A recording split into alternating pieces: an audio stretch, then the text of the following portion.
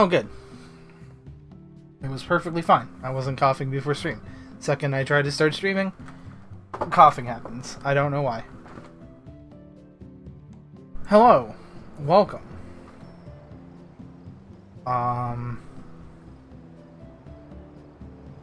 This time we're already in the game. Don't worry. You might have noticed something a little bit different, and that is the fact that you might have noticed that I'm not using my VTuber model, and that is because, if you remember last stream, I was having a lot, and I mean a lot, of frame rate issues. I was dropping a lot of frames. There was a lot of frame drops going on. I wasn't too happy about that. I was like, what's going on? Why am I dropping so many frames? This shouldn't be happening.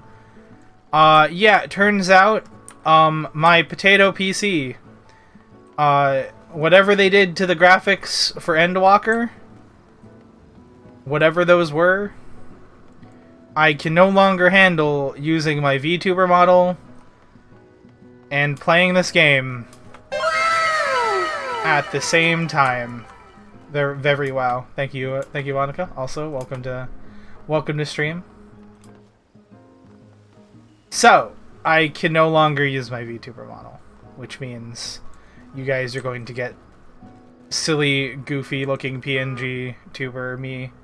Not even proper PNG tuber either, because I don't have it set up to where it like lights up when I talk. But I honestly can't be bothered to set that up right now or ever. I'm just sad. I'm just sad that I can't be a proper VTuber anymore when playing this game until, what was it? Finally a CPU overload?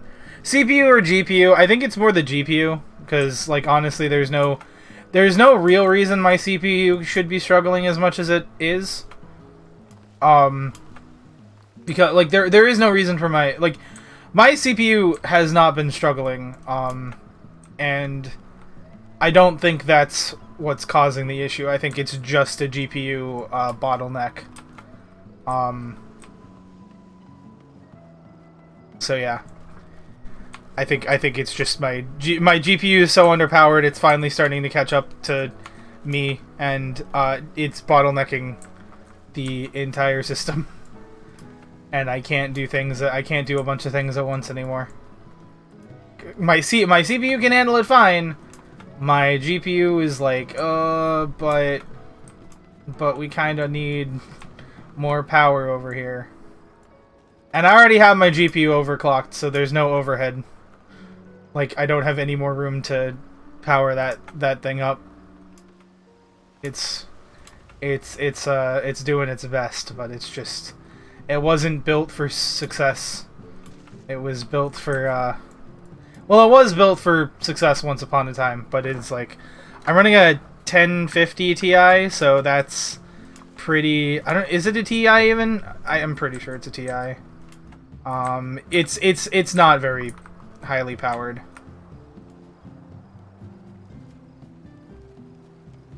Sounds like bad optimization on the software side. It might have something to do with like, yeah. I mean, I shouldn't have to, hold on, where's my graphics settings? I shouldn't have to deal with, I shouldn't have, like, everything off, everything set to off. That shouldn't have to happen. Also, I can boost this up to normal, because that works on normal. But yeah, so, yeah, I don't think Final Fantasy XIV is a very optimized game, but at the same time, it just really doesn't like having, like, it did, like, I don't know what it is, I don't know which one it is. It's Streamlabs and or VC Face and or Final Fantasy XIV. Two of those things don't play well together. Streamlabs and Final Fantasy XIV are fine. Streamlabs and VC Face are fine. I put all three into the same, like, bucket and they start freaking, it's like they're like those beta fish that fight each other all the time. Just like they just go nuts. I can't stop it. I tried literally every setting under the sun to get it to work. Like I tanked the quality of my face tracking so hard that it looked like I was it was bad, and even that didn't work. So even that didn't help, and I don't know what I can do other than that. And I already know VC Face is one of the programs that already has a lot of it already is very little overhead, so it's already pretty narrow in terms of resources. It doesn't take up a lot of resources. So the fact that that's causing problems with Final Fantasy XIV is something. I don't. It's probably, like I said, my best bet is considering how little of my CPU is being used right now. Because my CPU is at 3.2% right now, and I'm streaming. And so lurking, I'm in EX trial too. Oh, nice. Very cool.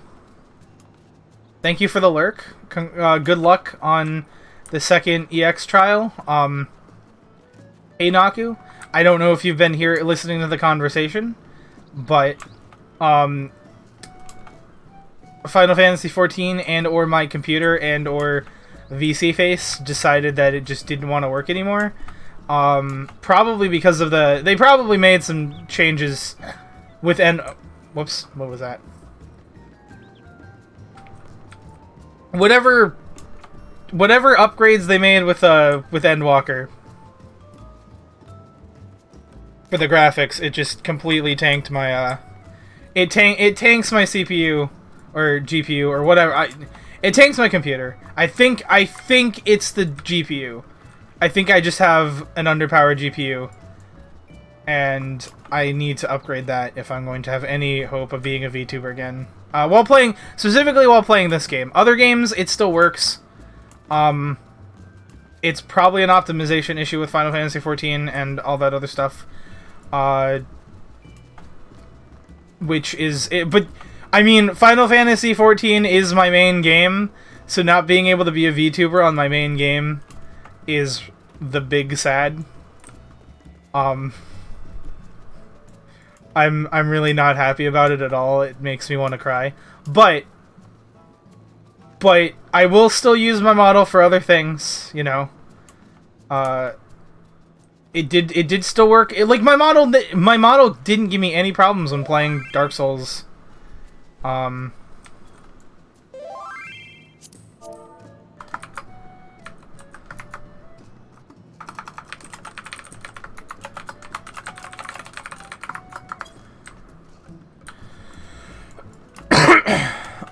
But yeah, so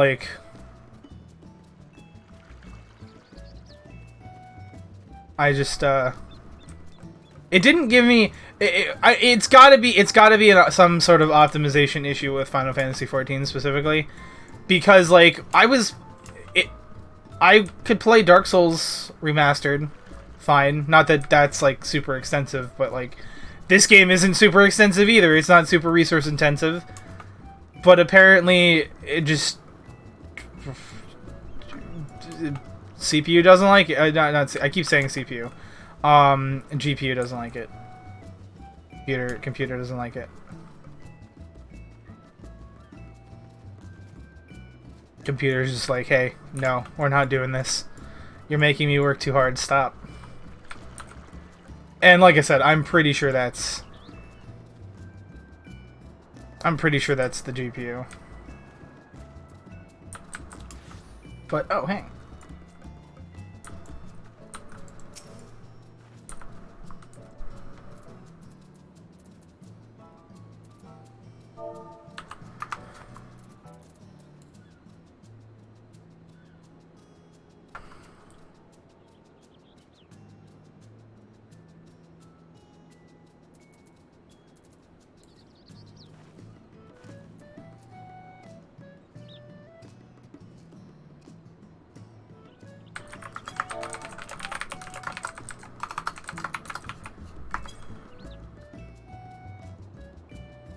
So yeah, I just wanted to talk about that a little bit. That's the situation.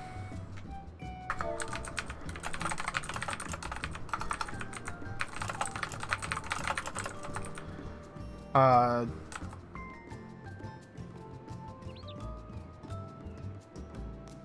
Monica, aka Svetlana, aka I call her Lana. Lana, being amazing as always, and being like, oh no, Salt's sad because he can't be a VTuber, I need to go hug.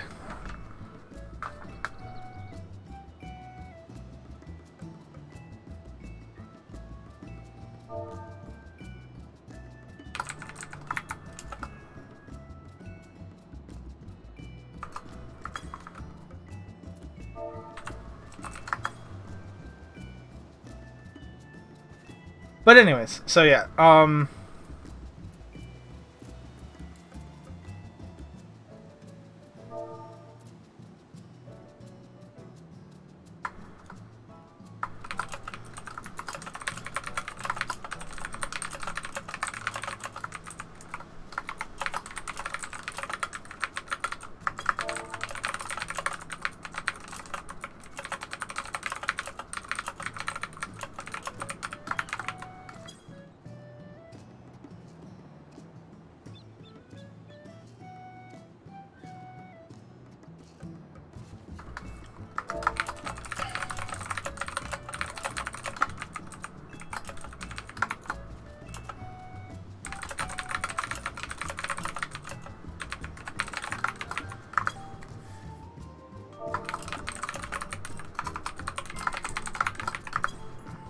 okay, so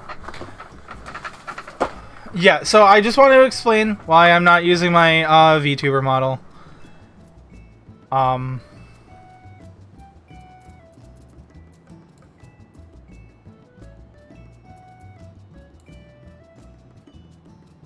Wanted to explain why I'm not using my VTuber model, and also wanted to be really cute with Lana. So, that being said,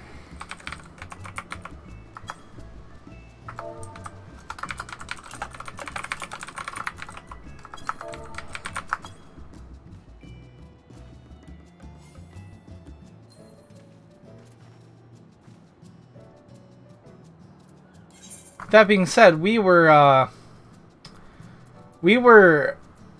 okay.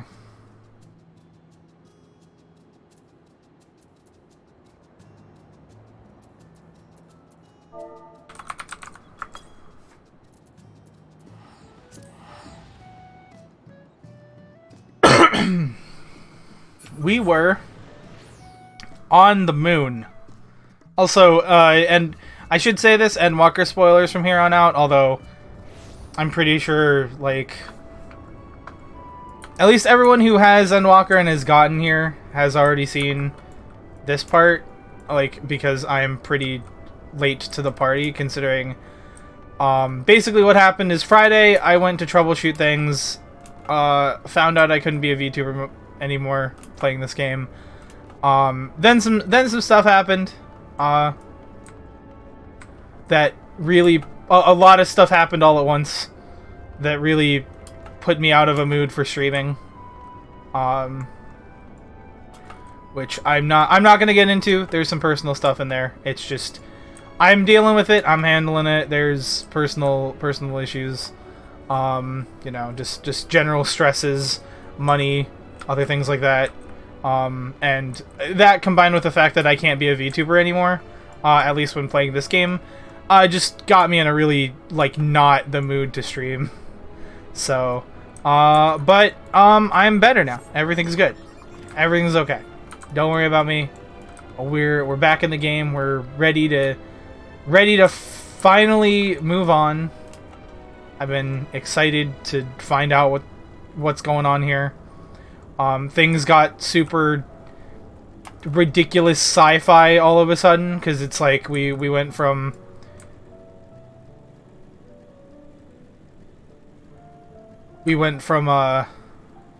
fighting, we went from like the story that we've known this kind of whole time, all of a sudden to, oh, that door's just open. Okay. We went, does it close? Oh, was it just open the whole time? Did I never turn around? I didn't even turn around. Am I going the right way? No, I'm not going the right way. I'm going the wrong way. Where's the map? Okay, how do you get there? Is that upstairs? Is there an upstairs door for that? Or is there a downstairs door for that? It's down there, isn't it? Alright, time to jump. This is gonna hurt my everything. Ow.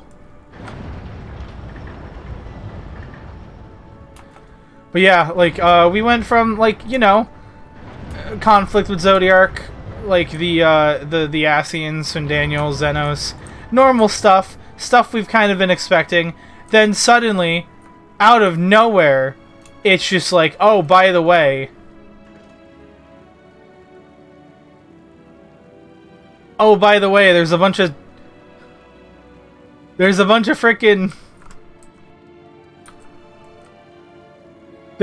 frickin' rabbit people on the moon that built a spaceship for you guys.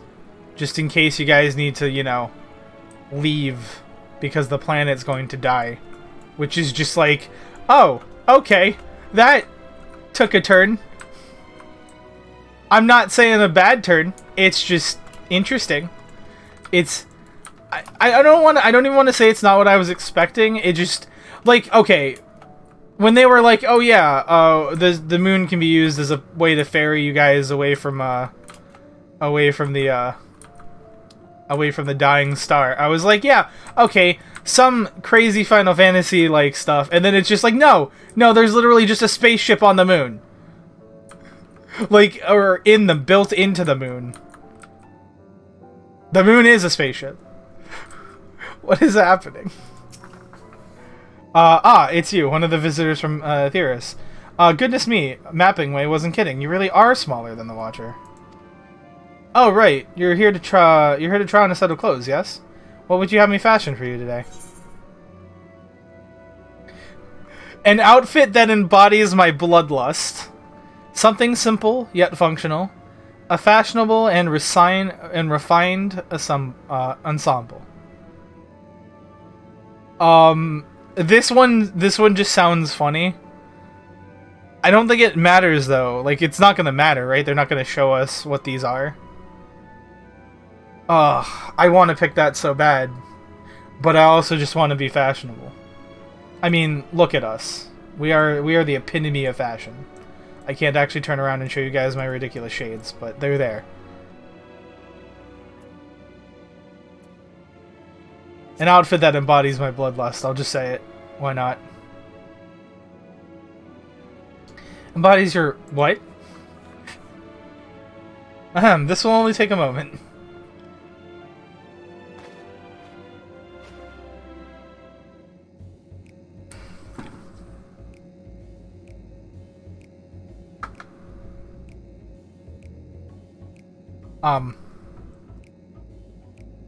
There we are, all finished. A perfect fit, if I do say so myself. I'd be lying if I said I don't understand what bloodlust is, but I assume it's something you enjoy. I made certain the clothes are flexible, yet sturdy enough to endure whatever it is you plan to do while wearing them.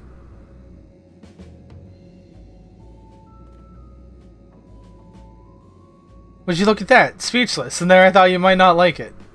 Well, you see. If you have a mind to try something else, why not speak with my fellow artisans? I'm sure they'd be happy to oblige. You must continue wearing these garments in order to progress.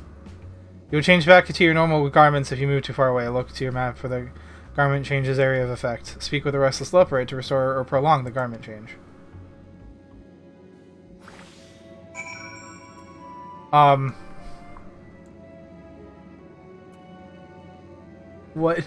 What is this outfit? What is this outfit? Help. Help. Help. Please. Please, can I change? Are they all like this, or is this just specifically the Bloodlust one, or do they all look like this? They all probably look like this. This is the... These bunnies, I swear.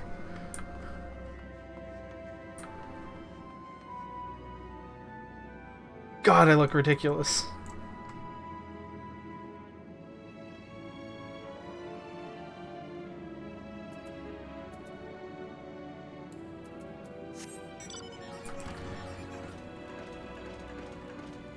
This is what you look like when you don't know. This is you running around in the game before you know what glamour plates are. Not glamour plates, but just before you unlock the glamour in Horizon. This is just what your character looks like at all times. You just, whatever gear you have, it doesn't match at all. The colors don't match. You've got this ridiculous, like, look at these gloves. There's these gloves. There's this, like, brown tan thing. There's a blue, is that the bottom of the kudzu robes? Those are the bottom of the kudzu robes, I'm pretty sure. Also, too many spoilers, I must lurk. Yeah, I'm sorry, I'm sorry, Monica. You're not gonna be able to, Yeah, it's like the level 20 robe, the bottoms of the kudzu robes, the blue robes you get. It's like the kudzu robes of healing, because I used to rock those way back in the day when I played White Mage, because they looked good. That's why I recognize them. I don't know what these gloves are, but good God, and I think that's like the Lost Allegan mask of something. Yeah, no, I'm talking about specifically, Monica. I'm talking specifically about the bottoms, like the very bottom of the robes. See down there, poking out from underneath them. It's really hard to see, especially because of my hotbar. Hold on, I actually there. So like you have the top part is like the level 20 robe, and then there's the kudzu robe bottom sticking out of the bottom here, and it looks absolutely ridiculous. And I don't even think the kudzu robe bottoms like come as a different set. So I think they literally just made this for the. I think the robes are like the top once you put the top on. So I think this part is literally just they made this as a custom like top. And I don't even want to know what these shoes. Oh my god, no! It is a custom top because look underneath. You can see them clipping. I have like these red baggy pants. I have these ridiculous red baggy pants that I can barely see. Hold on. I can't. There they are. I have these red baggy pants and these just ridiculous shoes. You can see them clipping through the kudzu robe when you run. Oh my god, this is awful. What pants are those even? I can't even tell. They literally, yeah, it's moon I don't know, man. I just don't understand moon fashion.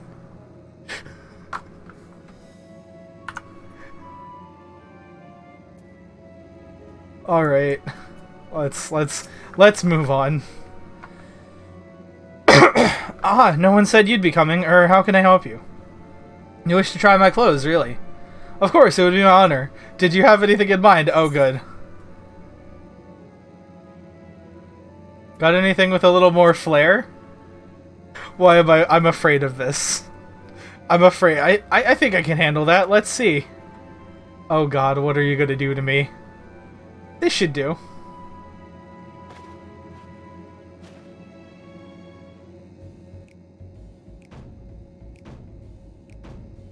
Oh god, please no.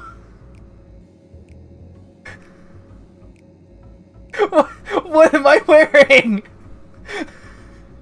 Some of my best work yet. Ties and tastes really have changed. It used to be so weird for anyone to request clothing with a focus on form over function. Thankfully, I had a spare concept for robes made using different fabric. I think it looks rather fetching. What? I was worried how the concept would turn out when put to the proof, but it looks stunning on you. Once you go and show Living Way, I'm sure she's eager to see what we've come up with. You must continue to wear these garments in order to progress. Oh my god, this one's even better! Hold on, can I please go somewhere with more lighting? I just need to... What? I love it how that you kept the mask. I have the what? What is this?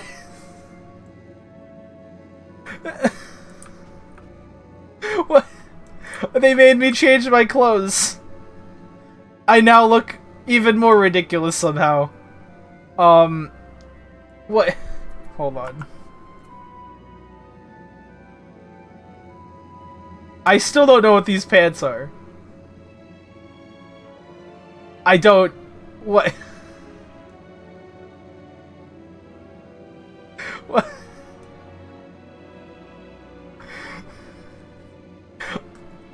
Oh... Well, at least the colors match a little better, and a huge emphasis on a little. It's not as absolutely horrendous as the other one, but it's still pretty horrendous, and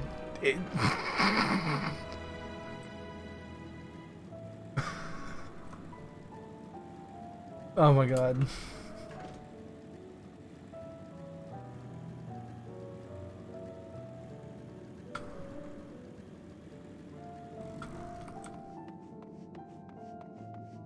Look what your people have done to me.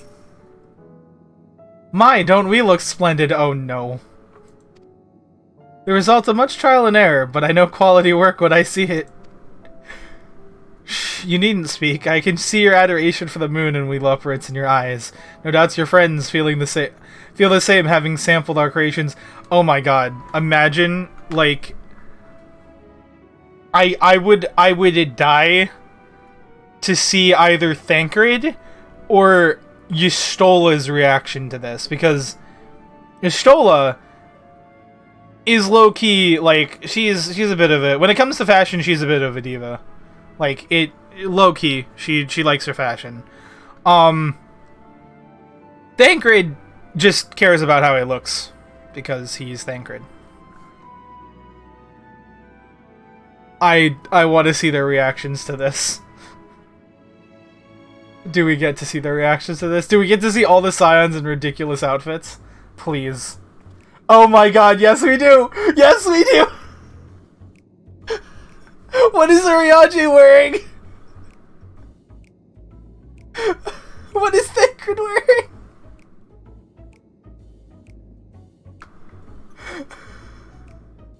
Oh my god, it's perfect.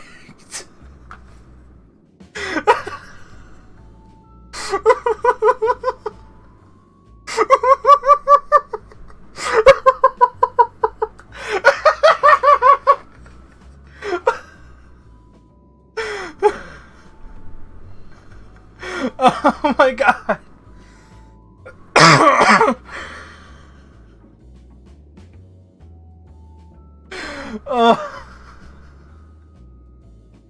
Oh, my sides. Ow. Oh my god. Sorry to have kept you waiting.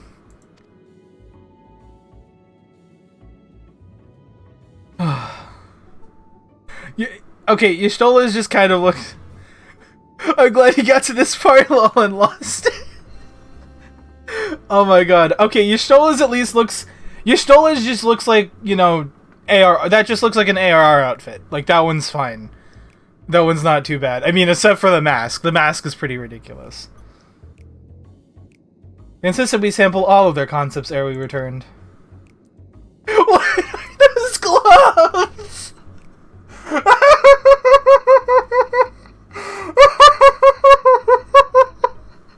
Wait. Verily, it is an ensemble most becoming. Urianger likes it.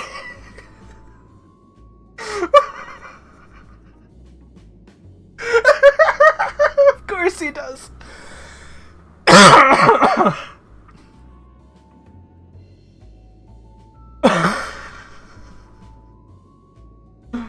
Oh, what are those lime green? Those are like the one of the like the gloves of healing from one of the sets, but they're just dyed like metallic lime green.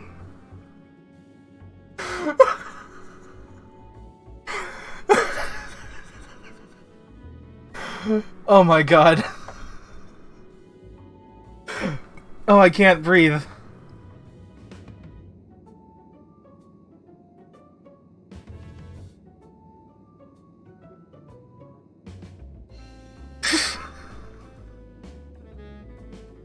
Oh, I'm so glad I started this off. Like this.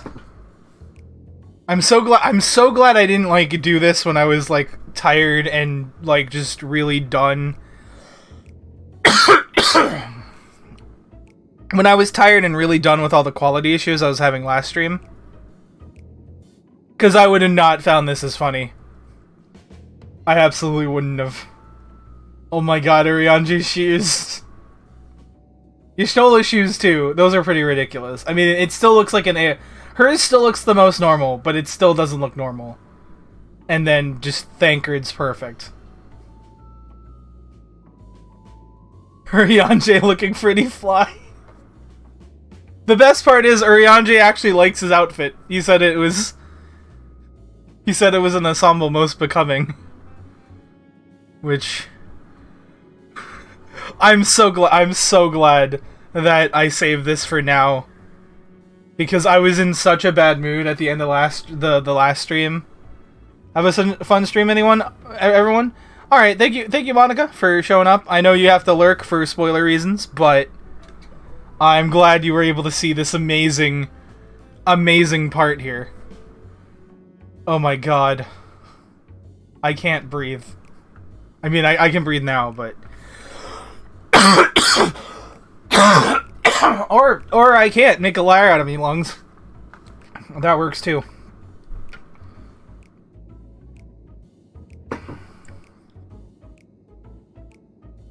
Oh my god.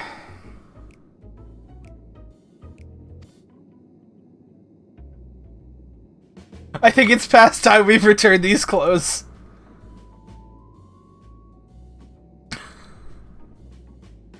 But, yeah, enjoy the lurk, Monica. Sorry you can't stay due to spoiler reasons, but I appreciate the support. I'm glad they make a liar out of you. Did your lungs also steal horses? I'd hope not. I was so confident our garments would meet your approval.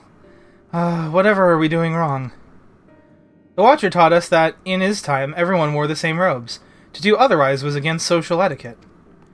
We thought we could appeal to modern taste by tailoring the robes to specific professions, but...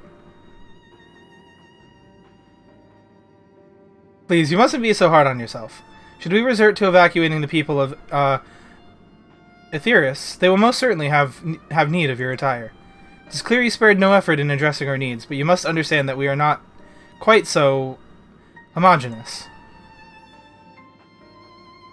Speaking for myself, what I wear now better suits my tastes, even if it is of inferior make.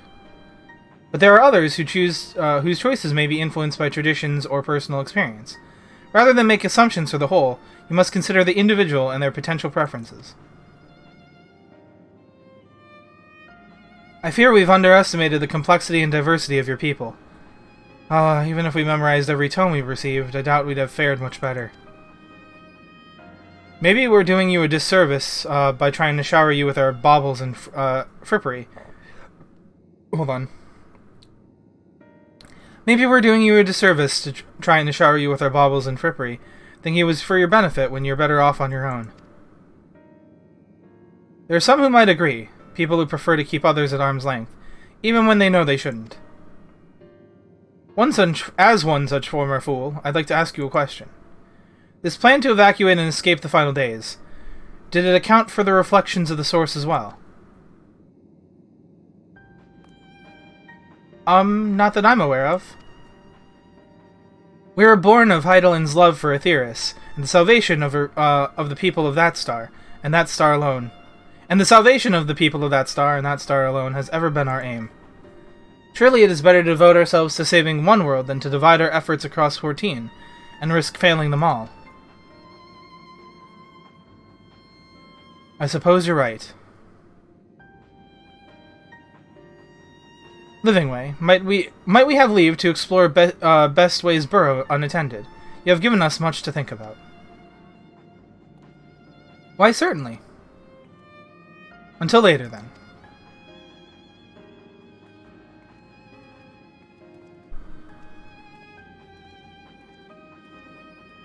If I may, I should like to accompany thee a while longer. Really?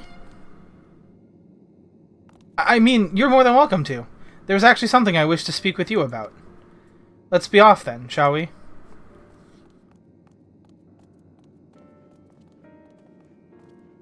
Urianger sneaking around again.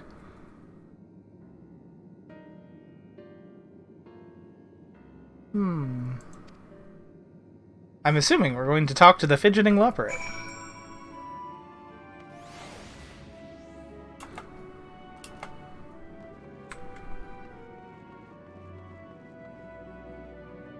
Thank God I'm back to my normal attire.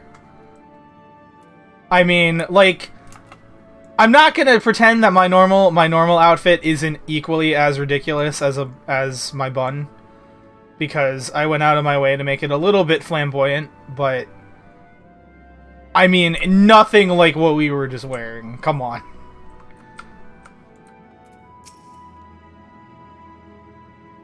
My apologies. I wasn't trying to spy or anything. Everyone's been talking about the visitors come from Aetheris, and I wanted to see what all the fuss was about. I was excited at first, but now I'm worried. What if the people of Aetheris refuse to come? What if we can't save them? It's clear we've made a mess of things. Oh, but wait, you still haven't visited the domiciles. Once you see them, you'll understand how wonderful the moon truly is, I'm sure of it. I'll be waiting for you by the teleporter near the entrance. Oh, and the name's Growing Way, by the way. See you soon.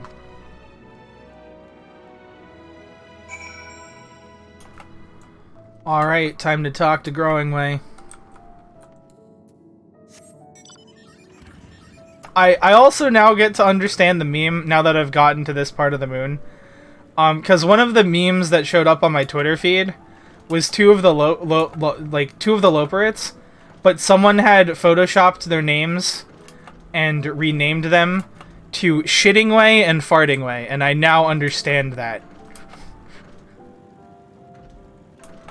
Like, because I didn't get that meme. I was like, what? I was like, that's definitely something I'm gonna get later. Yeah, like, shitting way with 2 Ds and farting way with 2 Ds.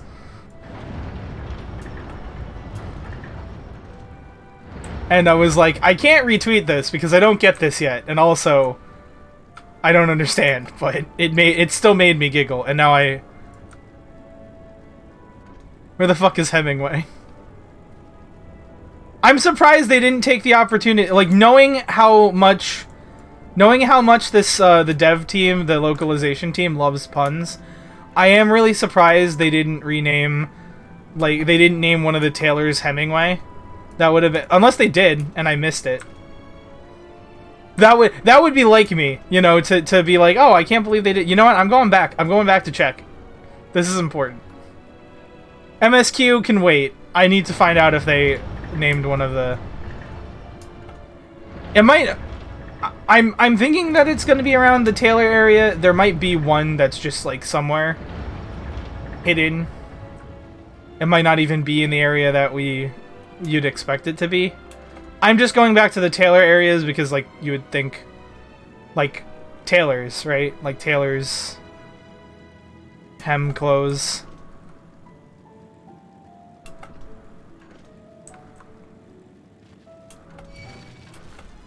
Oh yeah, if there was one just sitting there, could you not?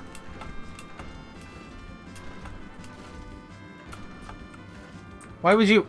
Okay. Oh, they're just gone. Okay. Well, that's fun.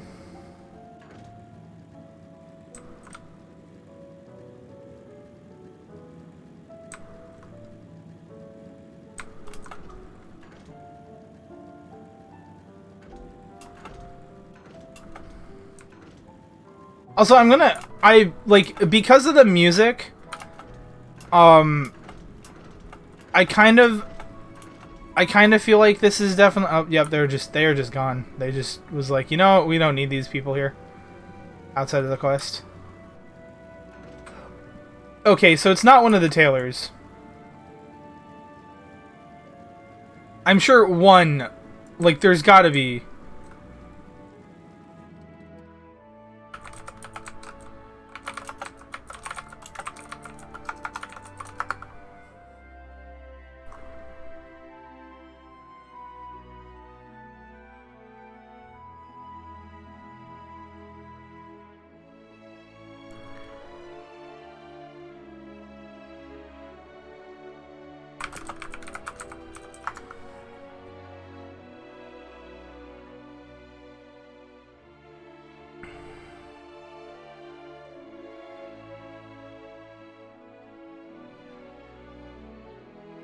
Give me a second.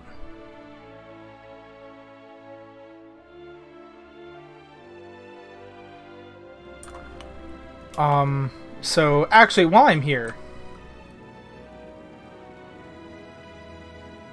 because I heard that they moved. Oh, they did move. Okay, they did move the ether compass. I'll put that here.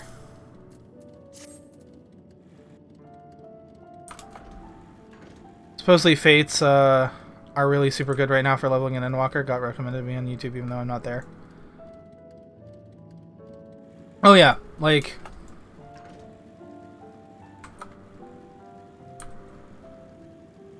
I'm imagining Fates are like really good for leveling or something, because the reason why I imagine that is just because I've seen people like...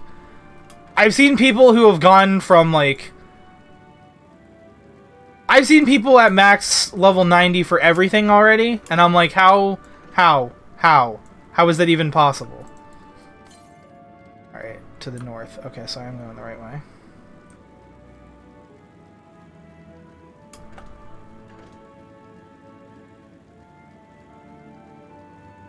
I haven't actually done a lot of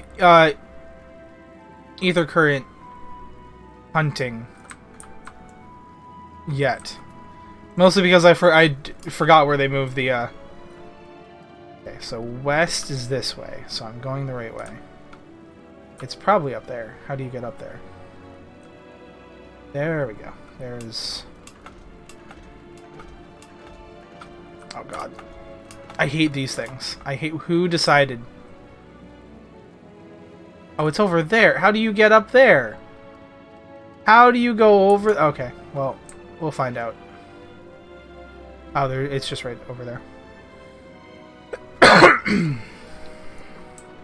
But yeah, like, I figured we could go ether current hunting in this area, and then also, while we're doing that, we can look for Hemingway, because I want to find a Hemingway. Are you kidding me? Oh my god, who designed these steps? I mean, I know it's the Loporits, but... I know, technically they designed them for beings that are, like, way bigger than us.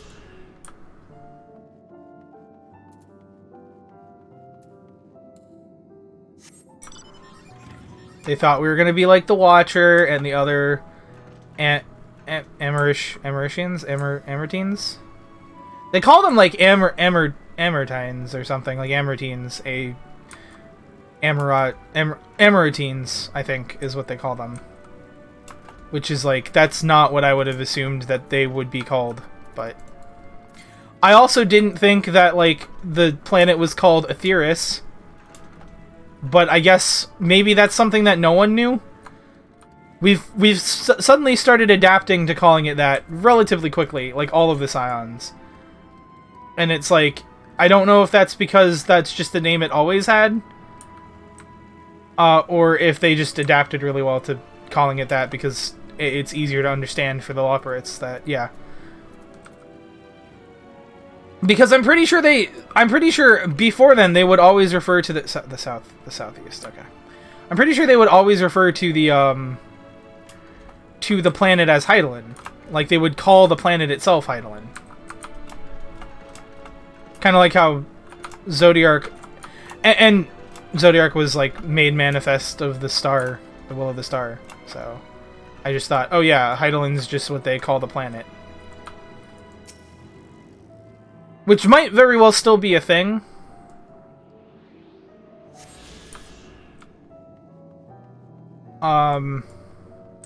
There's also this one part that really got me confused. As opposed to the Saltines. Oh yeah.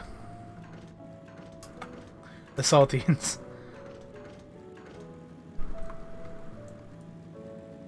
Yeah, so basically the lore behind the Saldex arc is that I came from...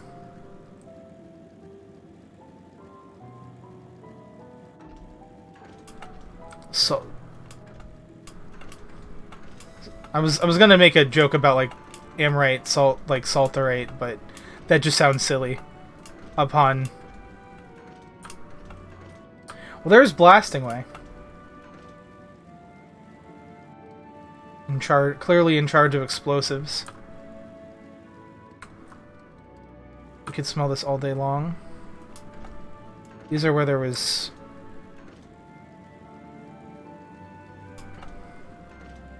there's a support. Those are supporters.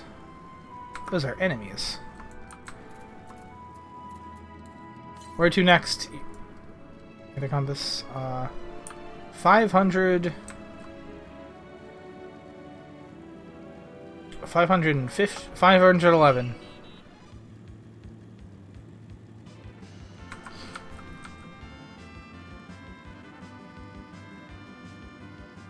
Could you guys do something about the killer robots that are like running around here, trying to murder me and my friends? Thank you. Like you'd think if your goal was to... Oh, is it out there? Yeah, well, it's definitely outside then. Okay. I'll have to go back outside into the moon.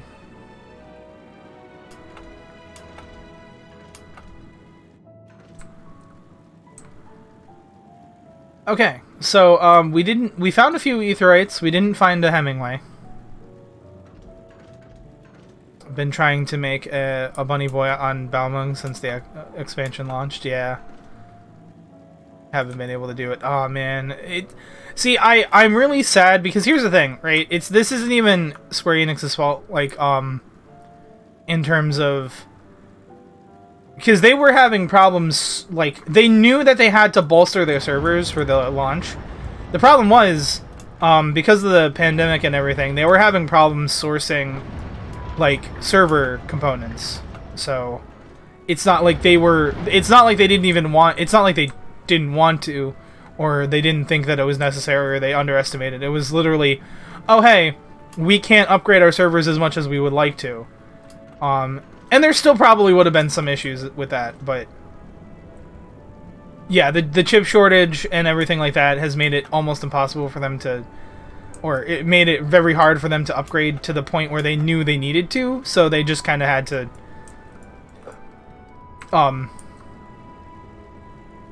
They just kind of wound up not being able to do that. Beyond the rift. Oh man, Heed my call. It's a yak job. Welcome, yak job. Thank you for the yak attack. Welcome, laughing man. Welcome, Mousy. Welcome, upbeat glass. Hello, hello. Thank you so much for the yak attack. Oh, anyone from Final Fantasy Land, from Final Fantasy 14? Spoilers. Okay, you warned them about the spoils. Okay, yeah, Mousy, you'll have. So, sorry, but I appreciate you stopping by. But I also understand that you've got a dip because of spoils. So no worries there.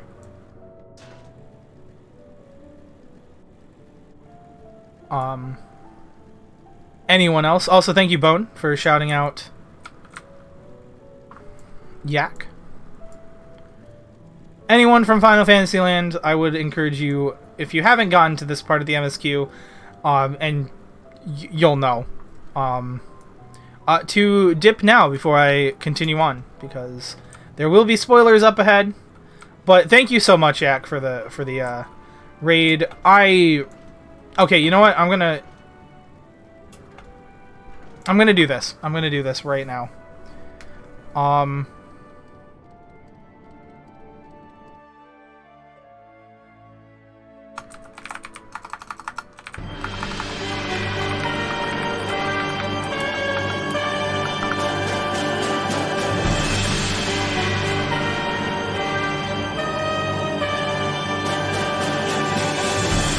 Okay, I keep saying this every time someone raids me, that I need to get my, thank you for shout out. I should also dip, less because spoilers, but more because I'm about to pass out on my keyboard. Hope you have a wonderful stream, Salt, and a great time to all. Thank you so much, Jack. Thank you so much for the raid. I keep saying this every time I get raided, that I need to set it up so that, when I shout out someone, they get, it plays the clip like everyone else has set up, and I'm literally the last one jumping on board for that, because I'm really dumb. So, yeah, I'm just gonna set up that. I'm just gonna set up that right now. And Yak, you will be getting another clip shout out as soon as I do. But have a good night, Yak. Thank you so much for the raid. I appreciate that so much. I do hope you have a good night. And to anyone who stays, do enjoy the stream.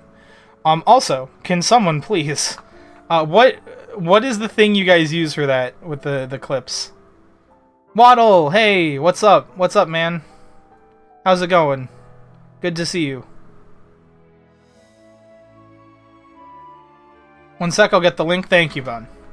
I'm just gonna set it up now on stream because if I don't, I'm gonna say, "Oh, I'll do it later. I'll do it later. I'll definitely do it later," and then I won't do it later, and then it won't be set up. And the next stream, I'll forget, and then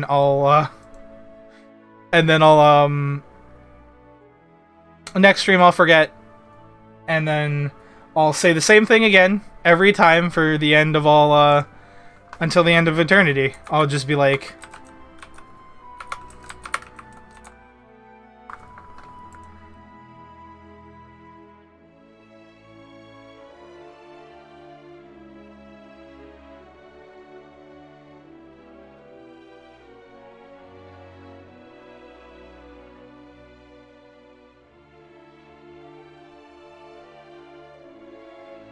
See.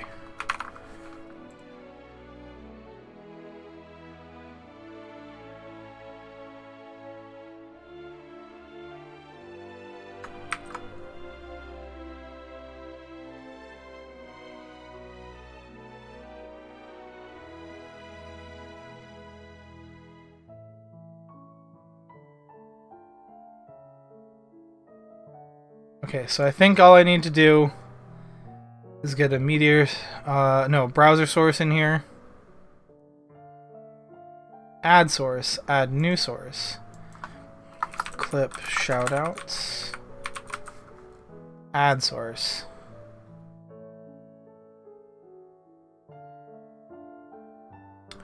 URL.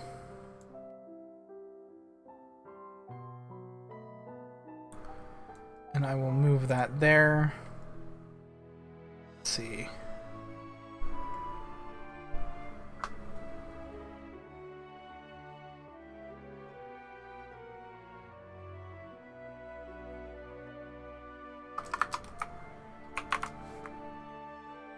Let's see.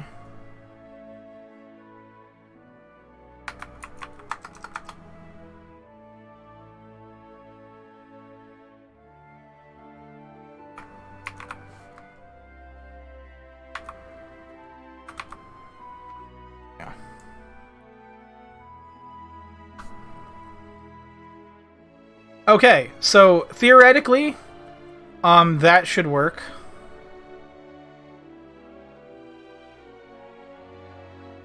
I think.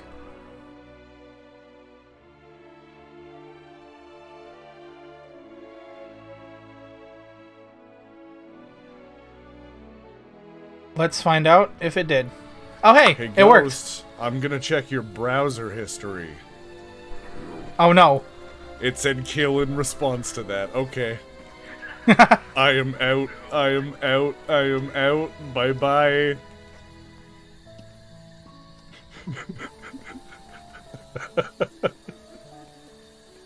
I can't, man. I can't. No.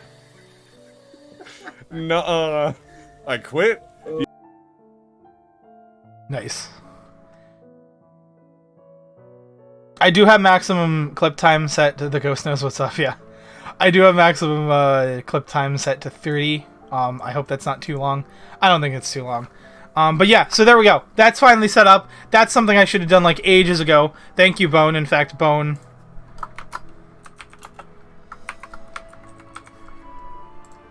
Because Bone helped out with that as well.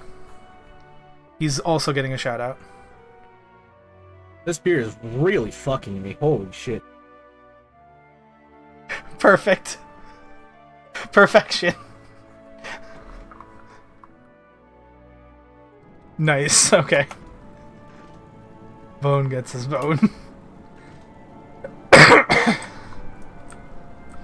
Where was I going? Oh, do I have to go down? Why does it have to go down? Do I have to be down there? Okay. Guess I went the wrong way. But yes, thank you so much, Bone, for helping me out with that. Finally had that set up. Should have done it a while ago. I just put it off because I'm lazy. Unadded accidental clips. Yeah, that's true. You know what? I'm gonna go for 25. That way I cut all of those out. All the accidental clips are the ones that like are unedited. But it's still like most clips will still fall within the range, so.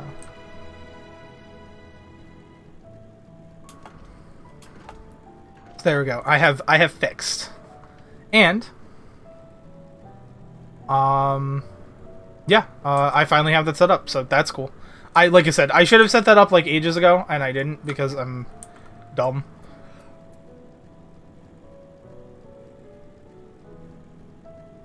But once I figure out where I'm going and how to get back downstairs,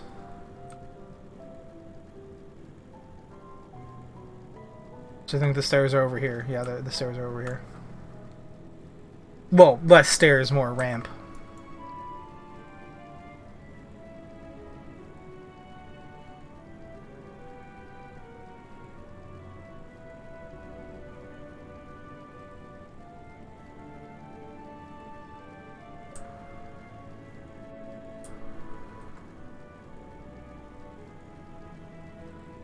So, thank you for helping me set that up, Bone. And sorry to everyone that it took me this long to actually set that up, because like I said, something I should have done ages ago. But, you know, leave it to me to be scuffed. Also, for those of you who don't know, and I'm sure some of you might have noticed this, but the reason why you might have noticed that I don't actually have my model right now. I'm just using a static image. I did post this on Twitter, and I also kind of went over this at the beginning of the stream, but I am no longer able to play Final Fantasy XIV, which is not a very resource-intensive game. I'm no longer able to play Final Fantasy XIV in addition, while also having VC face up, so I just can't use my face tracking with this game. I don't know why. It's this game specifically that makes VC face really mad, but for some reason, whenever I try whenever anything interesting happens in the game, like, you know, a fight, or I'm using abilities, or I'm in a crowded area, instantly I get like frame drops to like the teens, and I'm like, that's not happening. So I love it when I do. So yeah, no VTuber model with this game for the foreseeable future until I can upgrade my graphics card, which isn't going to happen anytime soon.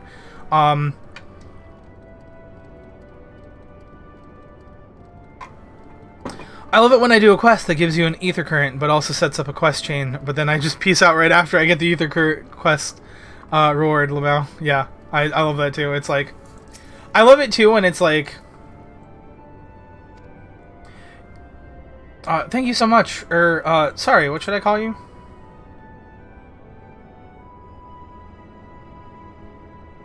I saw it currently streaming, so I can't hear anything, but,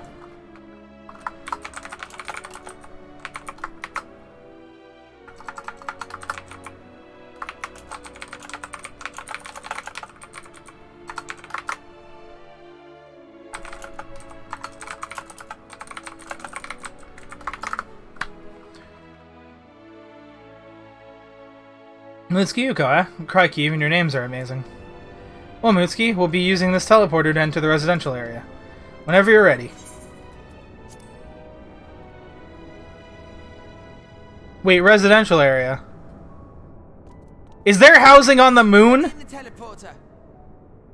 Is there housing on the moon? Did they literally give you houses on the moon?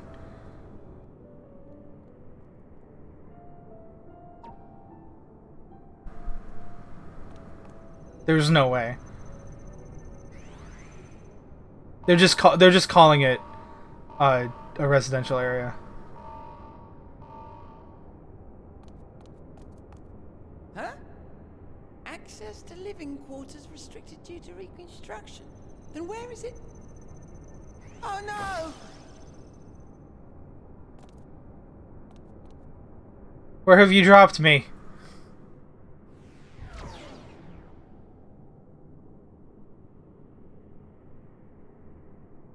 A private audience, as thou didst request, for reasons I know not.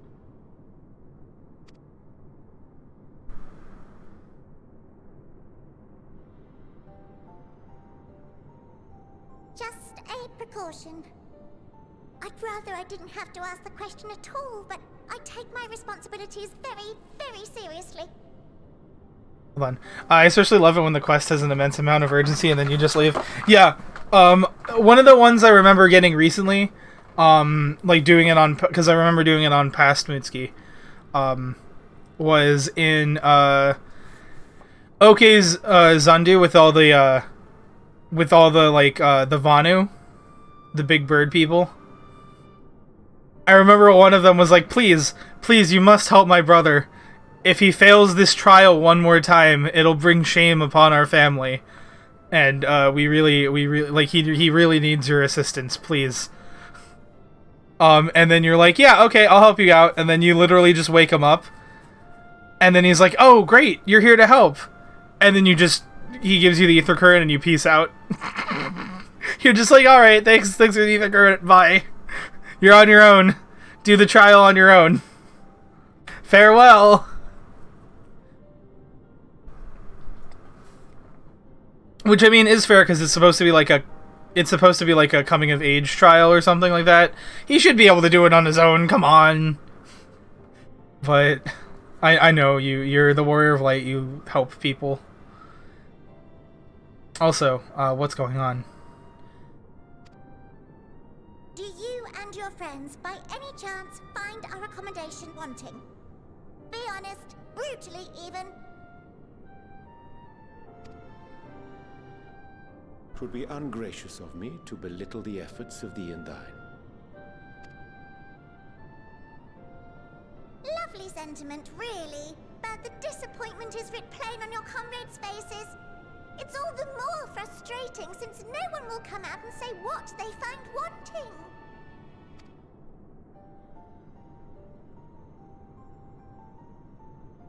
If there are faults in our work, we need to know. We can, we will do better. But time is not on our side. The final days will wait for no one. If your people are to be saved, we must take quick and decisive action. This vessel must serve as a home for as many passengers as possible, for far longer than we may like. Which brings me to my request. Our collaborators on Atheris are doing what they can to prepare for the voyage. Would you be willing to go and lend them a hand? Having seen the moon for yourself, you could speak to its many splendors, learn what else they might require, and assuage whatever concerns they have. Oh yeah, salt 14 time before I pass the fuck out. Hey Ira, welcome to stream. Glad to see you stop by. You might have noticed, and I've said this a couple of times already, that I don't have my VTuber model, and that is because my face tracking software and Final Fantasy XIV and streaming no longer all get along. They're not on speaking terms, yeah. But aside from that, it's still the same scuffed quality, and also, thanks to Bone, I also did finally get that thing set up where now clips play when I shout people out. So,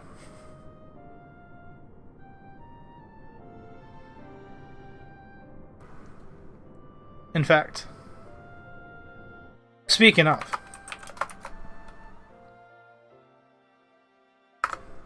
Ira also deserves a shout out.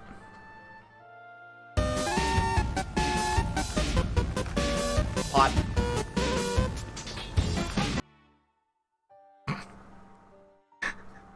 Nice. That's my most viewed clip, by the way. Amazing.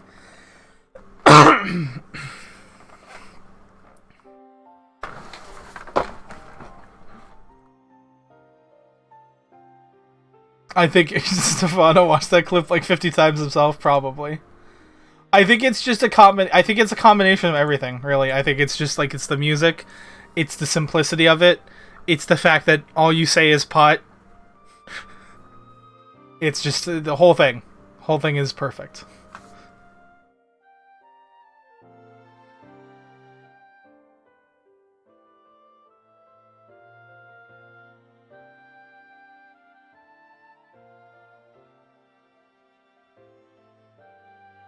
Let's see. I want to see what my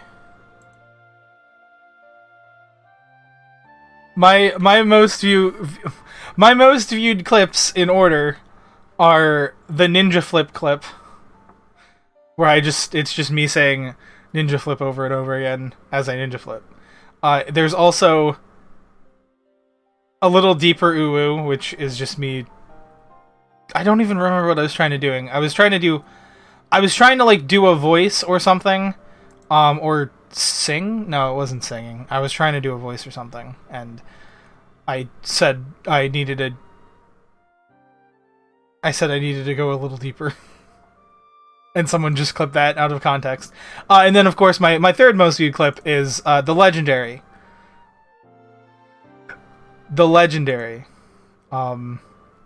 Get your fangs out of my asshole clip.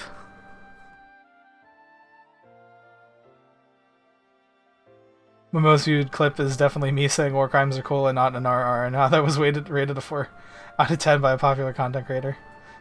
Asshole fangs, greatest of all time, yeah.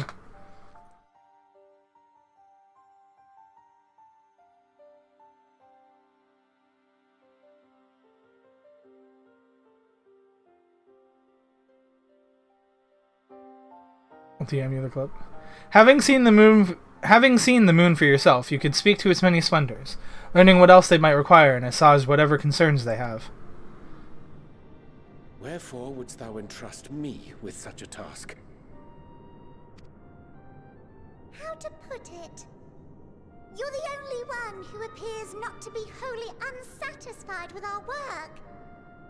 Uriaja was the only one who liked the clothes. He was the only one who was like, you know what, these clothes are pretty nice. I could rock these.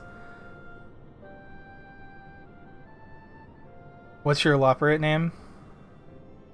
I mean, it's gotta be Salting Way, right? Like, I just put salt on everything. I'm the only one who knows how to properly season food on this goddamn ship.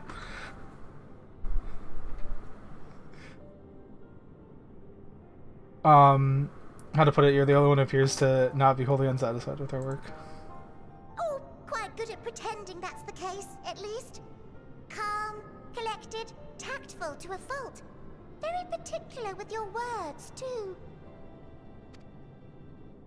You understand that, in the face of great danger, one cannot pursue perfection at the expense of practicality. The difficult choices must often be made for the greater good.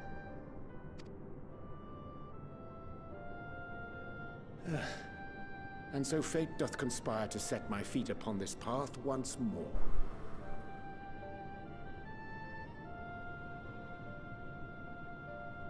Oh yeah, what would your Loperate name be? What would Bones' Loperate name be?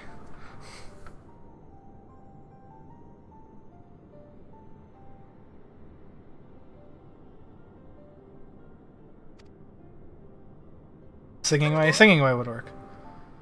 Boning way? Oh no. Killing way. Boning way. Yeah.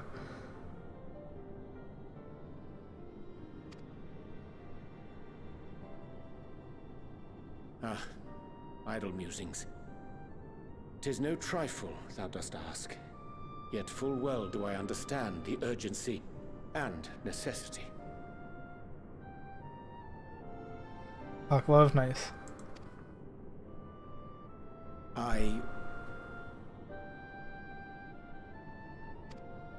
Oh dear me! me!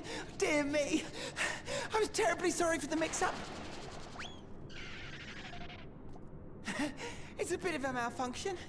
I hadn't realized the residential quarters were inaccessible, you see. But you're still in one piece. So, all's well that ends well, yes? Won't happen again. I promise. You bastard. I want to know what Arianje was about to say, and now he's not going to say it because we're here.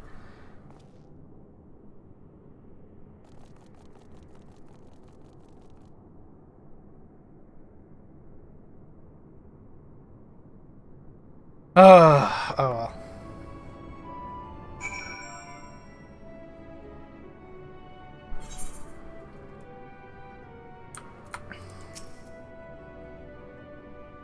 Gosh, that was embarrassing. I promise to be more careful from now on.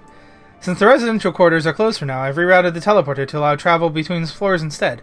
Hopefully it proves useful in the meantime. Shame you couldn't see it, though. You really would have liked it. Oh no, they've given me pants. Oh, what did these look like? You can now travel between the upper and lower floors of Bestway's Burrow via the teleporter. Oh, thank God! Oh, thank God. Holy crap. This place is huge. Growingway is keen to put his recent mishap behind him. May not seem like it, but we've been planning this for far longer than I'd care to admit. Each time we woke up, we'd have long discussions about how to save as many of you as we can. Felt like everyone had an opinion on this or that.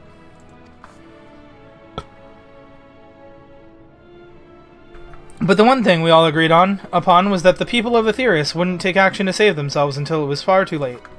That's why we're striving to make the moon a vibrant, magical place they'd hop at the chance to visit, rather than waiting for the flames of oblivion to get them off their tails and force them to accept our invitation. The residential quarters may not be up to the necessary standards just yet, but there are plenty of other places worth seeing. We've already had a look at the Curatorium, but wait until you see what's waiting for you at the east end of the burrow. Follow me. Alright, time to actually see if any of this gear is worth opening. Nope. Okay. Good to know. Where's the pants I just got? Where did that happen? You just gave me a pair of pants. Right? Oh, there they are. And level 533. Okay, those are well, on paper they're a higher item level than what I have now. Whether or not that makes them better is yet to be seen. Oh.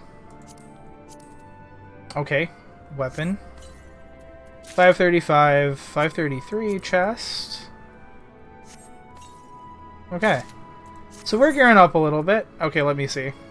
Now, the game is just going to say that all of these are better, but are they?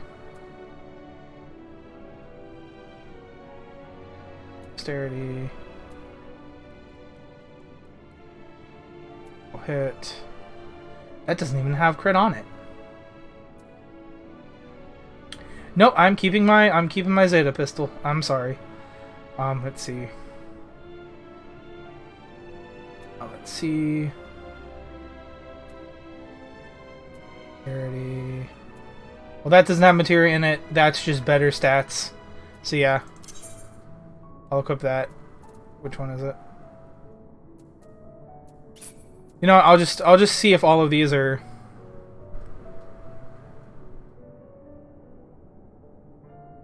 Oh, Salt, you'll like this. Apparently, Machinist is among the higher DPS this go around. Granted, there's going to be a lot of changes when Pandemonium drops, but pretty nice. Oh yeah, I noticed that actually. I noticed that like I was killing things a little bit faster. Like despite the fact that the thing like my burst windows are still ridiculous. So.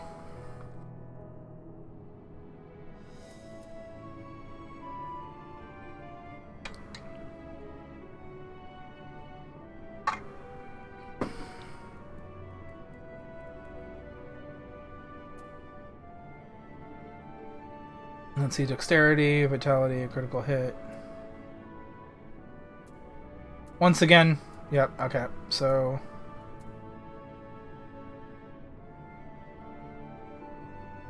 Critical hit, but that doesn't have crit on it at all. Alright, well. Let's see, Snow Alone and Bottoms.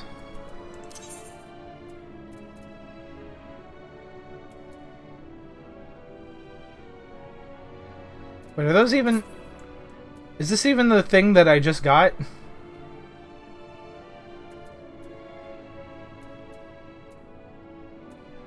Where are those? They're there.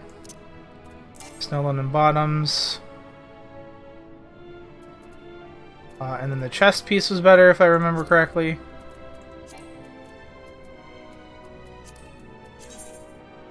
Yes. And then that was it. Skin. Jacket, there we go.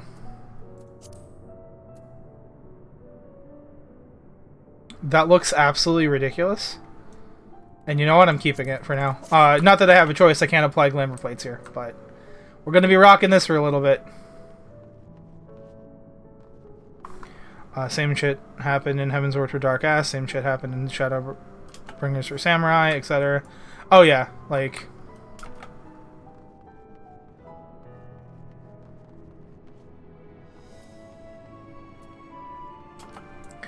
Gonna love this BGM. This BGM is really good. I like how calm it is. It's very calm and fanciful.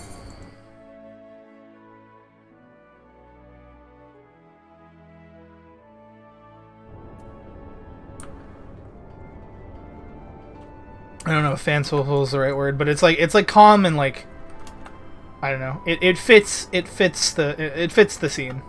It sets the mood.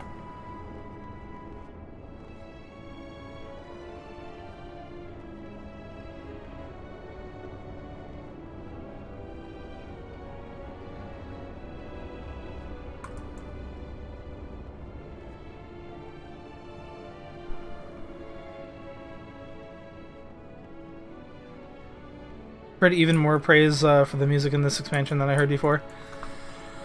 I'm excited because, like, Shadowbringers OST is still, like, my absolute...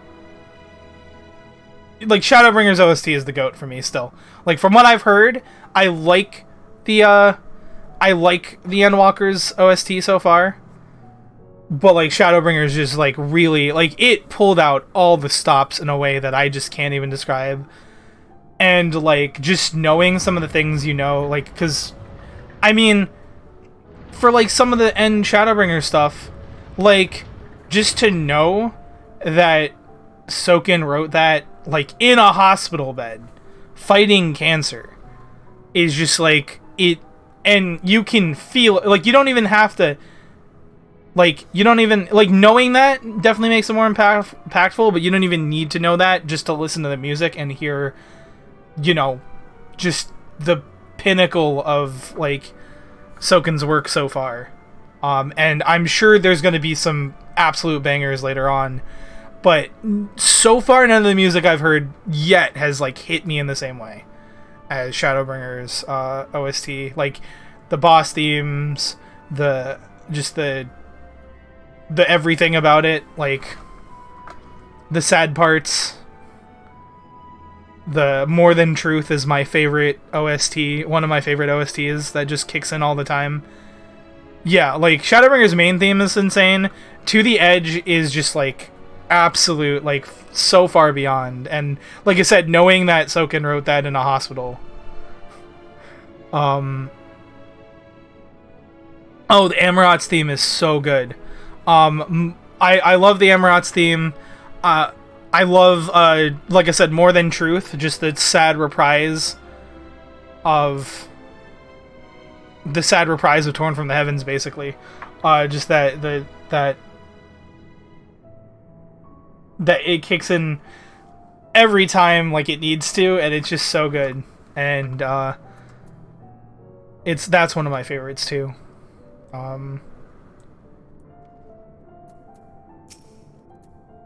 Good, you're here. Through this door is the great Enzo. It was It was named as such because it's the veil to end all veils, the most beautiful forest you'll ever see. Bro, I hope I'm here for you, like, you're like 85 through 87 questing. There's so much coming, you are not ready, Salt. I'm already, listen, my mind is already blown. Like, I think I said this last stream, they already, like, they already played the Zodiac card, man. Like, how about we start with a nice stroll to the fountain this way? Like, they already played that. They already, like... They already played the Garlemald card. They already played the Zodiac card. Those are the two things They already played the Moon card. We're already on the Moon. Like, those are the three things that everyone was looking forward to, like, finding... and like, kicking Xenos' ass, which They haven't played that card yet. But... Reading Way, Grinding Way... Hold on, I need to find out what... Reading Way, that's fine. I'll talk to them anyway. Don't you just love books? I absolutely adore them. They taught me so much, don't tell anyone, but they also taste delicious. God, there's something OST related I want to tell you, but I really shouldn't. Yeah, please don't. Please, I want to brush up on older tracks. Okay. Do these floors look clean to you? I don't know. It feels like they could use a little more polishing. Oh, grinding isn't like grinding, polishing. Okay. I thought, like, knowing this game, I thought they were going to be really cheeky. Like they did with the... Oh, hey, is that an ether current? Oh, no, it's just a wind sprite. That made me so mad. I saw that dialogue and I was like, well, not mad, but that was just like... Grinding Way is just permanently unlocked for a grinder. Oh, no. But no, like, I saw the whole, like, is that an ether current? Oh, no, it's just a wind spray. I was like, how many times have I done that? This game knows. Oh, what a pleasure it is to actually meet you. I've read so much about you. Oh, wait, you've read about me specifically? And not just the people of Aetherius? I don't know if it's Aetherius or Aetherius, but I'm gonna keep calling it Aetherius. Oh, hey, speaking of ether currents, that is definitely not a wind sprite.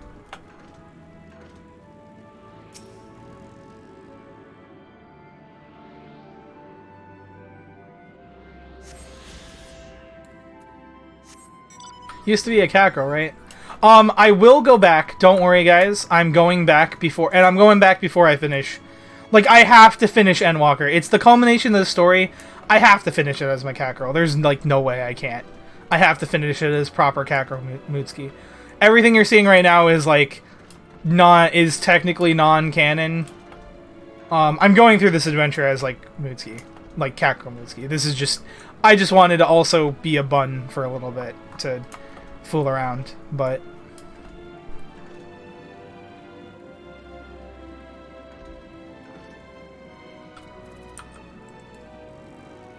You know, I haven't actually done a lot of listening to the...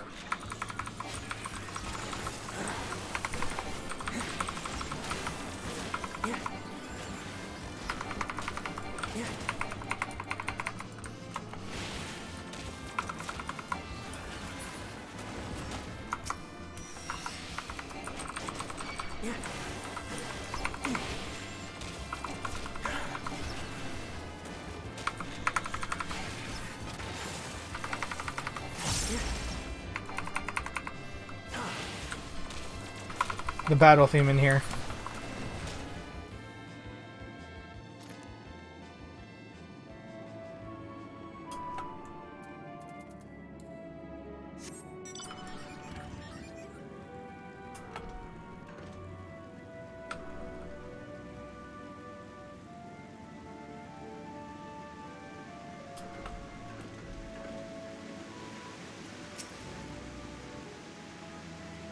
So what do you think of the forest? Isn't it positively pleasant? Simply sublime?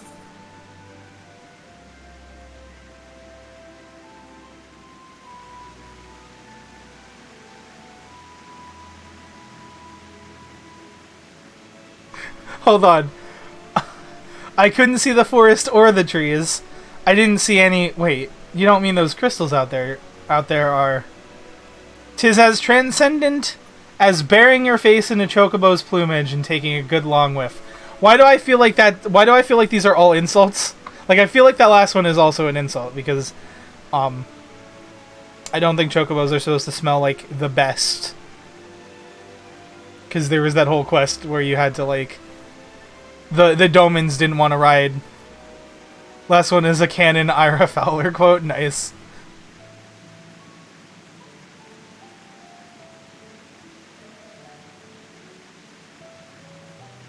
I couldn't see the forest. I'm just gonna keep it simple. I couldn't see the forest or the trees. You're pulling my tail. You're in the forest right now. It looks like a bunch of rainbow water towers. Building this place was a challenge, let me tell you. Since we're born here, we've never seen trees in person before, let alone a forest. The information sent by our collaborators was quite enlightening, but after much deliberation, we decided to use crystalline constructs in place of living trees. Thanks to our atmospheric circulation system, this place produces air as clean as you'll find in a forest on Etheirys. Down here behind us, powered by a rather large crystal adorning its top, plays a vital role in supplying us with fresh water. Much time and effort was spent making it the most spherical of spheres, and I dare say the unparalleled roundness speaks for itself.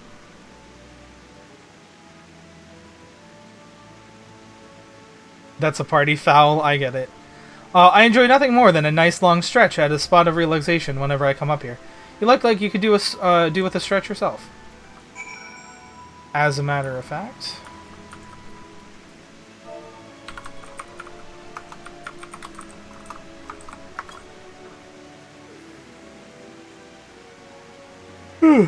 that actually made me yawn.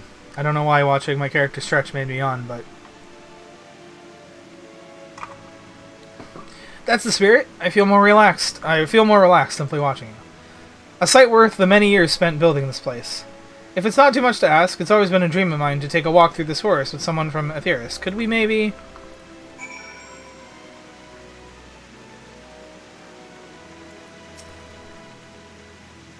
You will? Oh, still... Oh, be still, my quivering whiskers. Alright, time to have an NPC follow us around again. How did you get up here? What? Did you just climb up this... Yeah, he can't even... He's having trouble. Let's see. Are there any other blue circles, like regular blue circles? If there's anything you want, I guess not.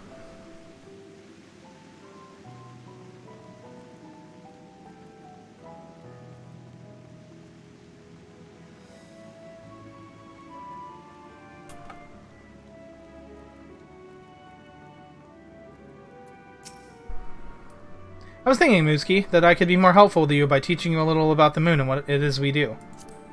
When we were first created, the moon's sole purpose was to hold Zodiark, and there was absolutely nothing to be found here. Eventually, Heidelin gave us our first task: furnish the moon with propulsion systems capable of facilitating travel to other stars. It sounds impressive, and I suppose in some respects it is, but it was only possible thanks to all the knowledge Heidelin shared with us. We also had a lot of time to get it done. 6,000 years, give or take. But anyway, let's keep going.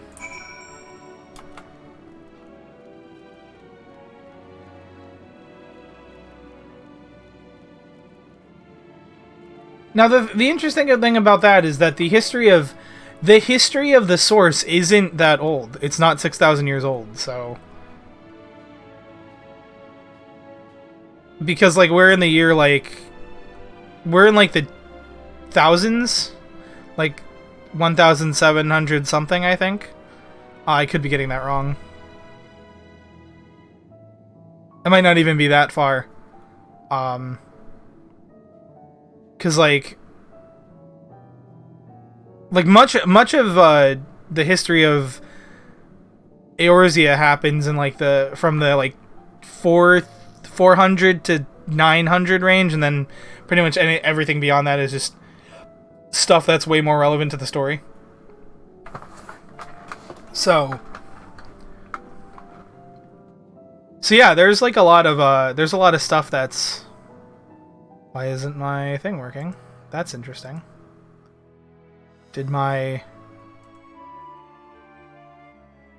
Why did web captioner break?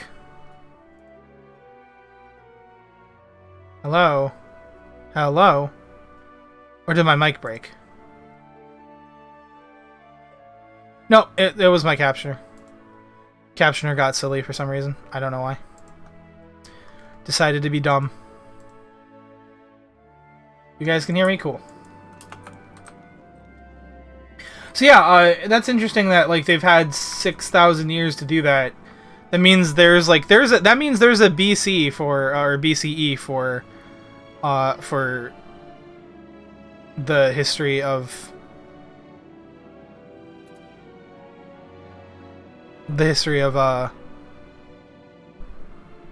Eorzea.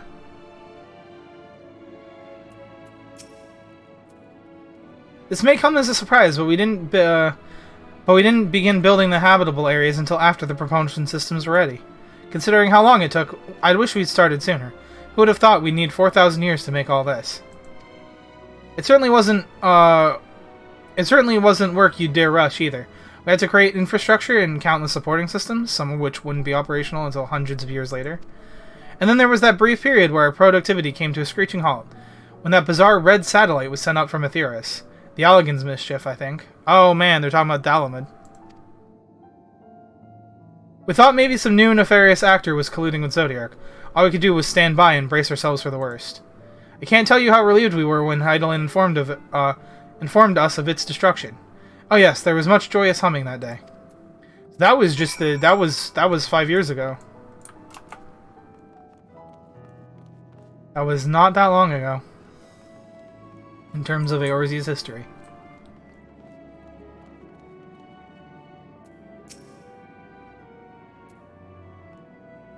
Say, do you notice anything peculiar about the treetops? I mean, apart from the fact that they're massive crystals and not trees. I'll give you a hint. It's the golden rings emanating from the glowing spheres.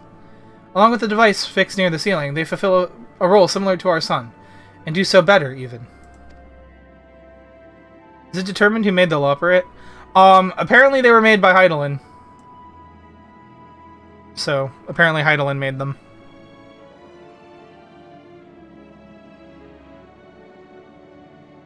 So does that mean Heavensward, Shadowbringers, Stormblood Shadowbringers, and all happen in the year?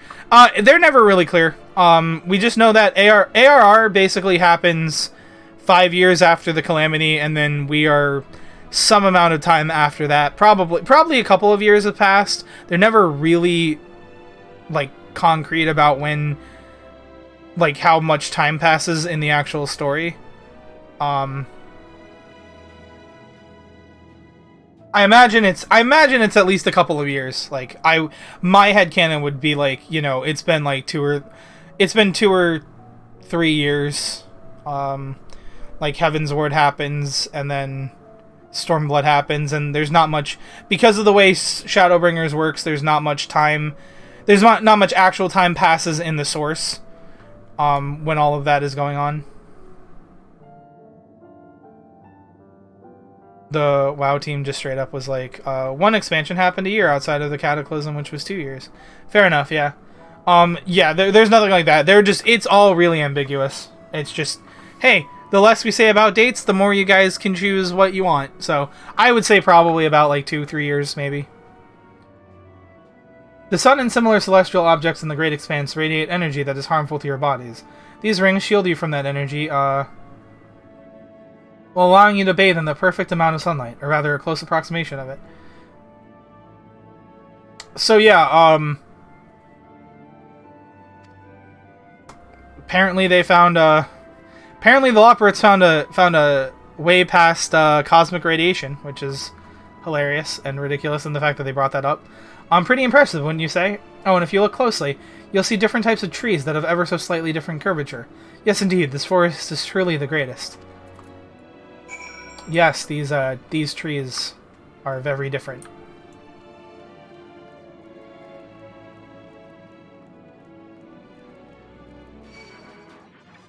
Oh no. Listen, I'm not dealing with you. Never mind, I'm dealing with you. Oh, never mind. I'm not dealing with you. Could you not? Could we not do this? Okay. Are you going to let me murder you or not?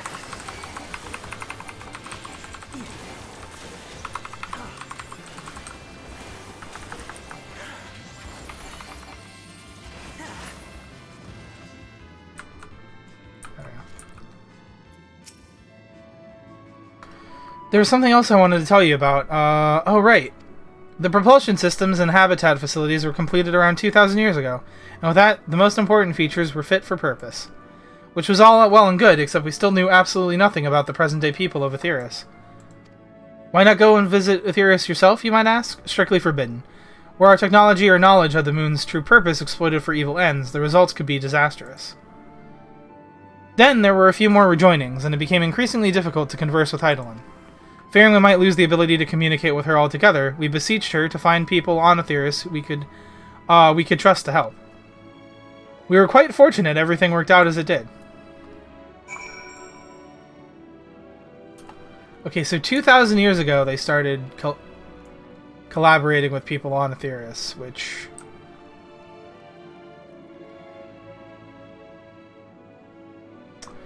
doesn't sound too right to me, but... Because I mentioned something about the Charlenes, like, finding something. No, wait. Wasn't it something about the Charlenes had, like, were granted a great purpose at some point? That might have been... I don't think it was that long ago. I don't think it was 2,000 years.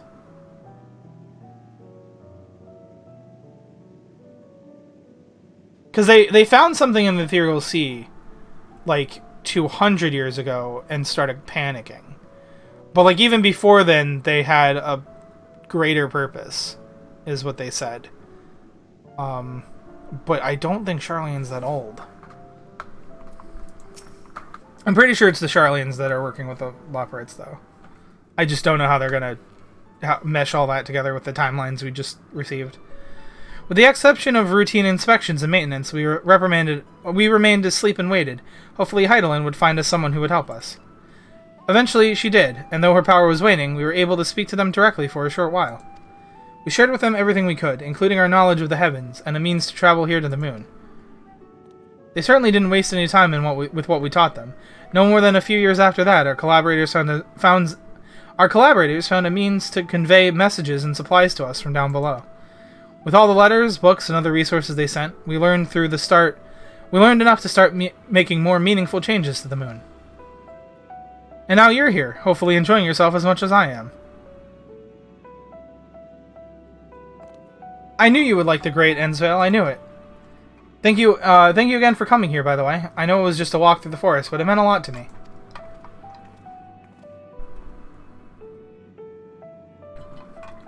There you are. I take it you've already received the Grand Tour. A shame we missed it. Growing Way, I've been looking all over for you.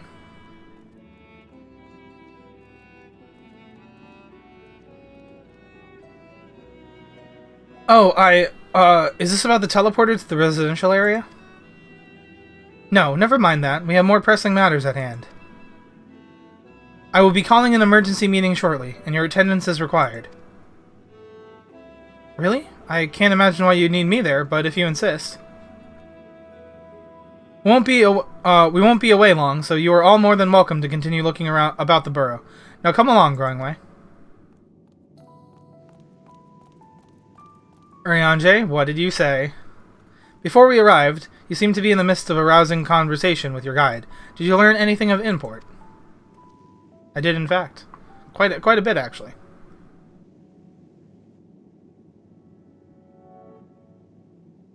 They've spent 12,000 years preparing for this?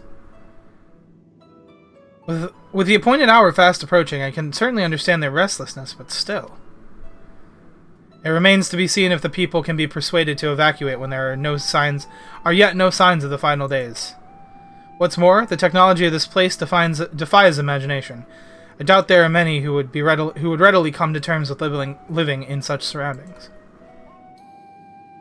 Whoever these collaborators are, unless they are possessed of the world's most charming personalities or a means to forcibly evacuate people, they will meet with a great deal of resistance.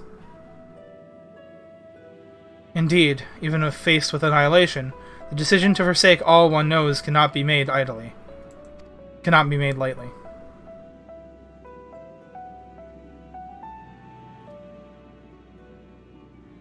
Forgive me, friends, but I must beg your leave. There is another matter which yet begs for mine attention. Of course, we can accompany you if you like. Nay, that will not be necessary, if you'll excuse me. Ah, Urianger sneaking around again. Told you it was gonna happen.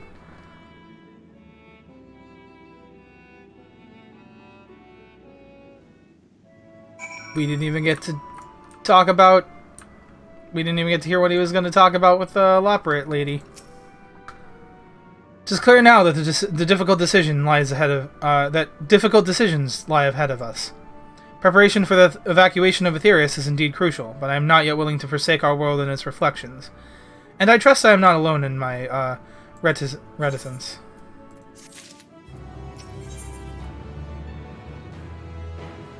By now, Thancred can tell when his friends are up to something. I knew it. Also, that is an ominous screenshot. Hold on, what's happening? Did Urianger seem strange to you? More so than usual, I mean. I know he has a penchant for keeping his own counsel, but I'd be lying if I said I wasn't worried. Would you go and see if he's alright? Y'shtola and I will remain here and see what else we can learn about the final days. If you hurry, perhaps you can catch up to him. I will do indeed that. I will hurry.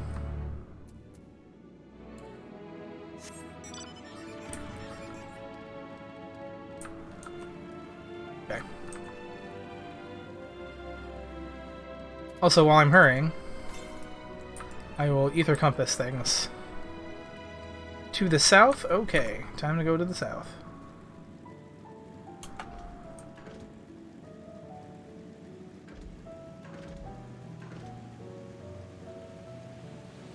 Where doth this ether current be? Southeast. So that is this way. Oh, there it is. Found it.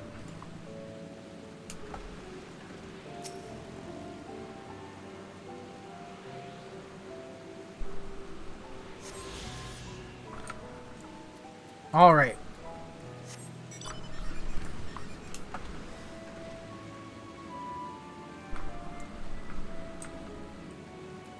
Is there another one in here? Probably. Nope. Apparently not.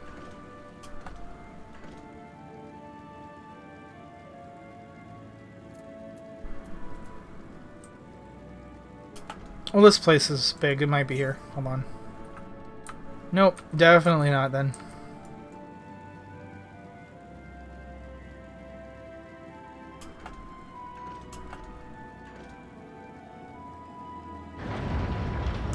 Oh, pardon me. So I still have absolutely no idea what's going on. I mean, I don't have like no idea what's going on. It's just a lot of stuff's happening. A lot of stuff's being really crazy all at once. 150 southwest. Southwest is this way. There is one here. You think I would have? Oh, is it up? Oh, the ether current doesn't go.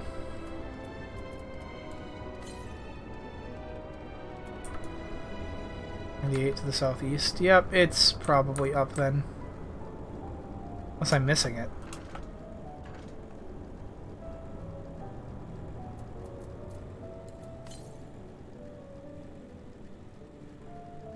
The southeast. I've been up these stairs like 100 times. How on earth did I miss this? Unless I'm going the wrong way. Okay.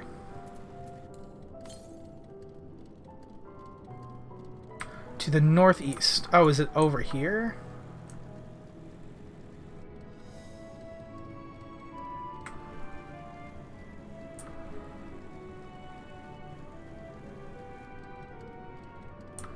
I don't see any ether currents.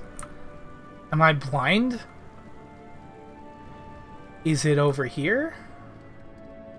It's not up there. I'm looking down to see if I can find it.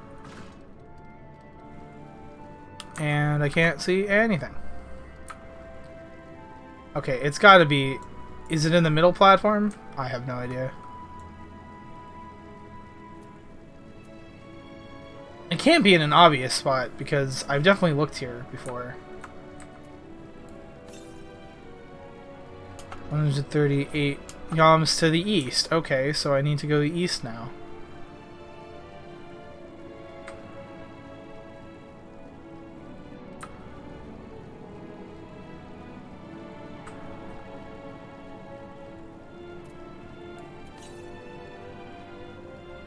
The southwest.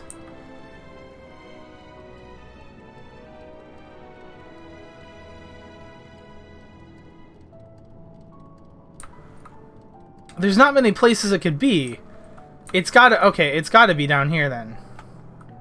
That was a really dumb idea. But I'm alive, so we're fine. Is it just... No. Can you go down there? No. Is it over here? No. Where? Where is this thing? Stop taunting me. Okay, southeast, which is this way. But there's stairs in the way. Unless it's here. Oh, it's there. It's right there. Okay. I found it. I found it. We're okay.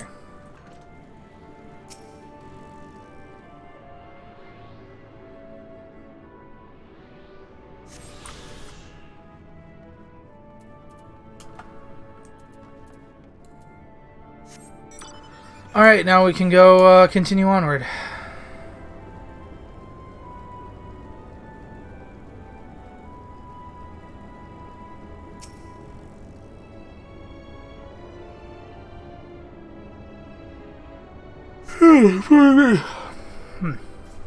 Sorry about that.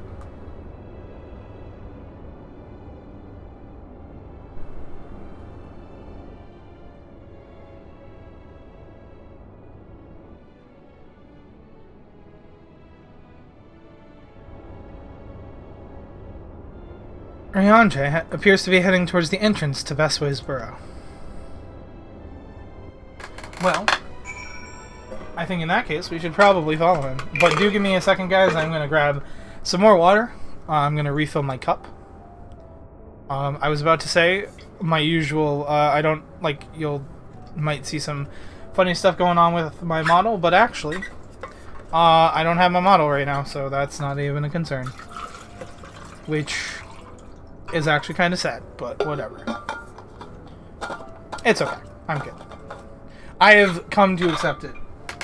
I've already been through the I've already been through the 5 stages of grief with that. I was sad.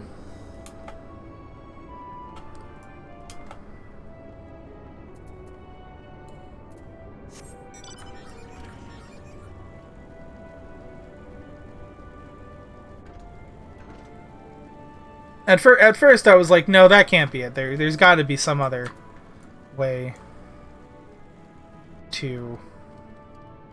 There's got to be some other way to do it.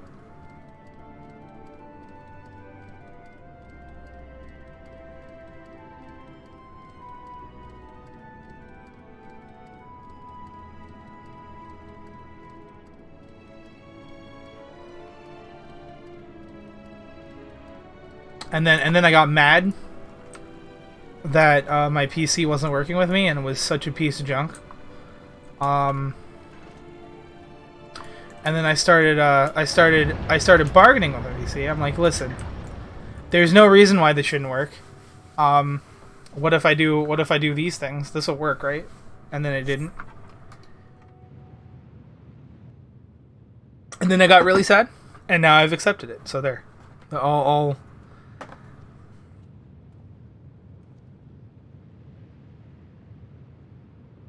Oh, do we have to follow Ryanje? Is this a follow quest? Oh. Okay. Sure.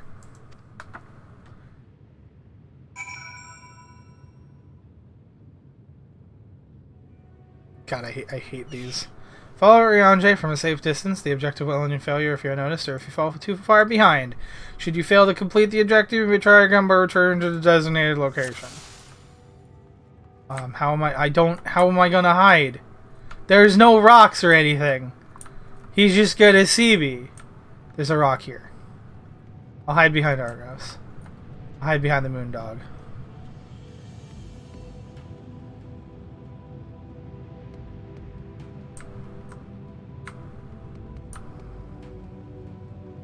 Wow, he's not stopping. Oh, never mind.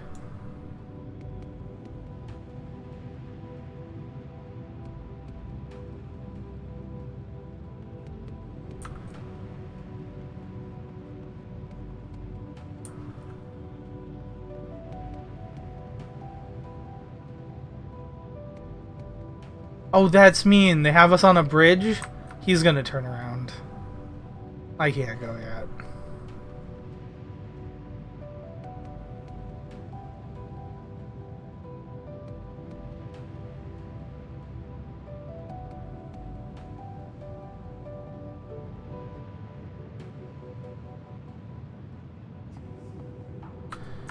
God, I hate... Oh, he's run. God, I hate these. I hate these so much.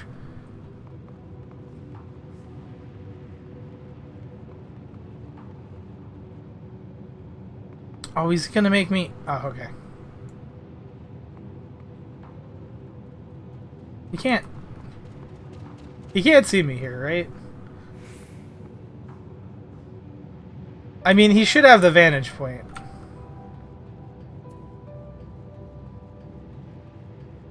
Oh, he's running. Oh, he's running. You cheating bastard. Oh, I can't see him. Okay. Oh, thank God.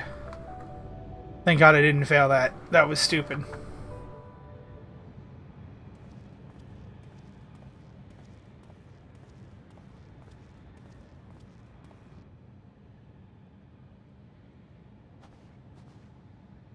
Thine arrival is timely as ever.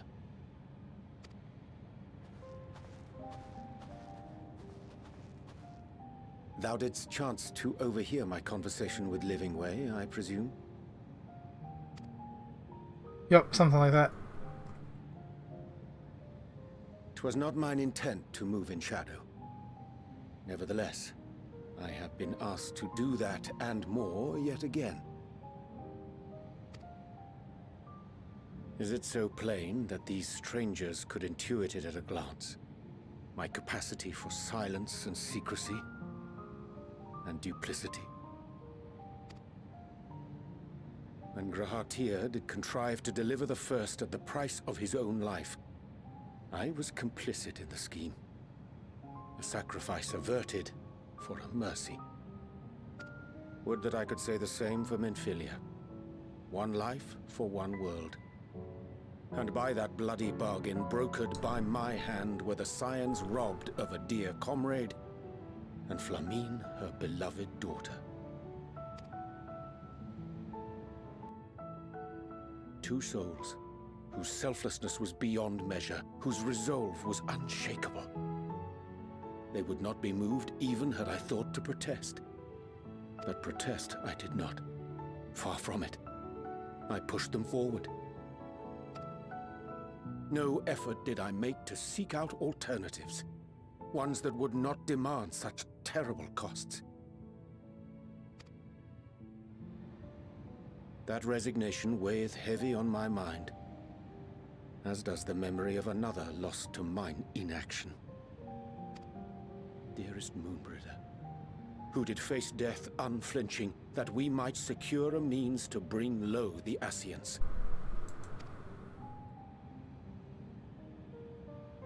In her hour of need, I did naught. Dutiful disciple of Louisoix, ever looking to the greater good. Had I shut mine eyes and bid her live instead, mayhap she would be with us today.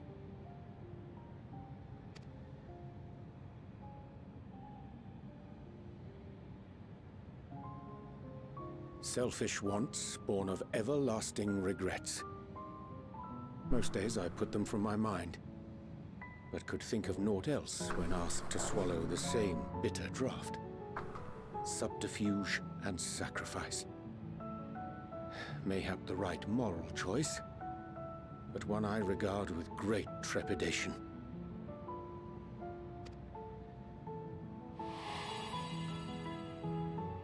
The calamity of Amarot was a tragedy beyond reckoning, one which must never again come to pass.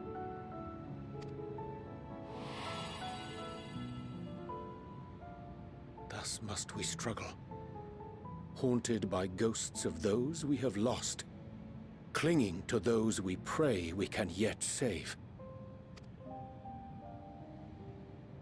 But what of those we cannot? How do we make peace with the dreadful algebra of necessity?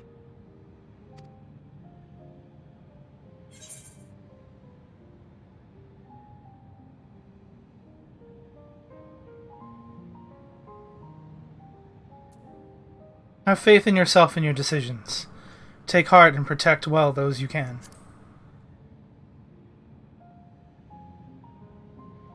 Sage counsel indeed.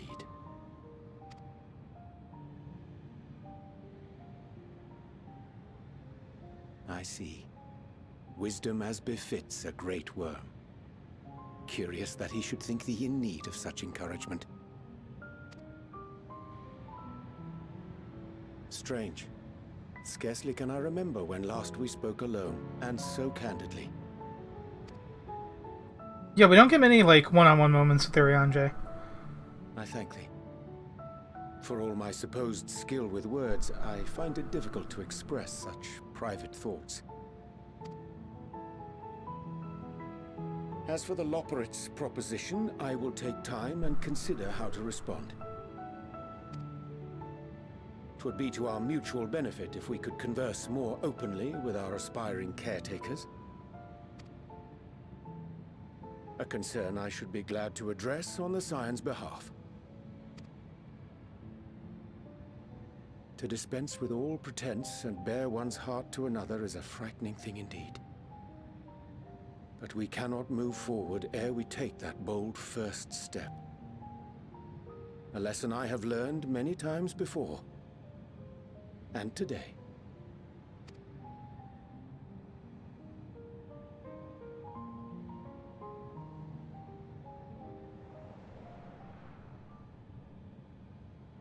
What are they saying?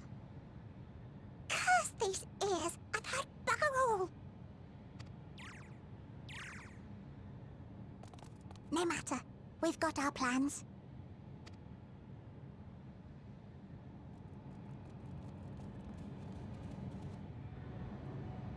Oh, I hope the Loporrits aren't up to no good.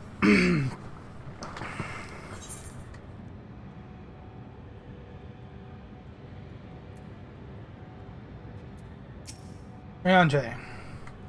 In truth, my reason for traveling hither was to effect a plan of mine own, a plan which may pave a way forward for us all. May, I say, for there is no guarantee of success. 'Tis the reason I set out alone, that failure, should it come, would be mine to bear alone. Yet thou standest before me with proffered hand and open heart. 'Twould be remiss of me to refuse thine amity, and so I ask, wouldst thou join in mine endeavor?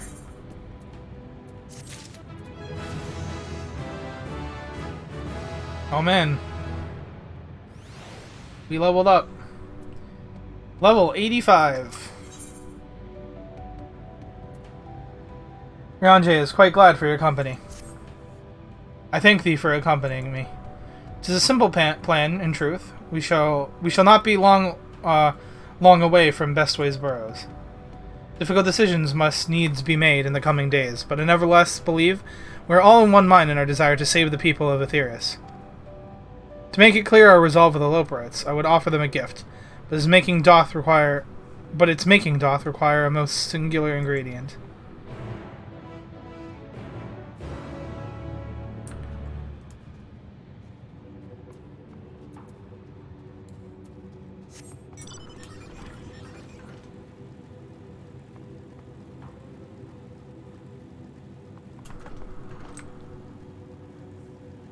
Living ways, darlings. An abundance of spongi. Spongi? Spongoi? Spongoy? I don't know. I chanced to spy this aggregation when crossing Zodiarc's erstwhile prison. Using a spell taught to me by the Numo, I believe these shall suffice for the gift I would fashion. Sprungus. Fair enough. I believe these shall suffice for the gift I would fashion. The magic required with considerable concentration, however, might prevail upon thee to stand watch while I perform the incantation.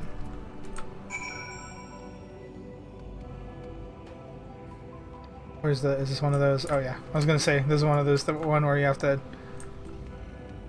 stand somewhere.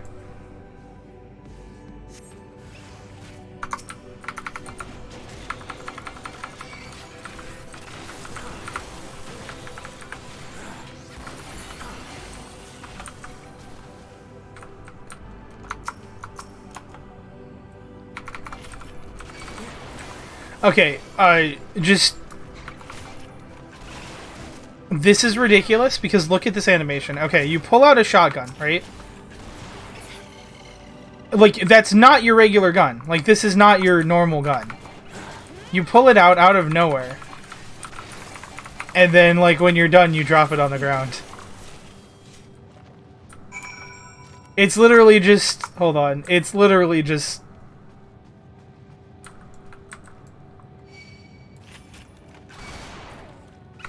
You just pull out a gun, you blast them, and then you just drop it on the ground when you're done. That's what scattergun looks like. It's absolutely ridiculous, and I love it. And of course, oh dear, you know what? I'm actually a little bit hurting here.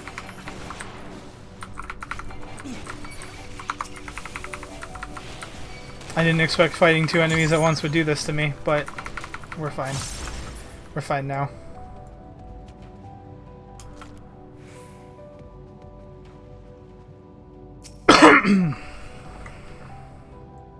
That's so great. It's hilarious and I love it. Surveying the nearby area, you see no sign of potential threats. This would be a good opportunity to see how Urianger is faring. Excuse me, what happened? What the fuck happened to your ears? My ears? I became a bunny boy.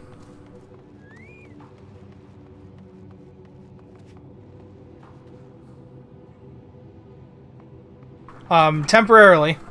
Also, hey Char, welcome to stream. Okay. Nice, yeah.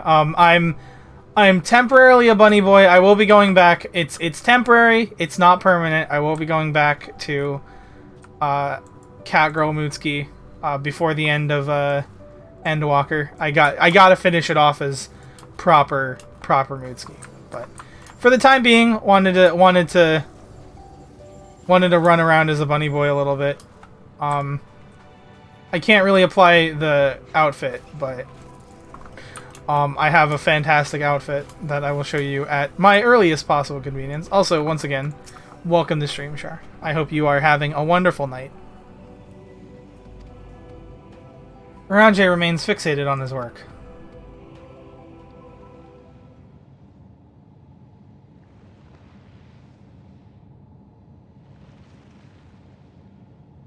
There, 'tis done. A magic ink, every ounce as efficacious as that crafted by the Numo.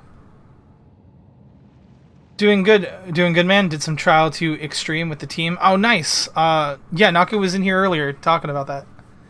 I'm assuming he was hanging out with you, because he was also talking about trial to extreme.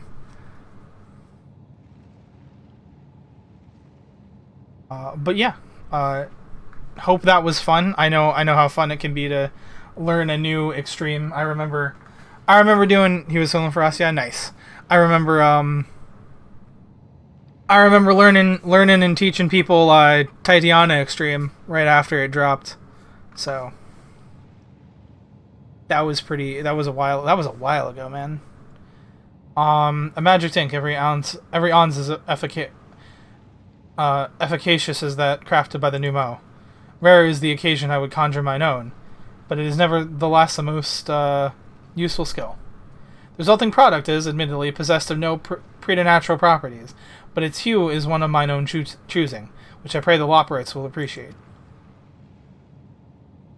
Moonski, Urianger! Oh, thank goodness. I thought you had been eaten, or had perhaps fallen into a crater.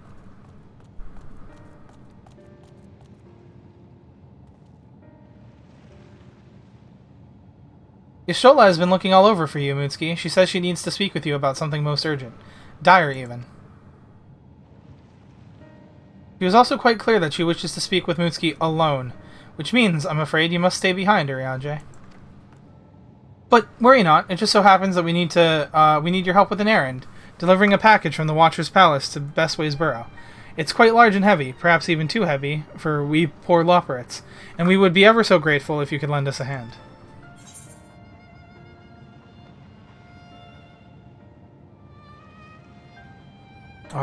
How about an extra pair of hands before I go and meet with Y'shtola?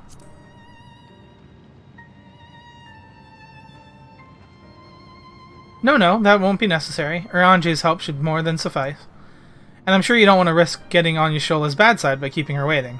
She seems prickly. Now off with you. Hey, listen, watch it, buddy. Worry not, Moonski, I shan't be long.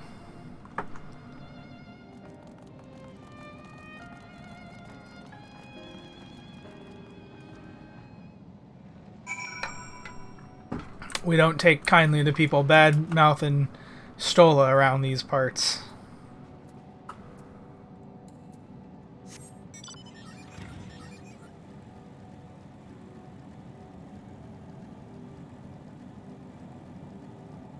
Oh hey, an Aether Current.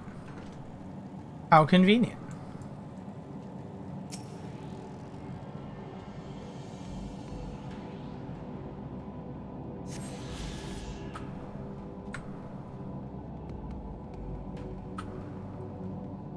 Oh dear. Where's the entrance? Oh, is there a... Oh, there's a way... Where's the way down? Okay, hold on.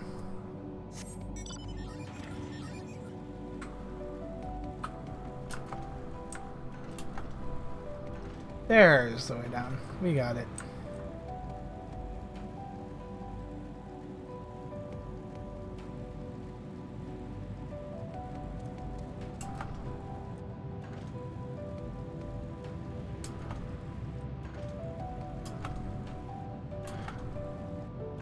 But yeah, I hope you enjoyed Trial 2. I don't know what Trial 2 is. I'm assuming that people aren't saying what it's called because of spoilers, which is good. I appreciate that.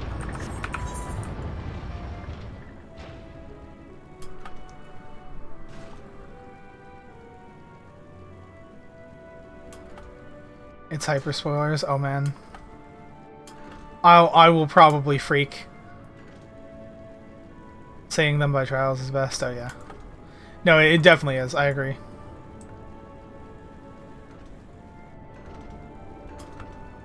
I'm actually glad you're not as far as I thought you'd be, because now I get to watch. Yeah. You get to experience me experiencing the story. Yeah, I had to postpone a couple of streams because of like everything stupid happening all at once, and me just not being in a good mood to stream because I found out that I couldn't be a VTuber.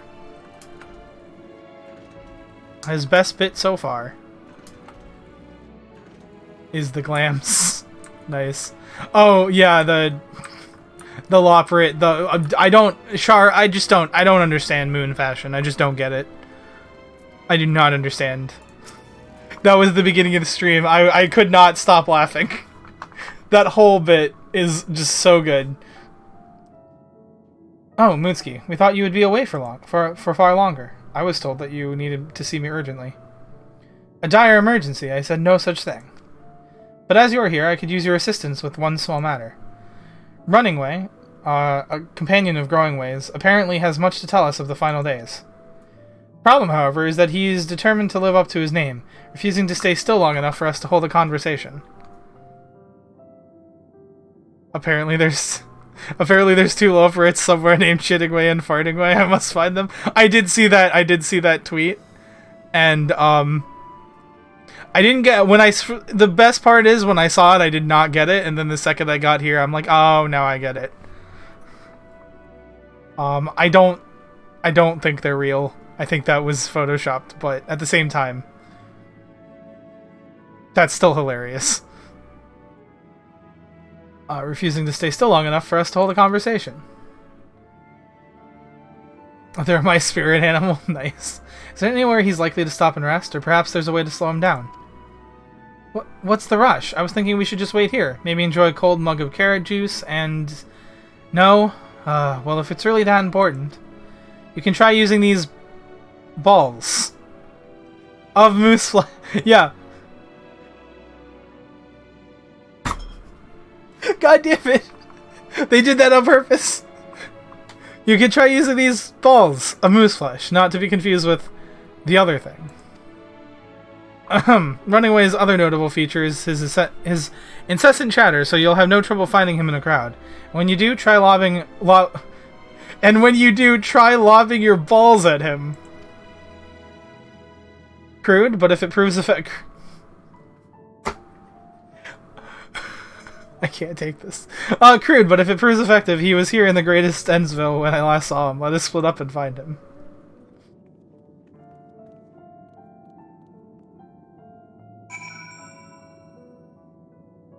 Oh boy.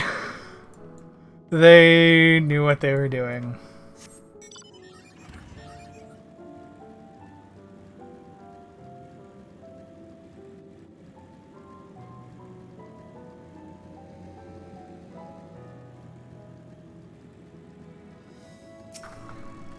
Just hit it with your balls. He'll slow down.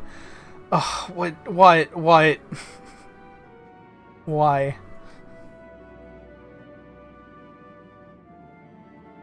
Search your surroundings for Running Away. You may move the camera as well as zoom in and out. Target Running Away and throw moose balls with the left mouse button.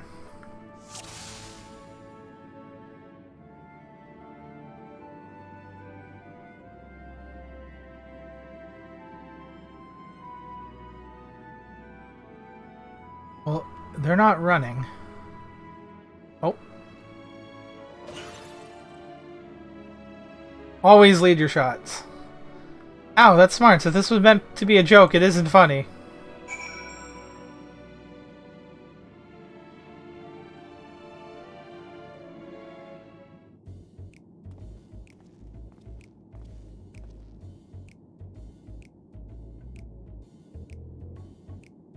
Yes, I'm running away. Do you mind explaining why you hit me in the... What? Game!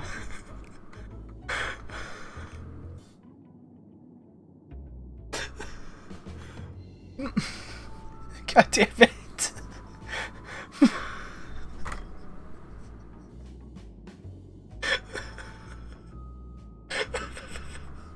Hold on.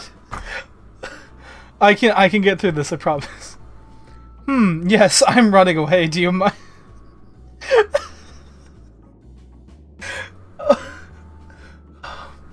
Hold on. I need to breathe for a second. Give me a second. Yes, I'm running away. Do you mind explaining why you hit me in the face with your balls of moose flesh? What the hell? Game! I'm highly knowledgeable about the final days. Ha! That's the most ridiculous thing I've ever heard since I woke up. Who told you that joke? As if we got time to look into the final days when there's so much to do before the Great Voyage.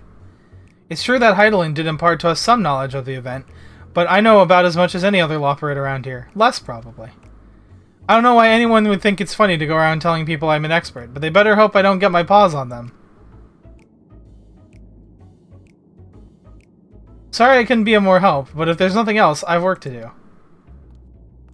And I'm off.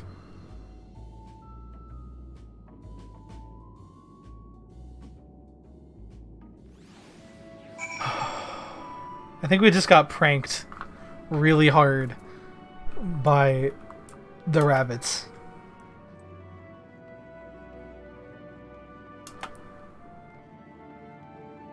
And the localization team. Whoever decided that they were gonna call it, like they were gonna translate it that way.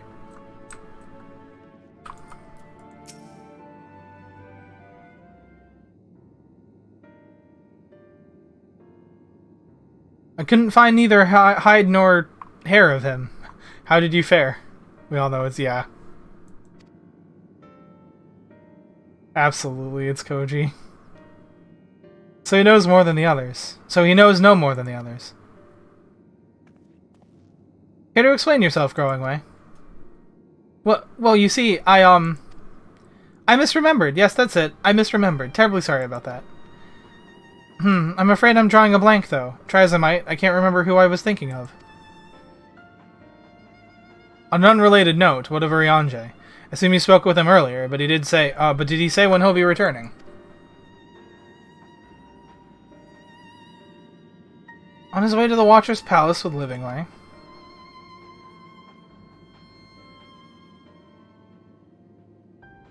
Between Growing Way's sudden lapse of memory and our lack of other leads, maybe our time would be better spent lending Urianger a hand. What? Now hold on a moment. It's all coming back to me. Yes, I remember. The information you're looking for is in the archives. Yes, that's where you'll find all sorts of useful knowledge, including that pertaining to the final days.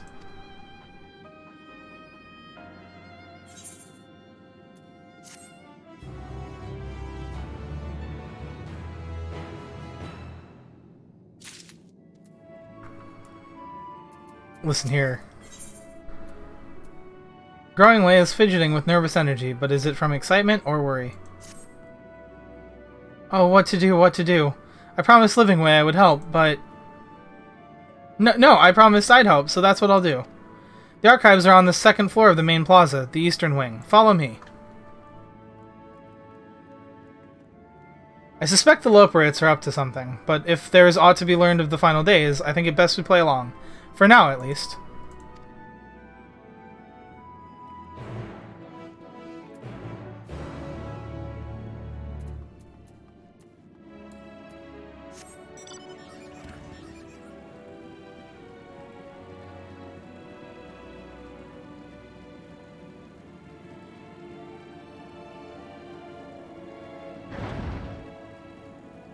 Let's see. Where am I? Okay, there we go. Making sure I'm going the right way. That is important.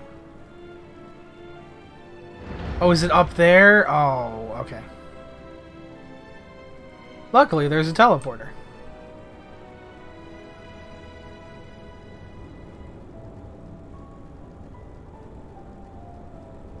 Is this one right? Or does that only work one time? It was there, right? This was the teleporter?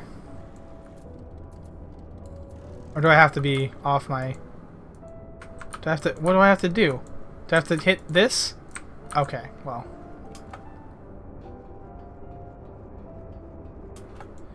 I thought they said I could use the teleporters to travel between the top and bottom levels, but apparently that's not working anymore, so I'll take the ramp. Can't even call them stairs, because they're not stairs, they're just a ramp.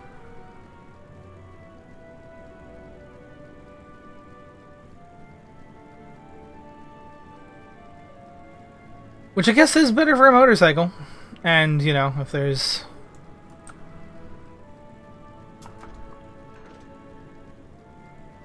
anyone with, I mean, Ehrenwald's got a wheelchair. We'll probably be saving him. Although, I'm going to assume that we're not actually going to take the moon ship to some other planet to survive. I'm going to assume we're going to figure a way to stop the final days. I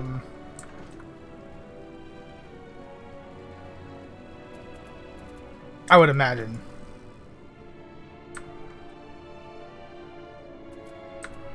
Also, Stroller, what do you have to say about all this? What other knowledge do you suppose we could glean from their archives? That is a good question. We'll find out. Or maybe we won't if Growing Way is lying to us again.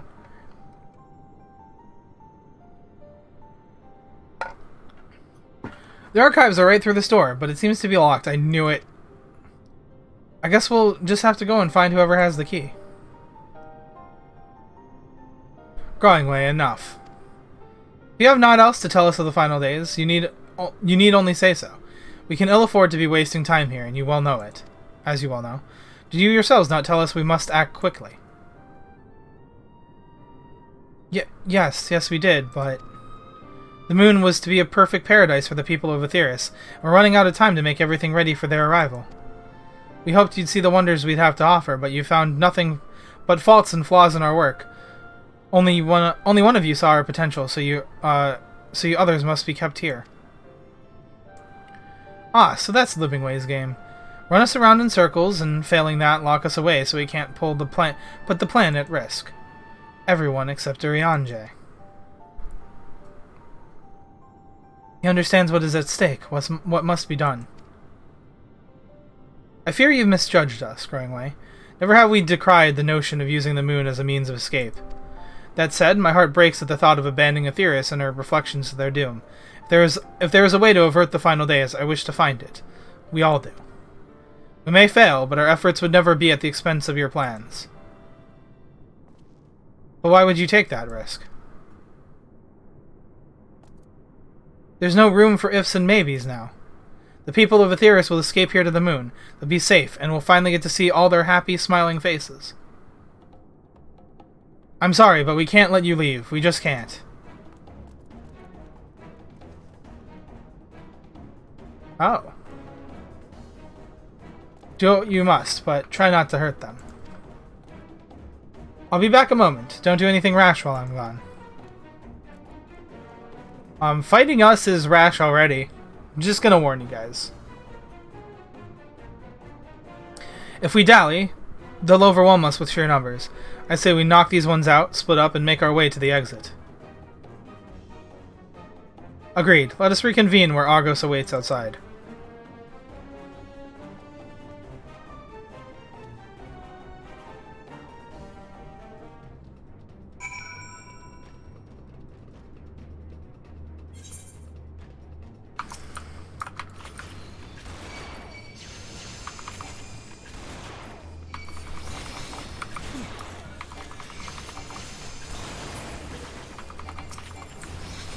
Well, we get to fight the Loporrits now.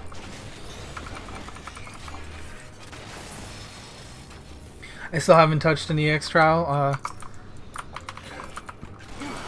Too in love with Leveling Warrior. Very nice. Yeah, after this I definitely want to try out some other classes as well. I will probably do an EX trial or two though. I wanna learn them.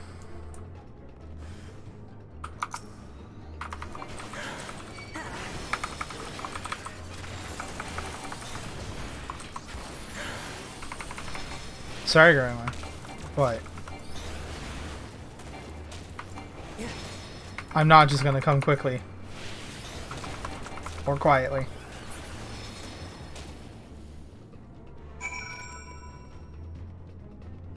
Listen, your ideas of saving the world and mine are two very different ones. I'm not taking the moon ship to some other place. Listen, I didn't mean it, okay?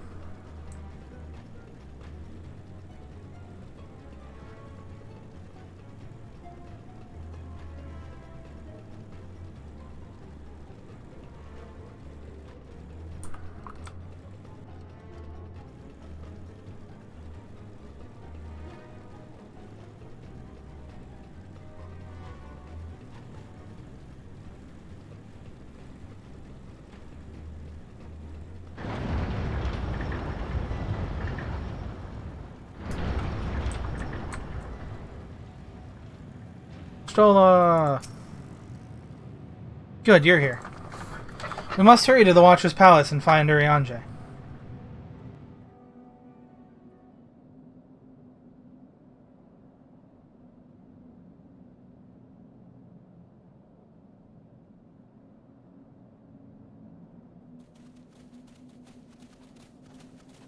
And what, pray tell, do we seek at the Watcher's Palace?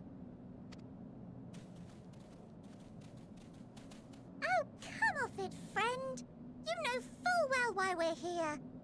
The time has come for you to return to Atheris and help your brethren prepare for their journey here and beyond. God damn, I need this OST. Oh, nice, yeah. Forgive me, Living Way, but I cannot in good conscience proceed with this plan. Huh? But what about the final days? The death and the doom? Oh, we have to hurry before it's too late.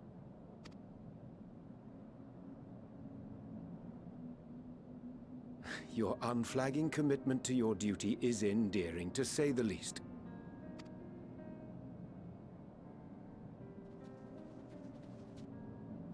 Oh, bugger!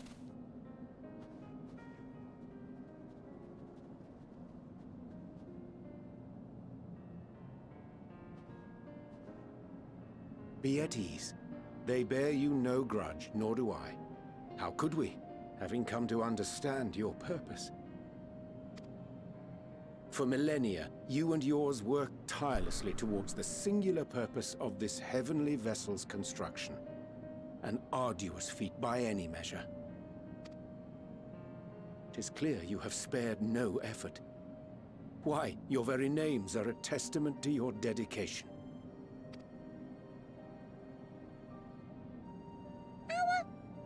Our names? I'm not sure I understand what you're getting at. Names are an expression of the self, a declaration of one's hopes and aspirations.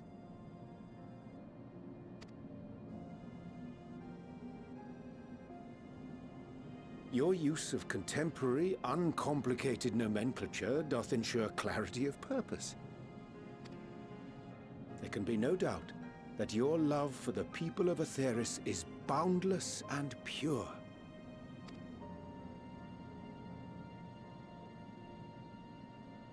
Yes! Yes! A most mellifluous phrasing. Oh, hey, there's Ira. There's Singing Way. We Loperids were born of Hydaland's love for Atheris. That shining, shimmering blue jewel, brightest star in the sky, brimming with life and possibilities. For as long as I can remember, I've toiled in anticipation of the day when this vessel might be needed. All I've ever wanted was to meet those she cherished so dearly, to serve and serve well. That goes for all of us, don't you see? So help us help them. Lead them here where we can keep them safe. If there's anything wrong with what we've built, we'll fix it. We'll make it right.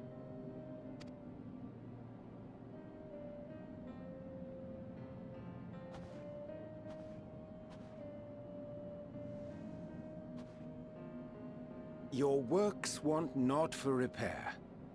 Yet there remaineth much for you to learn of men, and your own kin besides. Singing Way, thy name bespeaketh more than the simple marriage of rhythm and rhyme. The songs of Atheris are beyond counting, and span the length and breadth of emotion. Maps are monuments to man's pioneering spirit, and his devotion to charting the furthest reaches of our star. Many have devoted their lifetimes to exploratory pursuits, to venture unto the highest mountains and the deepest oceans in search of unknown frontiers. And thou, my friend, I do not think we have met.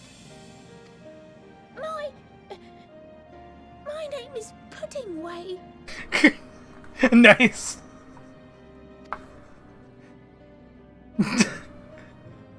Pudding Way? Yes, indeed. A name of deep and abiding significance, I'm sure. Perhaps better communicated through delicious deeds than tasteless words.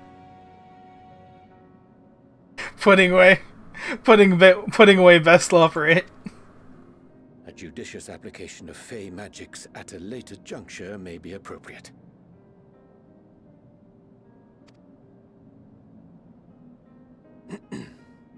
And living way. 'Tis no easy feat to convey the significance of thy moniker.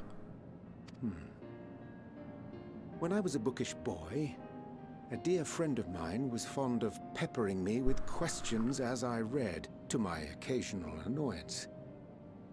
One day, I posed to her a question of mine own. What doth it mean to live? After much contemplation, she proffered this answer. That rule, holy shit. All that build up, my name is putting away. Yeah, that's so good. That's so good.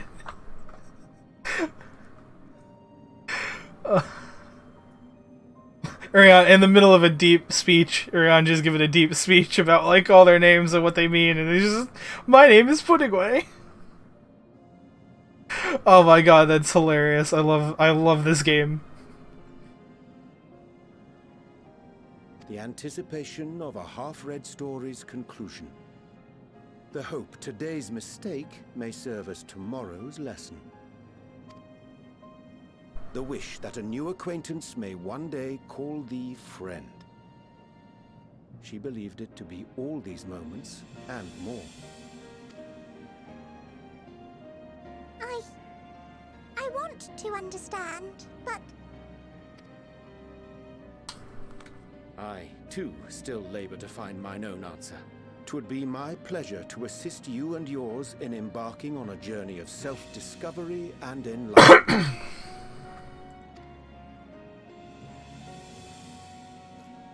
For thee.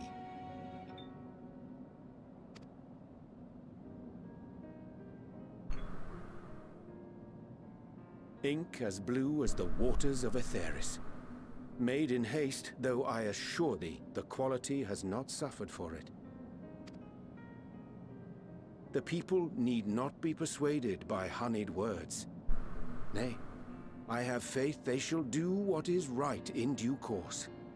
Until they do, I beg your patience, friends. And with that ink, let us fill the empty pages of Living Way's compendium. An open exchange of ideas will surely afford you all a better understanding of modern man, and with it, ideas for improvements and renovations. But more importantly, it shall empower us to together find a way forward.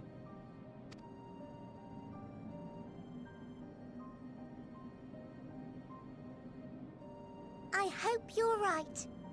Thank you for this lovely gift.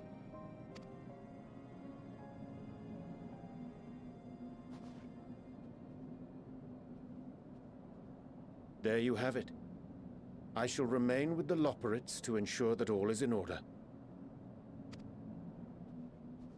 Though we must needs prepare for every eventuality, you would all agree that the evacuation of our star is a last resort. To accept failure is to accept the demise not only of our star, but that of Reen's, of all reflections, and the souls that call them home. Which is why I have every faith that you shall fight to the last, that such drastic measures may prove unnecessary. Should the worst come to the worst, and I pray deeply that it won't, I'll take comfort in knowing preparations were made under your watchful eye. Aye, thou mayest be assured that if calamity cometh, not a soul will be left behind, if being the operative term.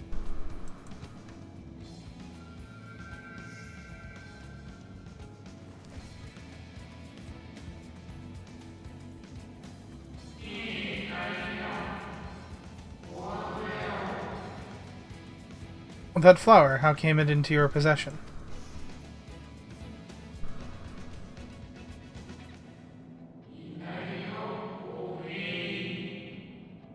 How very like her.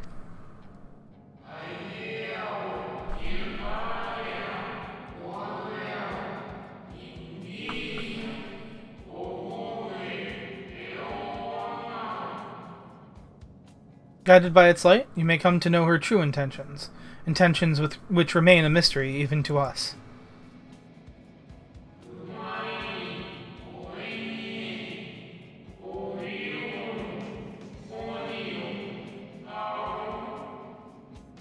In our time, we called it Elpis. You would do well to remember the name.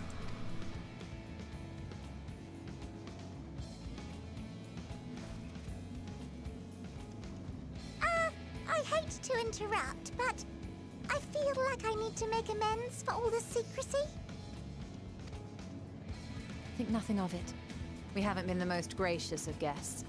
Do convey our apologies to Growingway and the others. But of course! And when next we welcome more guests from Aetheris, we'll have learned to be much more hospitable hosts. Oh, and circling back to the matter of inappropriate secrecy, we ought to discuss our benefactor. Here we go. Here we go. They're gonna drop it on us. They're gonna drop it on us. What are they gonna drop on us? They're gonna drop something on us. Watch this. I'm calling Charlian. I mean, they've been building up to it. Agreed. The Charlian Forum, yes? Wait. Hold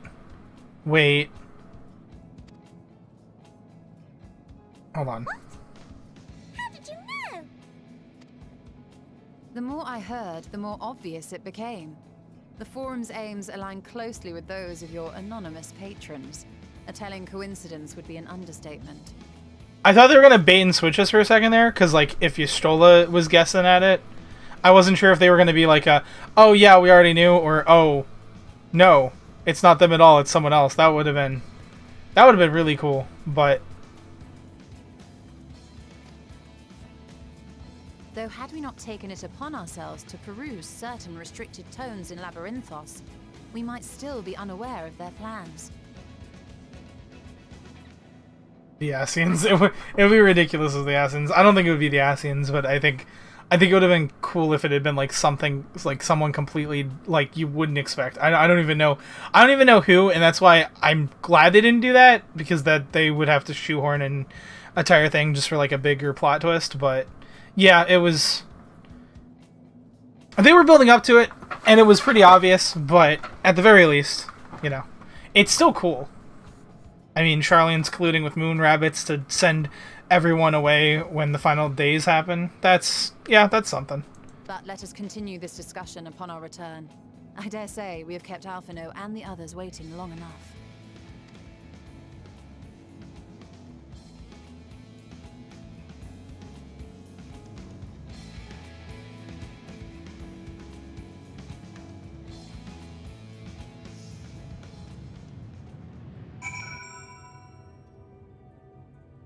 Oh, hold on. Gotta be a decent FC officer.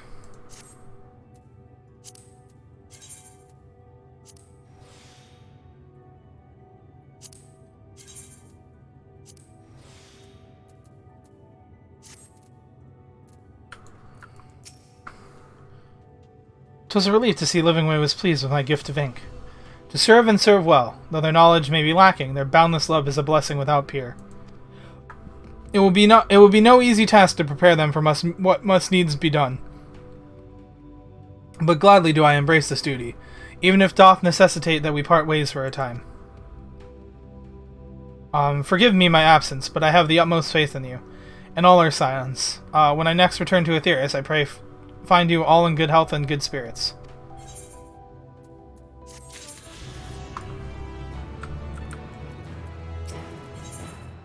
Your excursion on the moon concluded, Yustola is keen to return to Aetheris. With the Loporrit's and Urianje's capable hands, we needn't worry about affairs here in our absence. Knowing now the face of their earthly collaborators, there is much to discuss with Alphino and the others. Let's return to the Tower of Babel. Our battle for the star will soon begin in earnest, and we must be prepared. Alright, seems like we're hitting a pretty interesting point in the story. So I We'll be right back, guys. I'm not ending the stream anytime soon, don't worry. But I'm going to head to the bathroom, and when I get back, we will continue.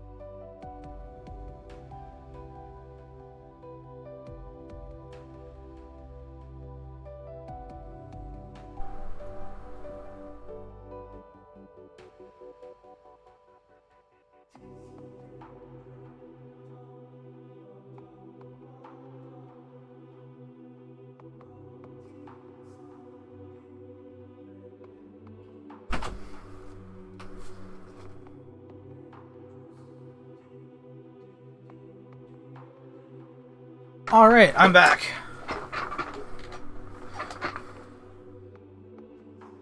I cannot wait to see Assault do this MSQ. Alright. Time to go back to...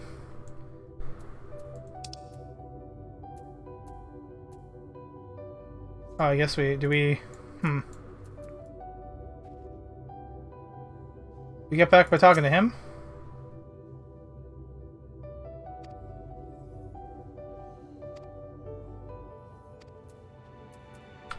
Let's see. Hold on, let me actually read that. I chanced to spy you crossing the chasm, and I feared something was amiss. But all is well, and more importantly, I have been given the opportunity to behold a wonderful sight. Keep the Elpis close, and its light will be your guide. Okay, so...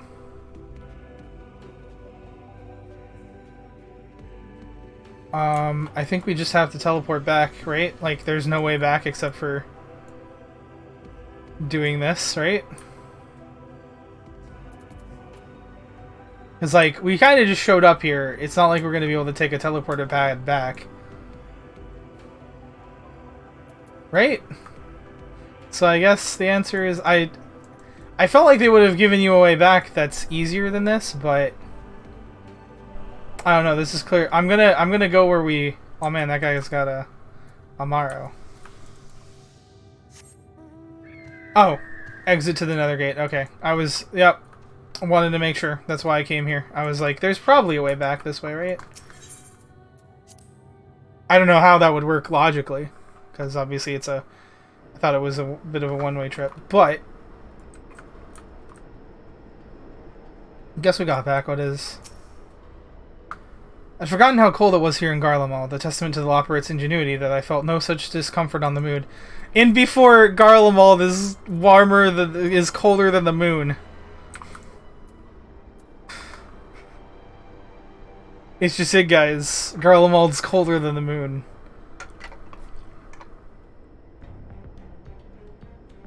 That's ridiculous. Thancred. Gods, I can scarcely believe we went to the moon and back. When shall I bet, lol. But we have time to reflect on that later. Right now, we need to head back to Camp Broken Glass and deliver a thoroughly detailed report to Lucia. I'd like to very much know how everyone is getting on here as well. They'd only just begun to treat the tempered prisoners when we left. I share your curiosity, but warning our allies of the final days is of greater importance. I speak not only of the contingent, of course. The heads of every state and nation must know what we have learned. We know not when or where or in what manner the final days will begin to manifest, so we must see that everyone is prepared. Agreed, though we may wish to stress the importance of discretion, lest the public be sent into a panic. Not that anyone in a position of responsibility should need to be told as much, but it bears repeating. First things first, to Camp Broken Glass. To Camp Broken Glass, indeed. Let us go. Which, yeah, I'm just gonna teleport there.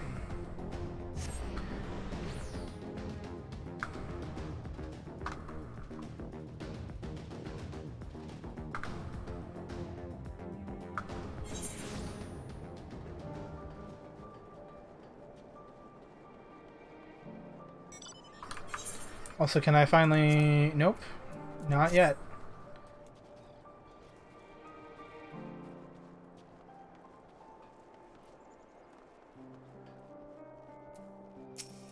Lucia.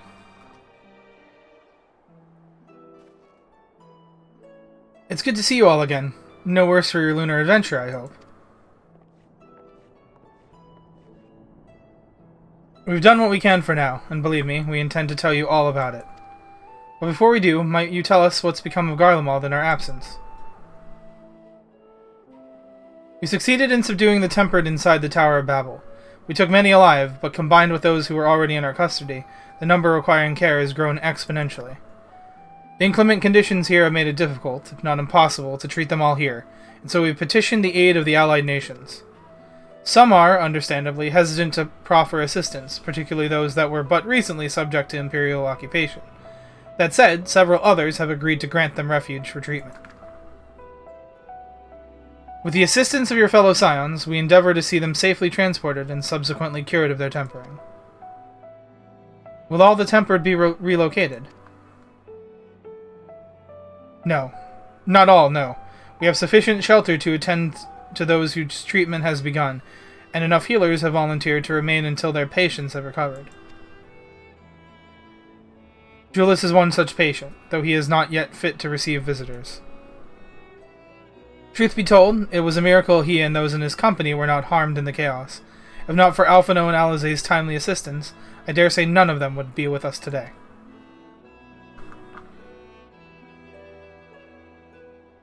In light of recent developments, have the Alliance leaders come to any decision regarding Garlemald?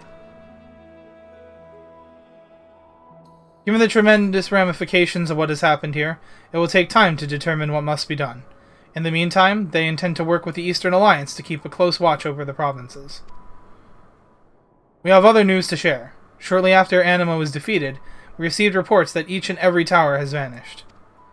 For a mercy, the process was apparently not quite as violent as that you have experienced in Thavnir. Those who were trapped within them have been rescued and are receiving treatment.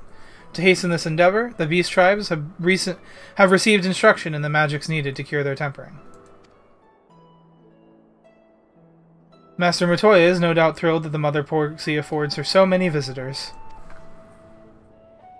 Yes, we are grateful for her ongoing efforts, as well as those of our comrades near and far.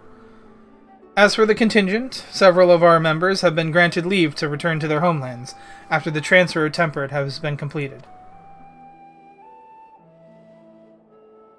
Lucia and I will remain, along with a small force to continue offering aid to those here in Garlemald. The Empire may be no more, but there are yet those who call these lands home. I believe that accounts for recent events here. So, what of the moon and the Telophoroi? Well, oh boy.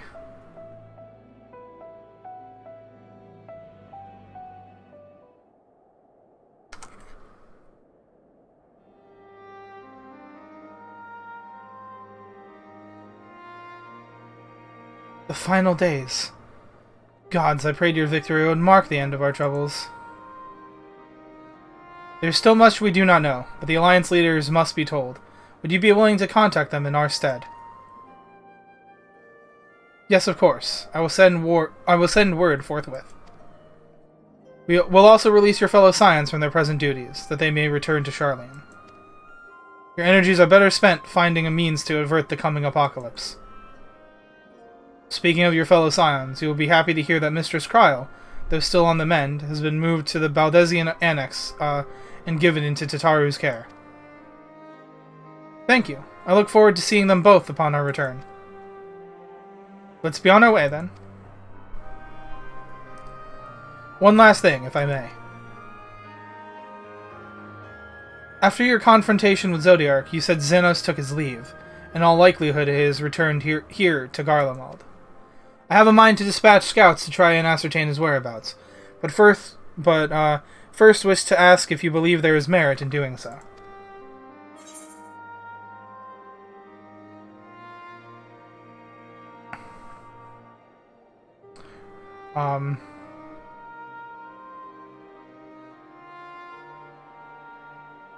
They found him. They would not likely live to tell the tale.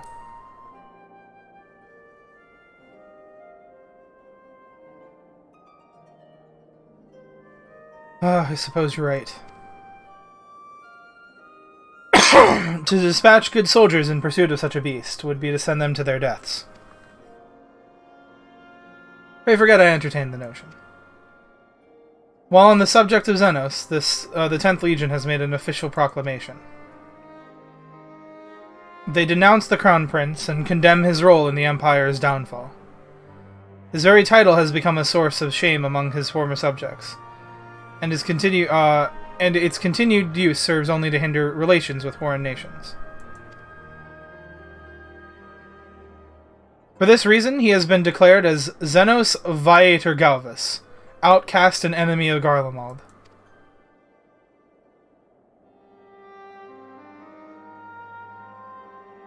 Then Daniel is no more, and now his own people turn against him. It seems he's not, but this. It seems he is not, but his bloodlust to keep him company. I mean that's just Xenos though. Like that's not anything new. Better that than an army to see it sated.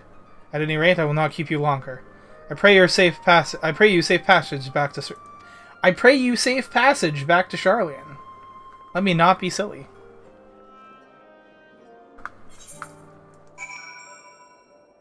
Alright. Once my countrymen have recovered, it falls to me to tell them what's become of Xenos and the Empire.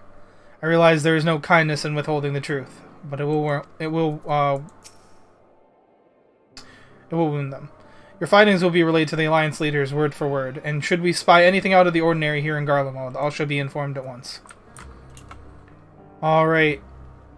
The final days are upon us. Returning home. Hey, Charlian isn't my home.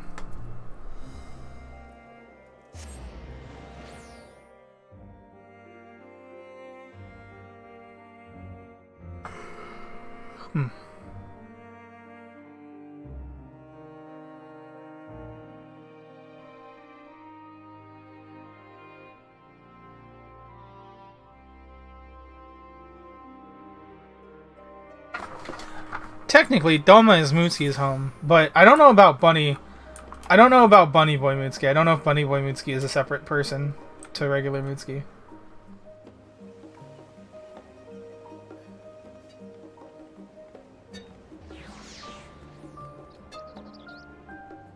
The Baldezane Annex, that's right.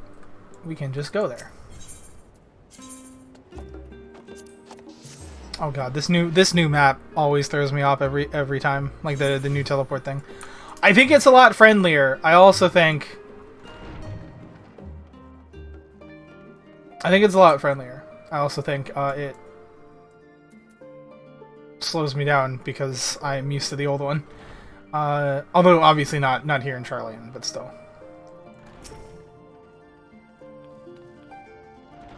Yeah, I know that's what it is. Like, I know, like, I'm not complaining about it. I think it's good that they did that.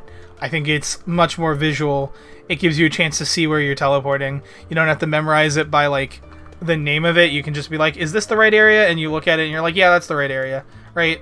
You can tell on your map whether it is or not, because you'll be looking on your map a lot. So it's way better in every way. It's superior. It's just, I'm not used to it, so it slows me down.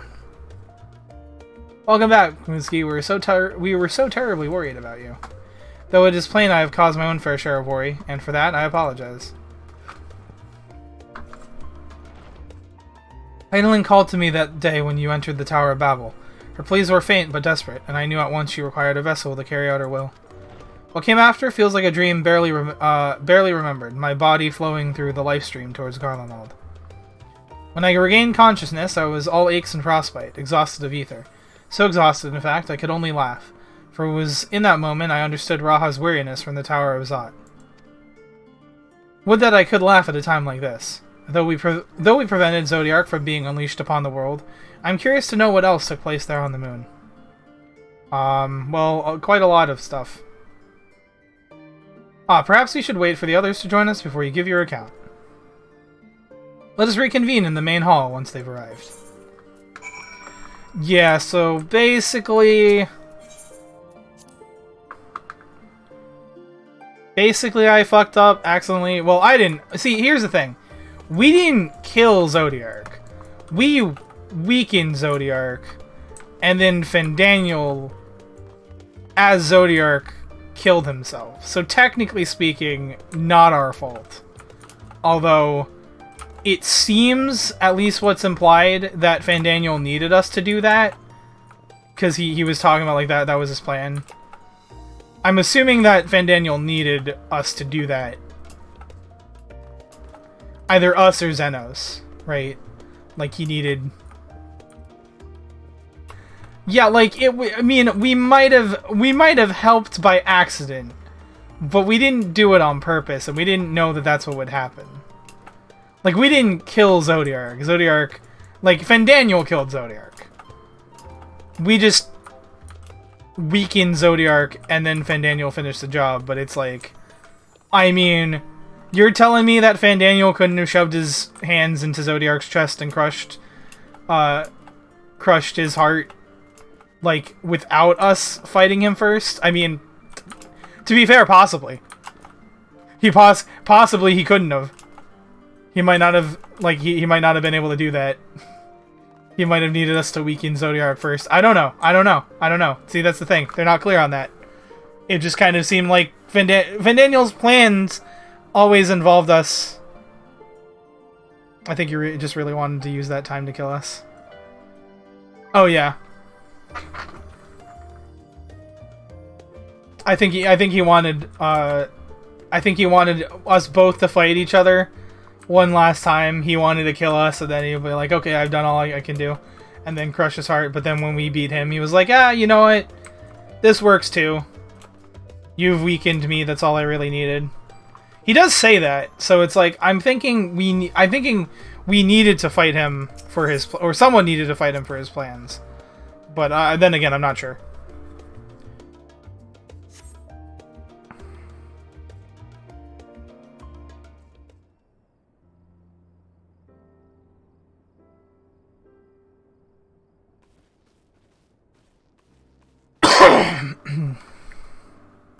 Sorry to have kept you all waiting. Not at all. We understand you've been quite busy. Will Urianger be joining us? Duty keeps him away, I'm afraid, though Mutsuki can explain why better than I.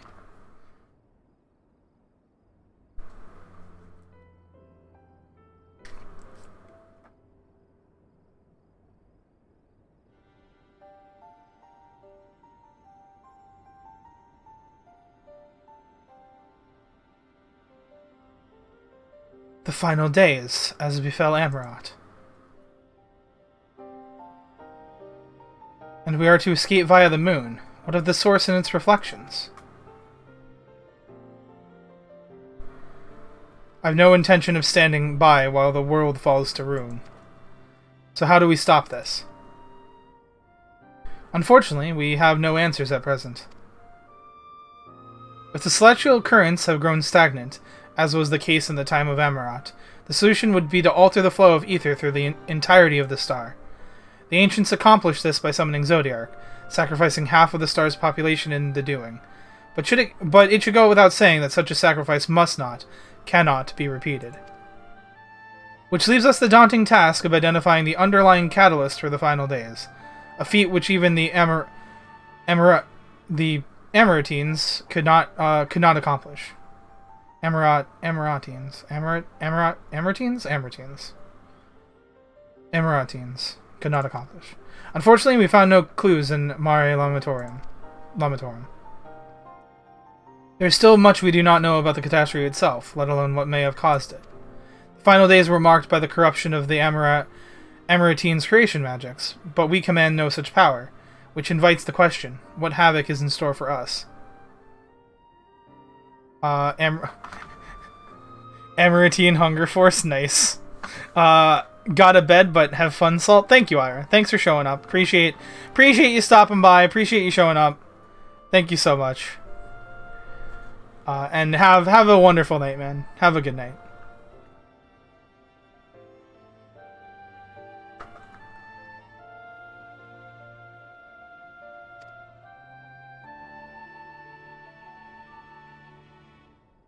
If we knew that much, perhaps we could draw some parallel with the events of the past, and thereby form some semblance of a plan.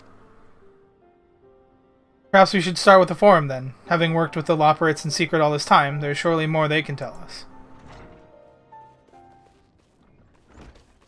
Forgive the interruption, but it's urgent news.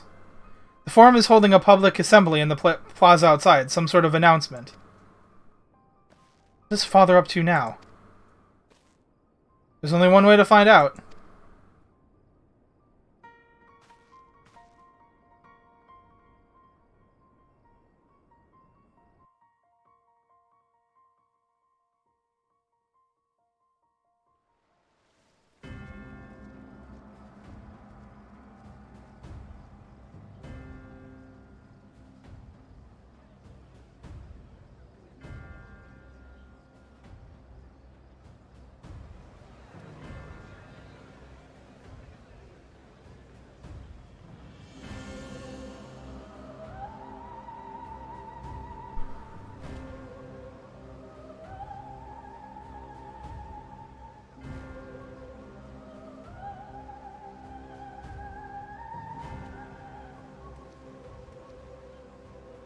Order! Order, I say!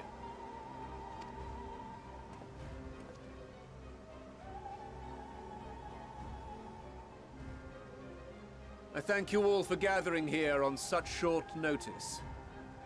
This day we must speak of grave affairs and their implications for the future of Sharlayan, nay, of this very star. This choice of music always seemed odd to me for this section. Yeah, I'm not. I mean, I can understand why, because it's like you don't know what they're going to say, and it's kind of tense. But it's like, come on, I mean, at least something new. Said affairs concern all citizens, and so we have called for a public assembly.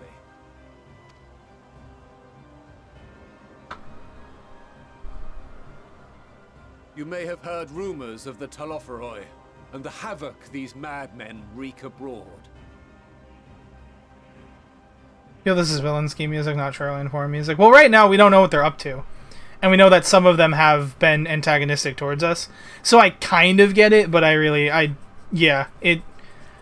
think they should have made a new track for this instead of using the general, like, something bad is happening. Under normal circumstances, we would pay little heed to petty disturbances outside our borders. The final days, however, are another matter altogether. For we dare not ignore these prophetic words of Eld. The Endbearers will come, ushering chaos and calamity.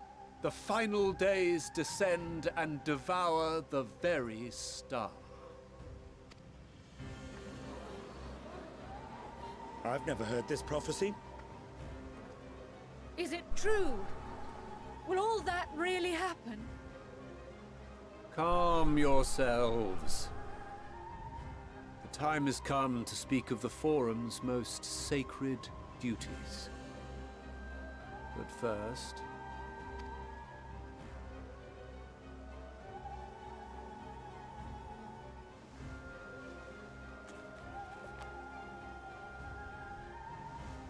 Give voice to the voiceless. Let bindings be unbound. By unanimous decree, I declare the enchantment broken.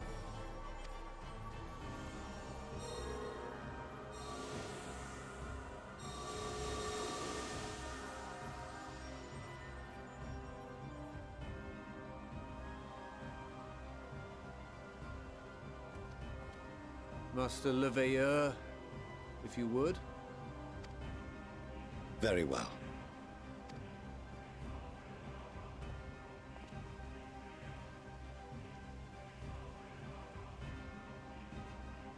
"270 years ago, our forebears began an expedition in the Dravanian hinterlands, in search of a route to access the ethereal sea. This much is public knowledge.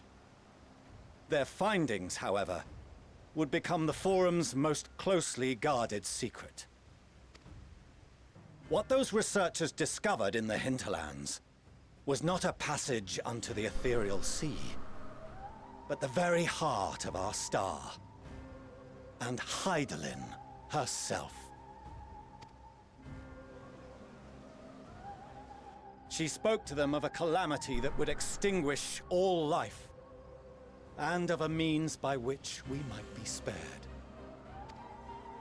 The moon. 'Tis in truth a gargantuan vessel built to serve as sanctuary for her children and deliver them from this doom. Much like Nunkref's hope in ages past, it will bear the people of a world in the throes of death to a new home. Needless to say, this will be no small undertaking.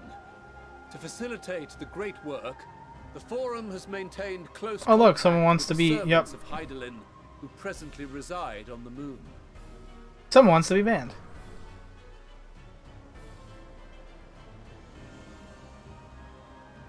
Convinced that the foretold end was all but inevitable, we began amassing a wealth of knowledge, not merely for the betterment of our nation, but in preparation for the journey to come.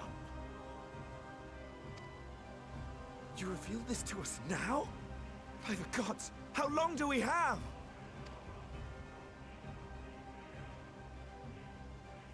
While we cannot say with certainty, we believe the hour to be nigh. We received a transmission from the moon suggesting as much not long ago. Which is why we must in earnest begin preparations for the Great Exodus. For his impressive contributions, and the leadership he demonstrated during our withdrawal from Dravania, we have elected Master Leveilleur to oversee this initiative.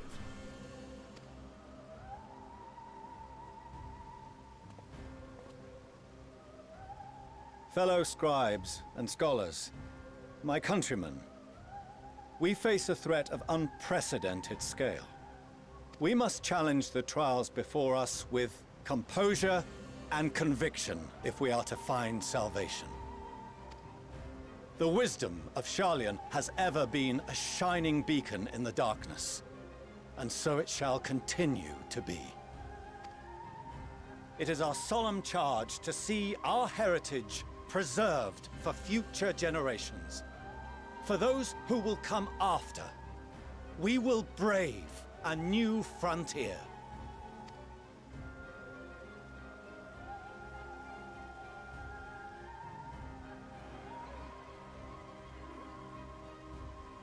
Administrative edicts will be relayed to all major institutions ere long. In the meantime, carry on with your duties. With that, I hereby call this assembly to a close.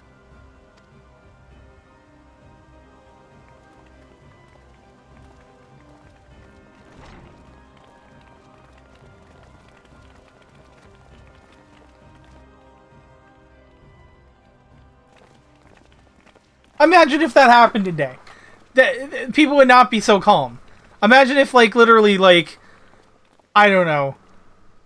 Do you remember what Mother told us when we visited home? Like, imagine if, like, I don't know, NASA or just some, like, a bunch of scientists came out and was like, you know what, by the way, we're pretty sure that the world is dying, and there's no hope. But, well, not there's no hope, but, like, there's no hope to save the planet. But, we had built a giant spaceship, or we didn't build, but an ancient civilization built a giant spaceship, and they have helpers on the moon working to help us leave. We're gonna take the moon and go somewhere else. And everyone's just like, yeah, okay, we'll do that, sure. The Charlians are something else, man. I don't understand. They're just like, you know what? Yeah, let's listen to Fortunault and get on the moon ship and go. Remember what Mother told us when we visited home? It wasn't until after we were born that Father seemed to lose himself in his work. If that great work of his was the evacuation of this star, then... Yes. It wasn't for his benefit.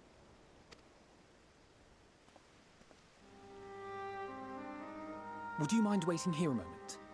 I wish to speak with Father before we leave. Take your time.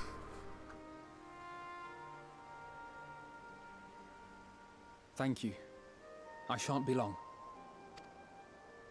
If it's all the same to you, I have a few choice words to share with Father as well.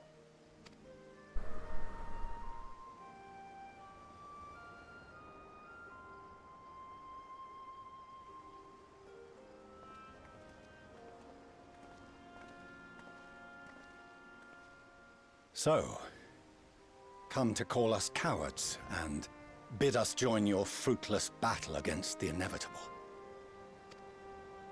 Nay, we do not object to the Forum's proposal. On the contrary, those who wish to flee have every right to do so. Urianger is cooperating with your associates on the moon to ensure that all is ready should evacuation be our only recourse. Then whatever your business, I suggest you be brief. Though we cannot boast the boundless wisdom of Charlian, we have first-hand knowledge of foreign cultures, and have conversed with no small number of peoples. These experiences have taught us fundamental truths that cannot be recorded in any tome, nor charted on any map. The beating heart of this planet is its people, many of whom would give anything, even their lives, to protect the lands they love. Many may choose to join you in the end. But what of those unwilling or unable, for whom escape will never be an option? What would you have them do? To ignore the plight of those one might conceivably save is not wisdom, Father. It is indolence. This is why we choose to fight.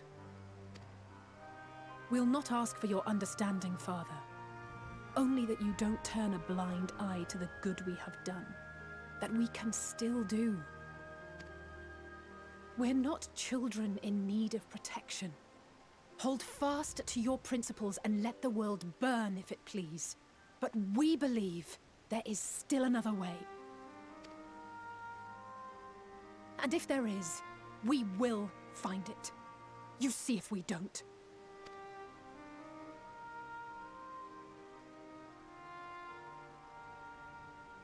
Do as you will. Just stay out of our way.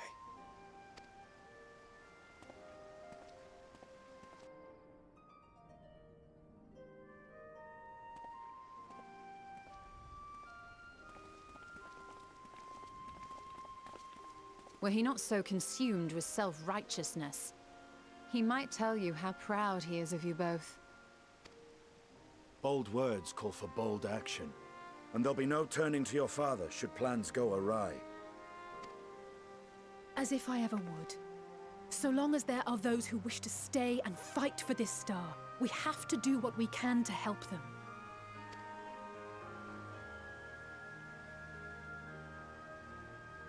And if we're to do that, we'll need to be well rested. Wouldn't you agree? And having triumphed over what we once thought to be the source of all evil, I can think of no one in greater need of at least a dozen winks.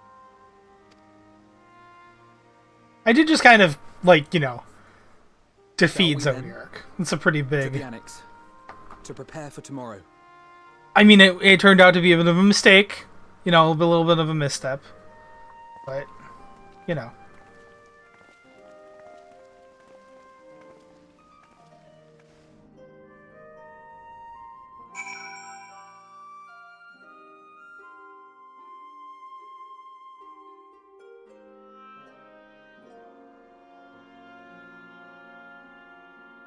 But still.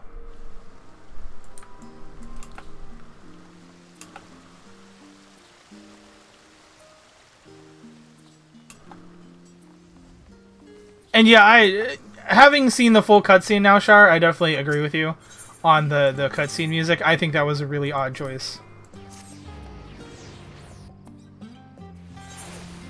I guess it was supposed to be ominous because they were speaking of the final days, but I don't know.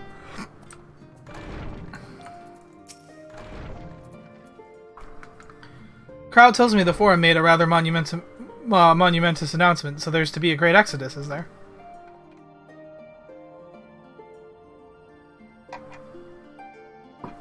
I'm reminded of my narrow escape from the Isle of All.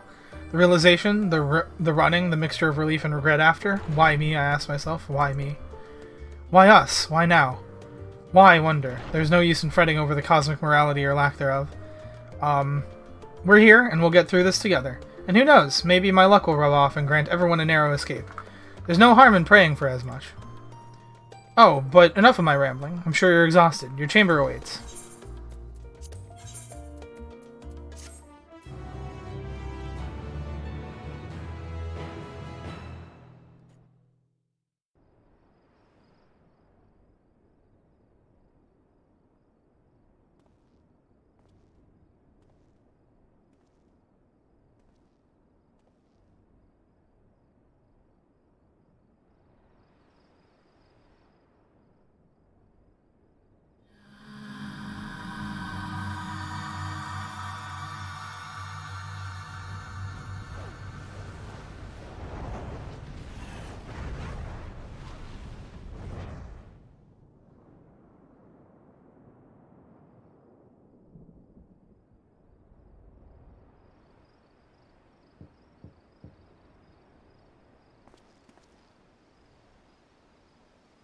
A visitor has come knocking at your door. Whoever could it be?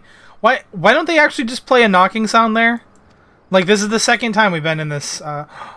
You get to choose? You get to choose? I'm picking Stola. Of course I'm picking Stola.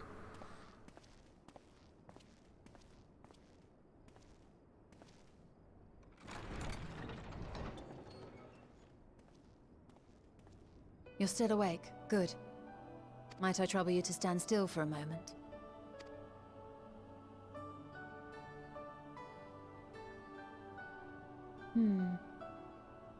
Nothing appears out of the ordinary.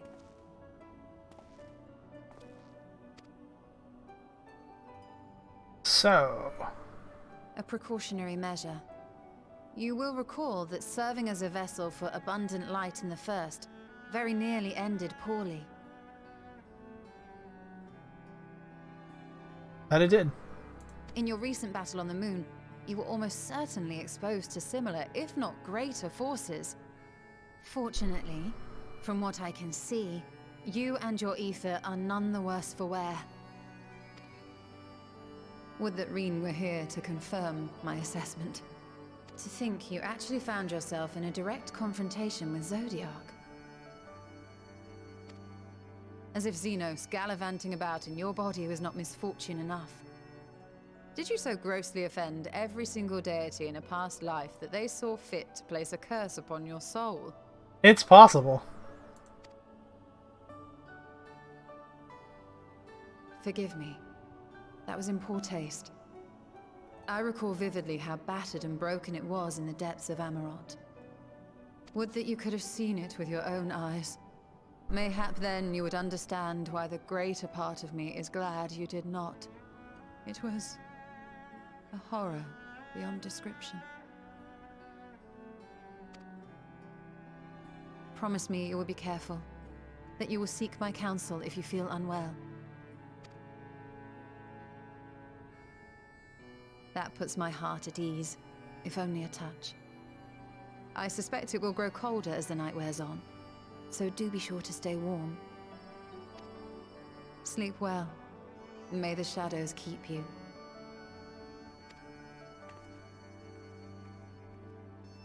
Nice.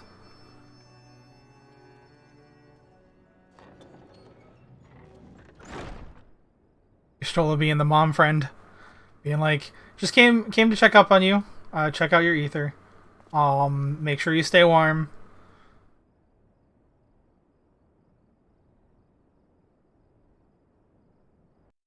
Get plenty of rest.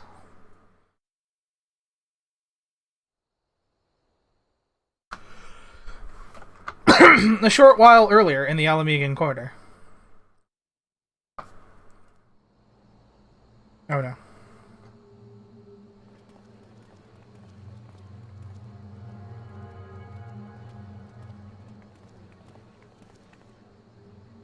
Thank the gods that tower is gone. The sight of it was enough to make me sick. Thank the Ilsebar contingent, more like. Word is, they fought their way into Garlemald and toppled the bloody thing themselves. Not just the one, neither. All the towers have up and vanished. Aye, I heard the same. Commander Aldin and his troops helped keep casualties to a minimum, too.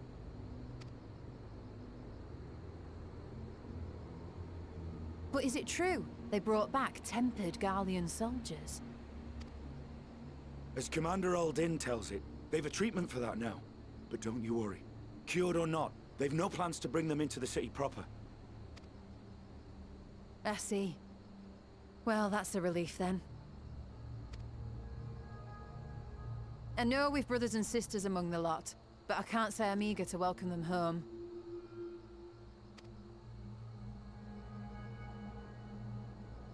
Wanted to think about it for a while yet. But to be looked after in Alagana for the time being.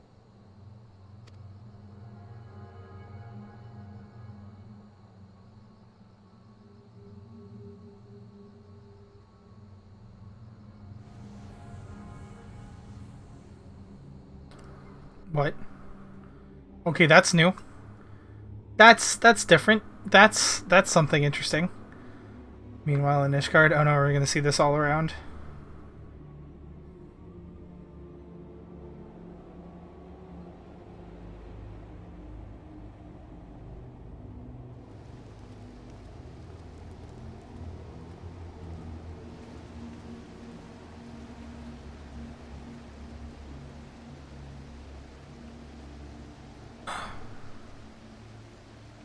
It's her friend. Another day, another commission of paramount importance. Aaronville. Well, what have we here?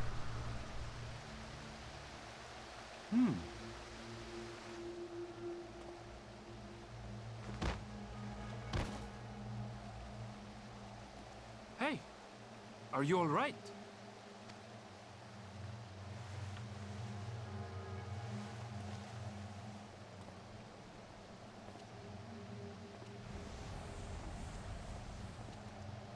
Was that? No. The shadows play tricks, nothing more.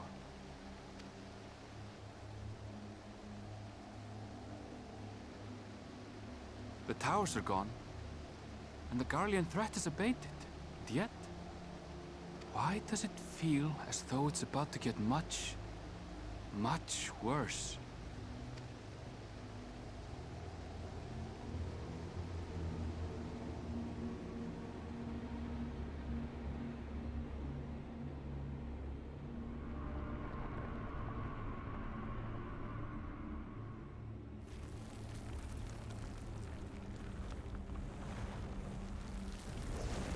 Oh. Well, that's fun.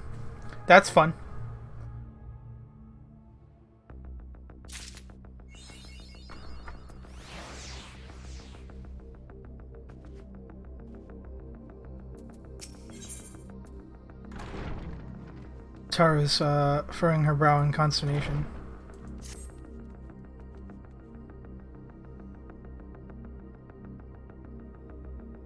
Oh, Mooski, I was just about to call for you. Afraid we received another call for assistance. This one comes from Rod Zedhan. The others have assembled in the main hall to discuss the situation. You must join them at once. Oh, there's... Oh, that's Uriange's line. 'Twas as we feared. The respite afforded this land was but fleeting.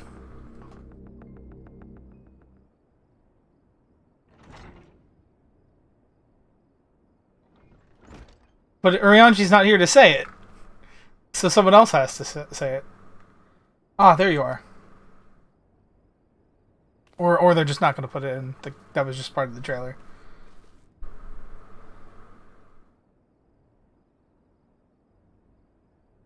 Our worst fears have come to pass, but moments ago we received grim tidings from our contact in Radzat Han.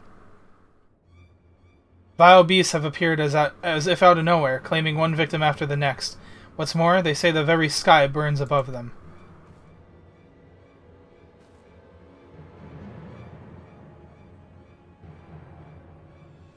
Good gods, are the final days already upon us? It appeared so. Sadly, this is all the information we have at present. No doubt the people of Radzat Han are busy fighting for their lives. Then we must go at once. They need our help. Agreed, Kyle. You'd best remain here with Tataru and gather what knowledge you can. You're in no condition for the long journey, I imagine.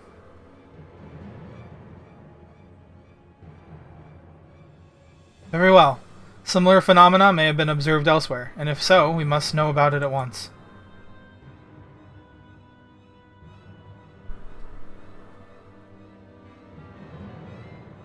Be safe out there, yes?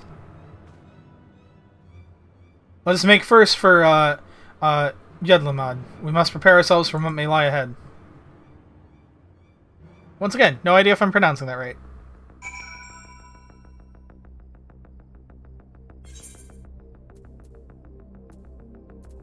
Journey to Thavnir.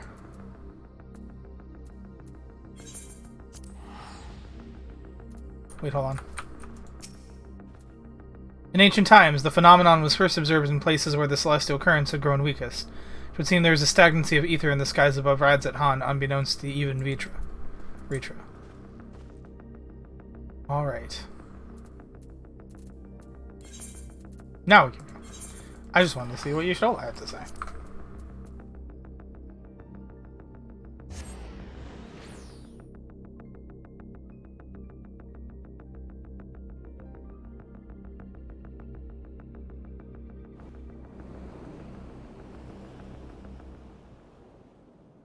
And lo, vile beasts did rise.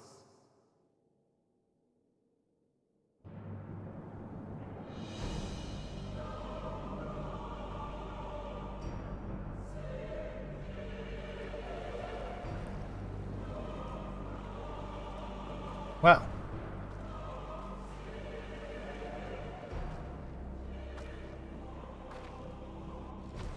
Leaving naught in their wake but blood and ash. Sun scorches earth and boils seas. And our sins ascend unto the heavens. 3 dooms to unmake all we were.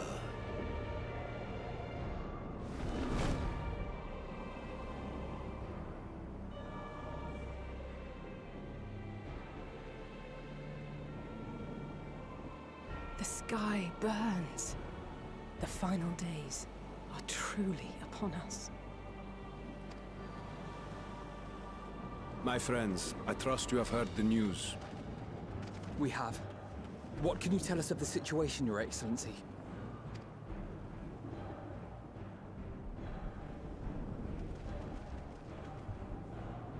Last night, the Isle was rocked by tremors, and the earth itself cried out.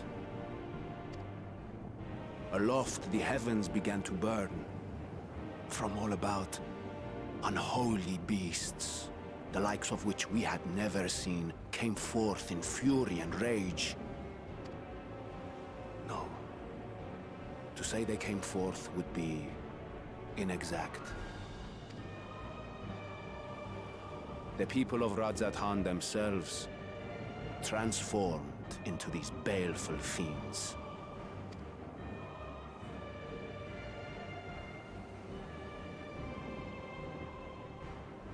Though the phenomenon was observed throughout our lands, the first creature, the largest and most dreadful of the lot, wrought havoc upon us here in our fair city. Though they bear superficial resemblance to divinities of legend, they are ungodly abominations. The people decry them as blasphemies. The Large One's rampage has since taken it to the northern reaches of the island. I mean to dispatch our radiant host in an attempt to quell the threat. And what of Vritra? Vritra too makes for the north of his own accord, and yet he knows the blasphemy and its minions were but yesterday his beloved people. I pray his boundless compassion and mercy does not deter him from taking unenviable but necessary action.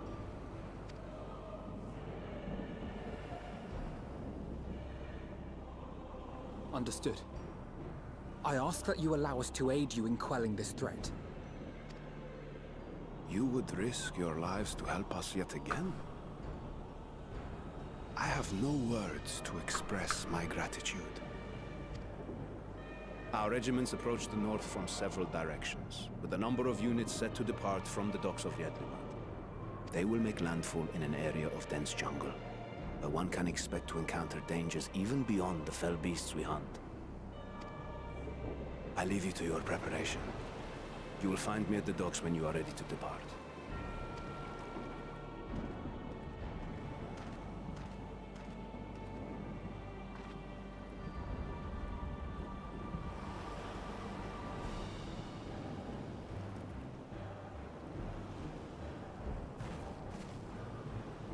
We're as prepared as we'll ever be. Let's go.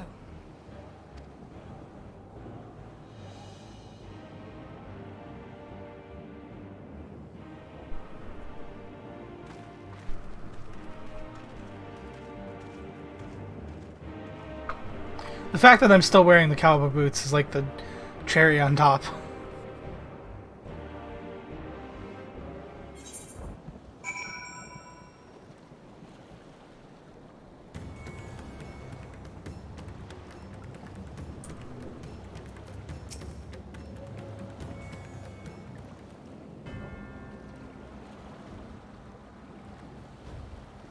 Everyone has assembled, yes?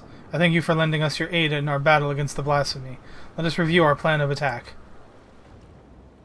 I would have you board this boat and circle around to the north side of the island. There you'll find a dense jungle we call Vanaspati. It's a sacred wood, home to many temples and a number of villages. Reacher and the Radiant Host have gone there ahead of us. Ask that you join them, and do all in your power to destroy this blasphemy.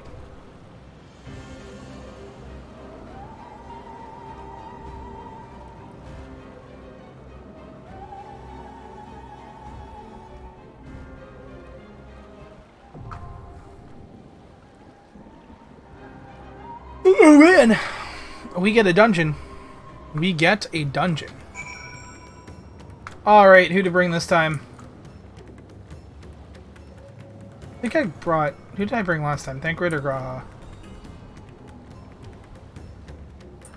I know I brought Y'shtola last time. I kind of wanted... I shall survey the environs closely as we go about our search. There may be some clues to hope how we can combat this phenomenon. I kind of always want to bring Y'shtola, but...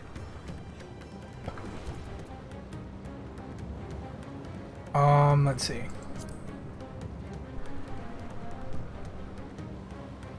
I don't really have to care that she's ranged and I'm ranged. It doesn't really matter. Victory will be ours. But okay, this is the okay, so I'm picking Estinian if only because I mean, Reacher's here and this is kind of like his moment in the trailer. So otherwise I would just pick Y'shtola.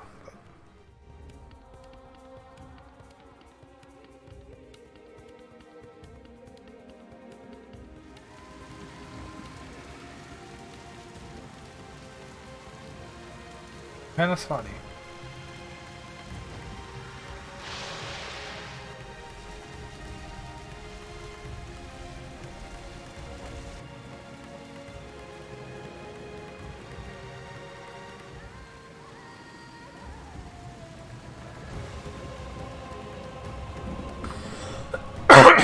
Would have been Y'shtola all day, but trailer accuracy, yeah.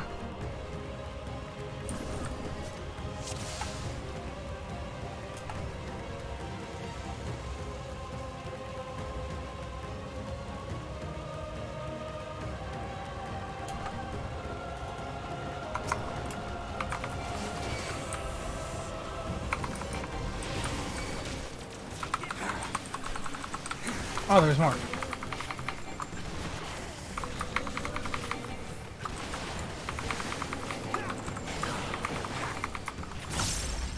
Oh no.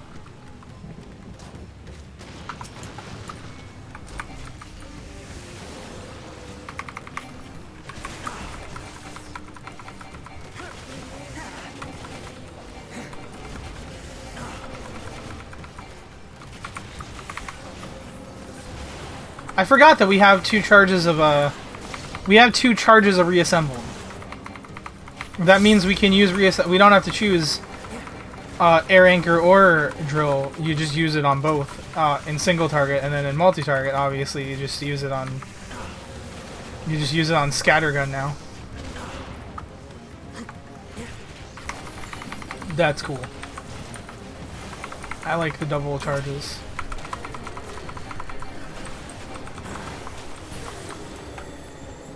My friends, heed me.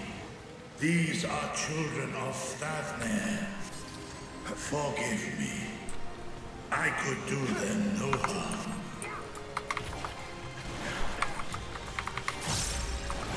Well, that's all well and good. This will hurt.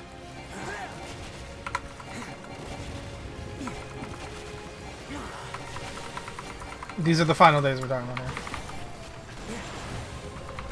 Also, I find it interesting that this not only mirrors like the first, but it also kind of, because like what happened on the first, right? We had the Warriors of Light basically fighting fighting as hard as they could. They get manipulated by the Ascians into almost causing the flood. And the only reason why the flood didn't destroy the first is because of Minfilia from the source. But like it's definitely one of those things where it's like they it kind of mirrors because we were manipulated by an Ascian, albeit an Ascian with completely different goals, into bringing about, like, helping him bring about the final days. So. If this is the only way, I shall silence the beasts of the air. Pray continue onward.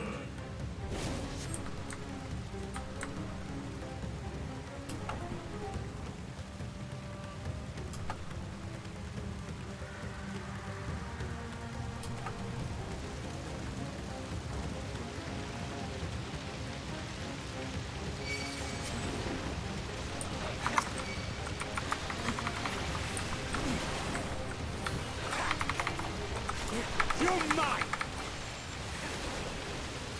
You cannot stop us! This will hurt. So I do think it's interesting that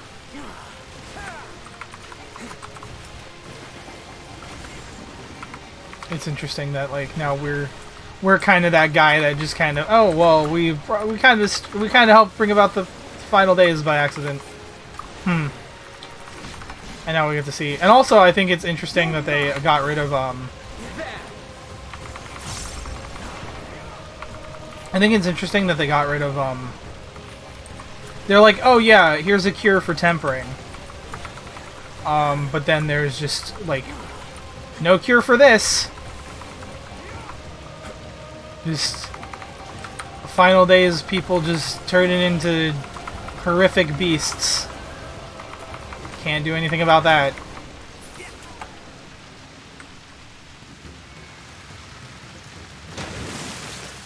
Like, there was a cure for tempering, and then there was, like, a thing that could shield you preemptively from tempering. And now it's... But now there's a new thing. And once again, I doubt there's a cure for this.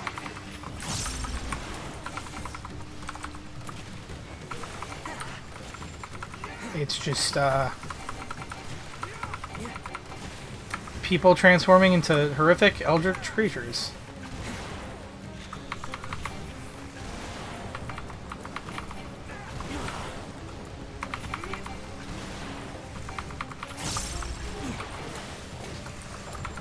My turn!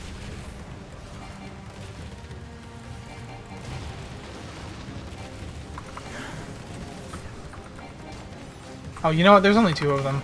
I don't know why I'm doing single, multi-target.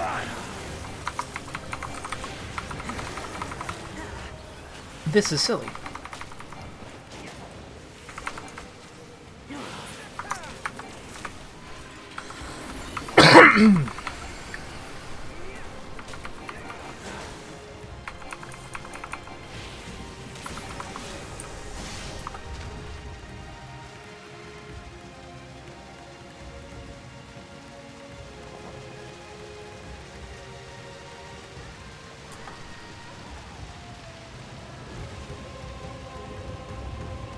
It's too late for us all. Prepare yourself. That person just became one of those.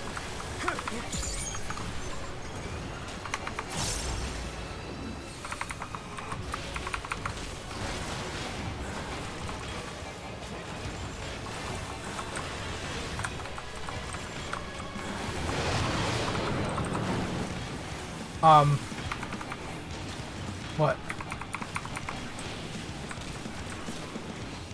Oh.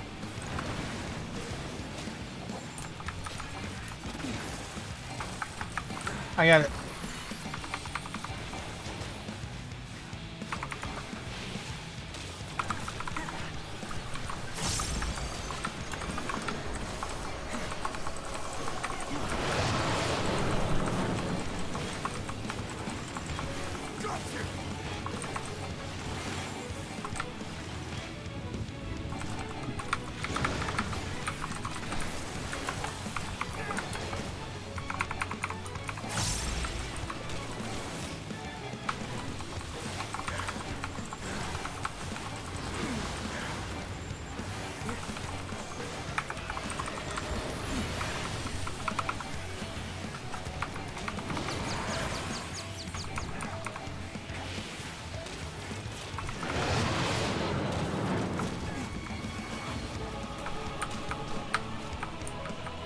No, this way. This way? No, that one. Okay.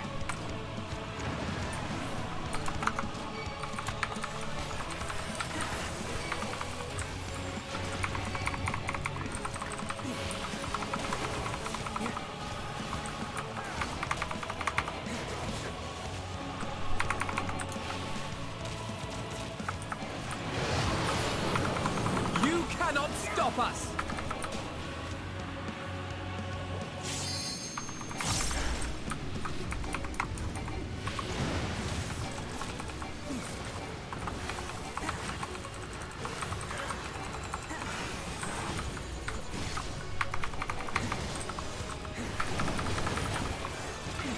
Are this? Hold on, time out. Is this guy's half platformer's attacks literally called what is right and what is left? God damn it, game.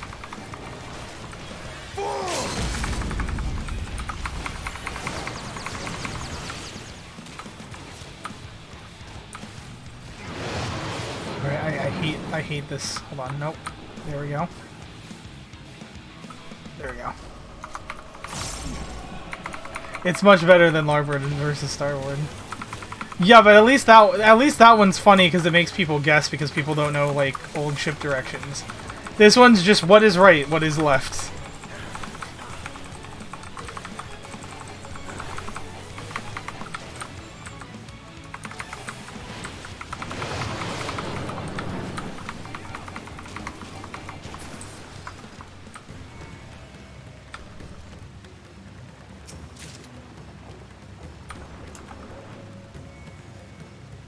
Alright, let's move onward. What is this vile presence I sense? The horde draweth near. Be on your guard.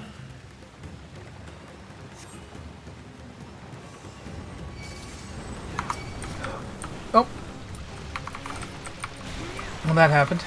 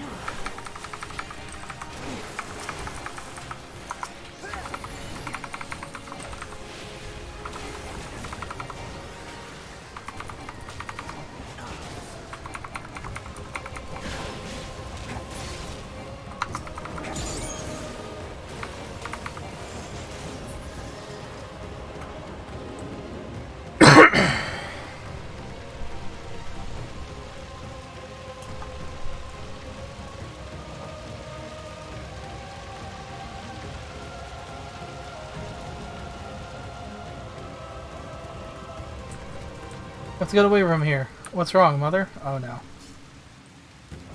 It's hopeless, hopeless.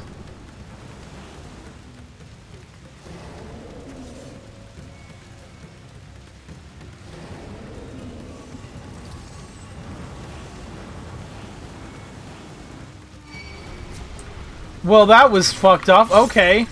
Alright, I wasn't expecting the game to throw that at us. So...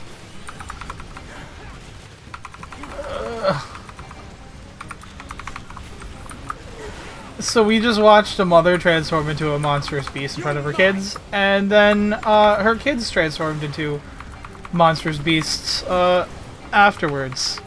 That's just what happened, and now we're killing them. Wow. This game is not throwing punches anymore. It has decided to stop. It's like, you know what? No, yeah, the end days. Everything is terrible.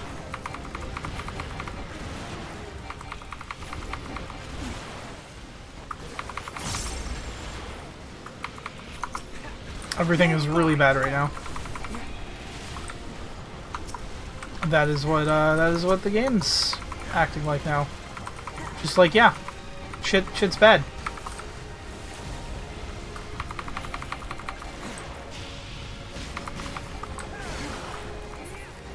You're mine! My turn!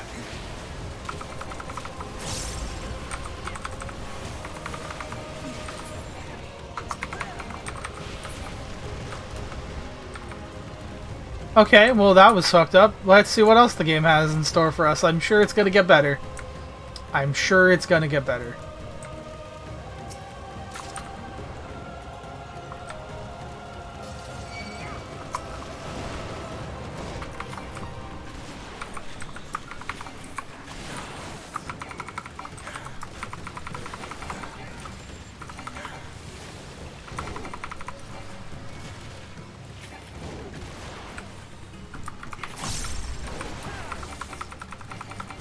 You cannot stop us!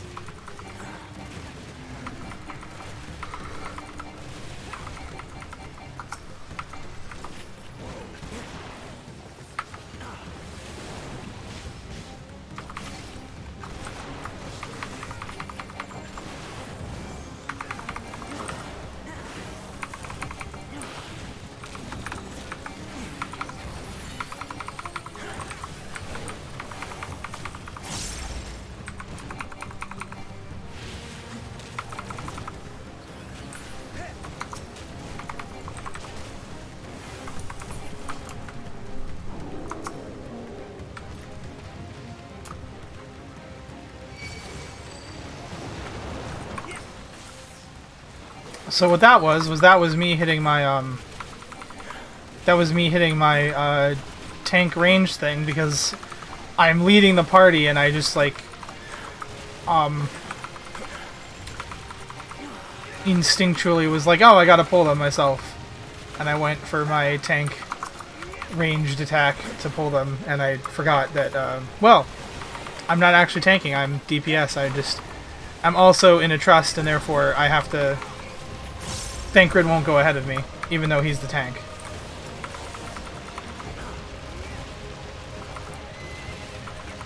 You're mine!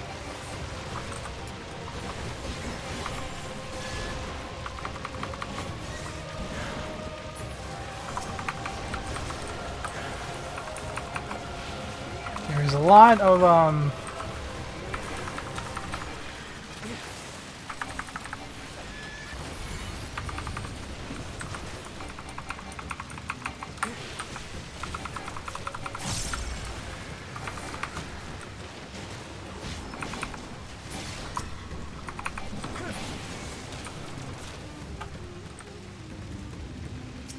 there's a lot of fire going on here.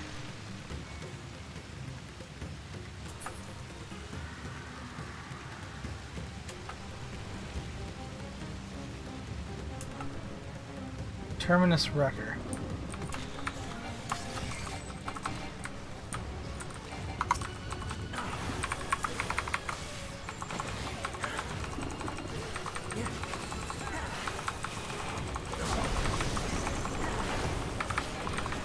This will hurt. You cannot stop us!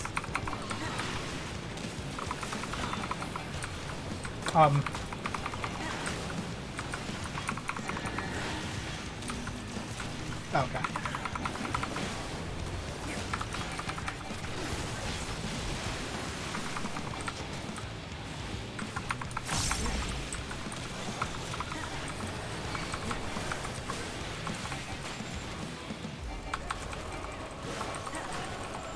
I wasn't sure if those were AoEs that were going to go blow up, or if they were just water balls.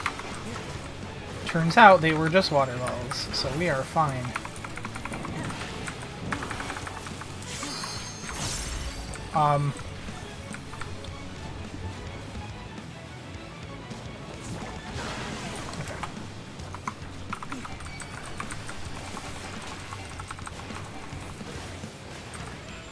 Oh, that's a burn thing? I bet you have to hide in the water balls for that. My turn!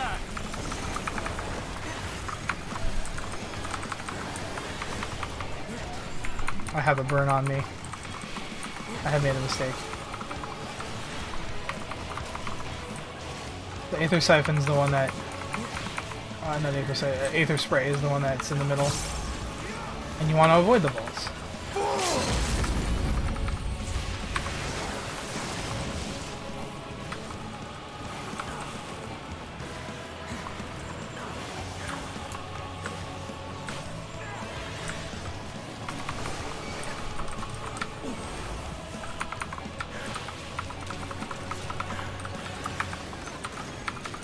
There we go.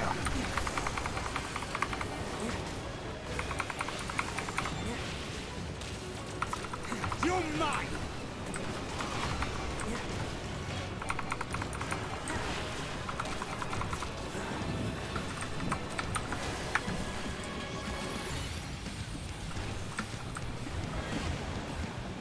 Oh yeah. You're mine! Yep. That's what you have to do. You have to let yourself get caught by that.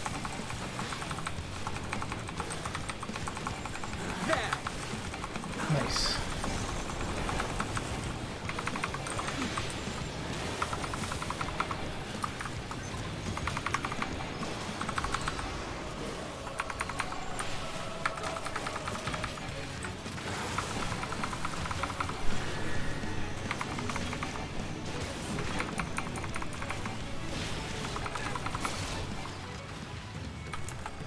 Ew. Very cool. Oh, those are actually... Are those better than what I have?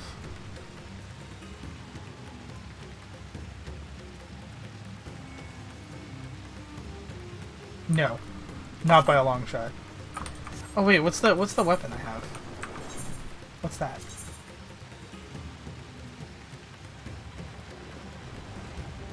Oh, it's the weapon that doesn't have a crit on it. Alright, whatever. Look at how much I care about that thing.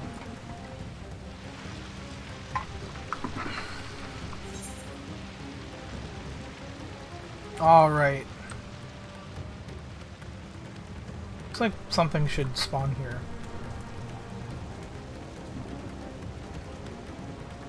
Oh dear God.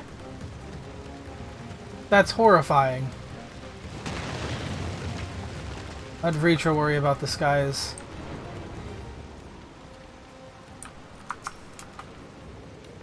All of this is terrifying.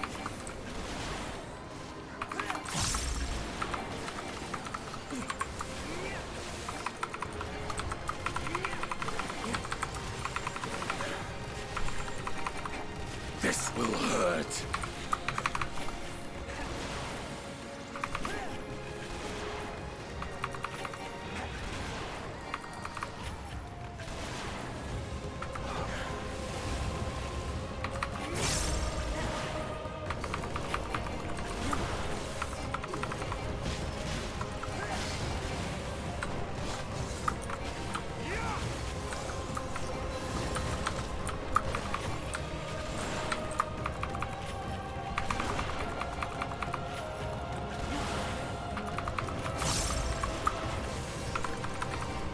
You guys are level 85, you don't know how to deal with look-away mechanics yet? God damn it, guys.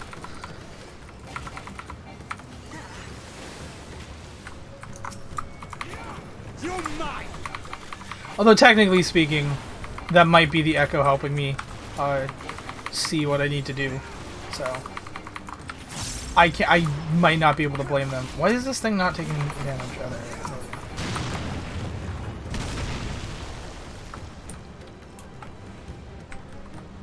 Well, if that's the thing, I am gonna open this chest though. That was the thing.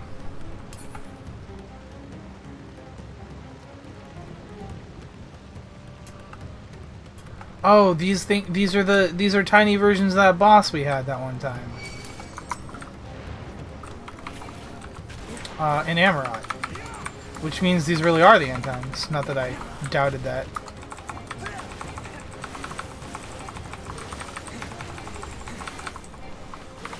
It's just cool to see, well, cool might not be the right word. It's interesting to see things that happened before, again.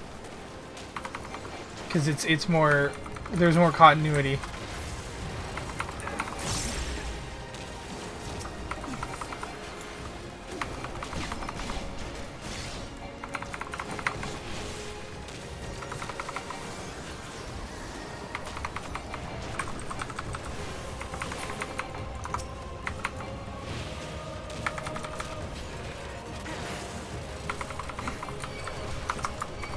Oh. Now there's a bunch of them. Why is that one not moving?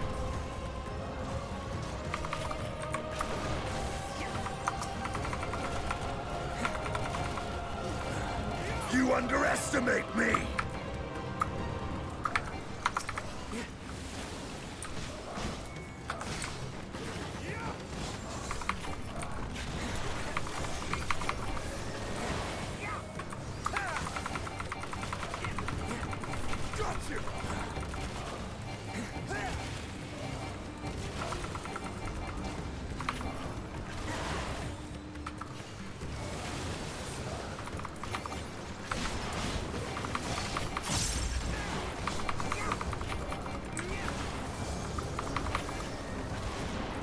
My turn!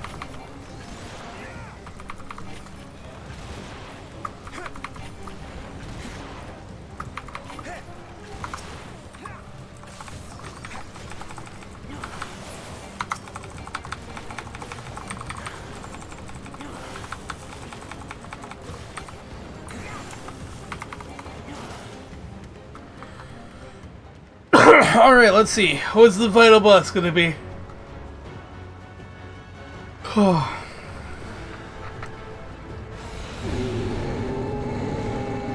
Oh, that thing's horrendous.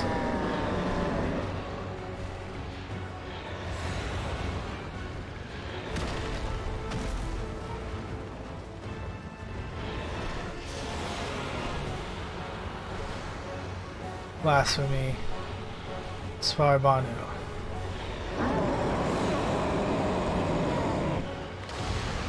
Oh, that was my game. My game did that. That was not just the stream. In fact, the stream seemed... I was everything was doing good. Don't know what happened there.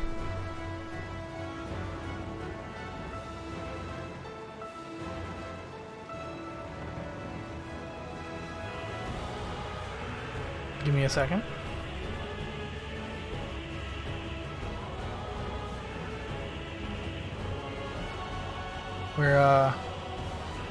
We're waiting to load.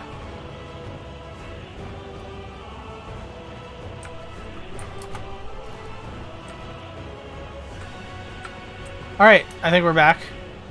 We're back to normal.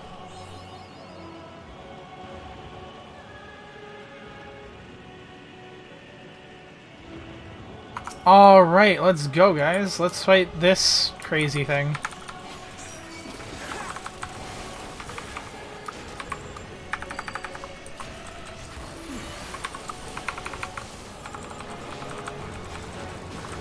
Your game tended to crash a few times. Oh yeah, I'm getting like lag. Before, at least before, it was lag on the. It wasn't lag on the game's end. It was the. Oh geez. Does that mean red good or red bad? That means red bad. Okay.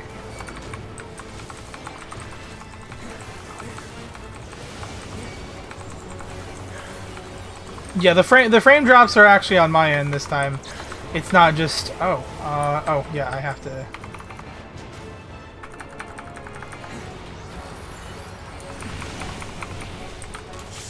Yeah, that did less damage, so I'm assuming that's what I have to do.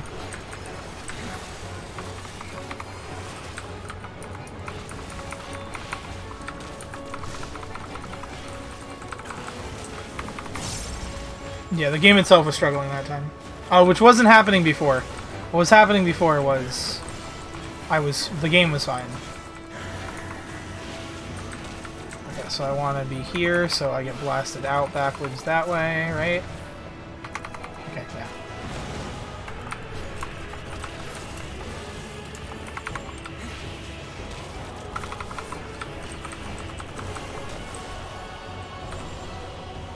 What's he planning?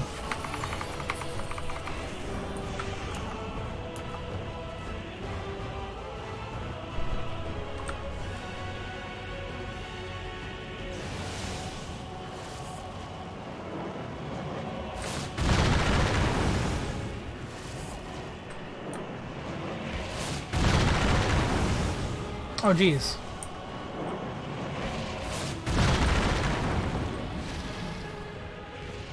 Oh, he's making us dance. Alright, that was cool. I like that. I like those mechanics. Those mechanics were very neat.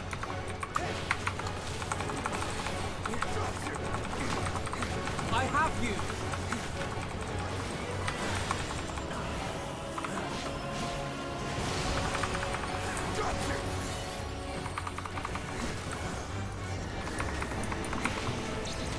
Okay, so for this one, oh dear. I need to arm's length it? I'm fine. I was not fine. That was not true. I was not okay. I said I was fine. Didn't happen. It looked like I made it out of that, but well, as you can see, I totally didn't. Alright, second time's a charm. No one ever says that.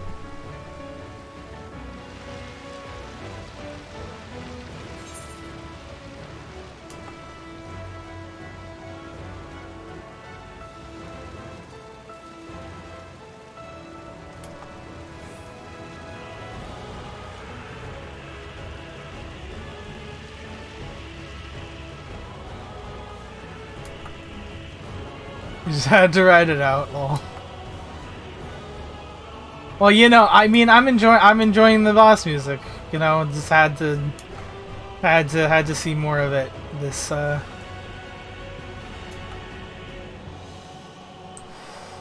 was dumb.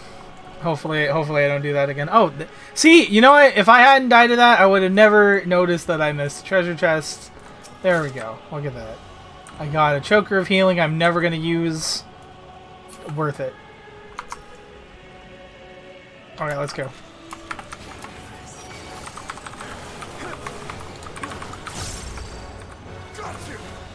Oh, god damn it, no. I didn't want to hit that one. I fat fingered the wrong button. And now my opener. Not much of an opener on Machinist.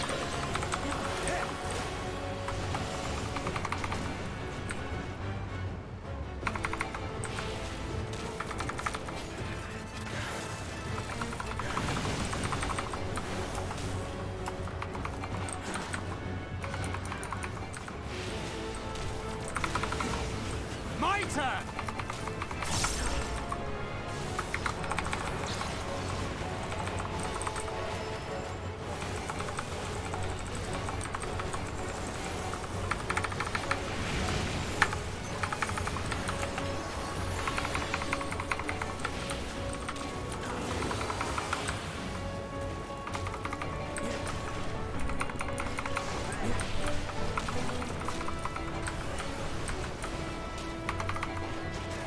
You're mine!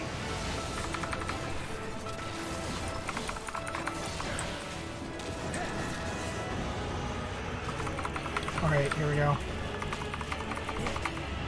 We'll be fine this time.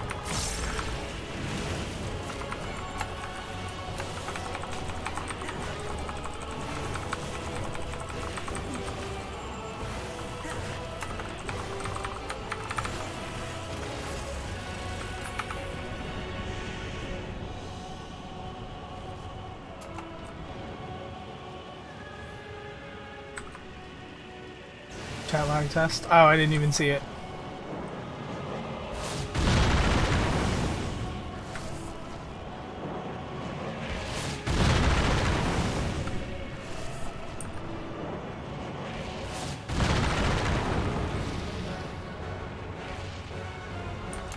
That's a really cool mechanic.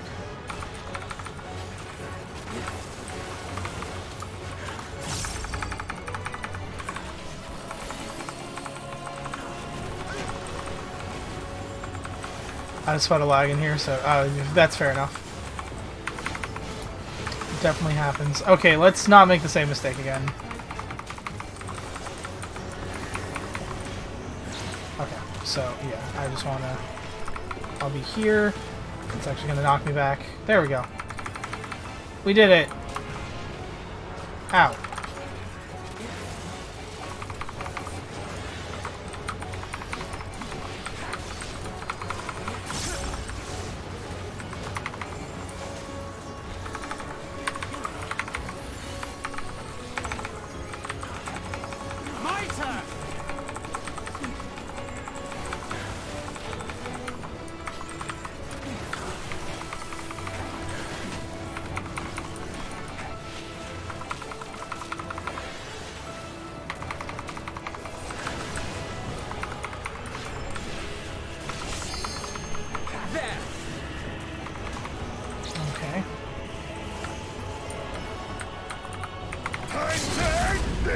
Oh no. Yeah, I lived. My turn! Time to end this!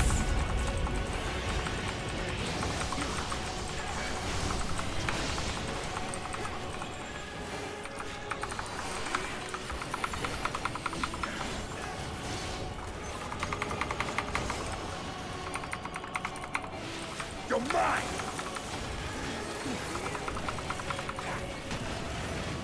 You're mine!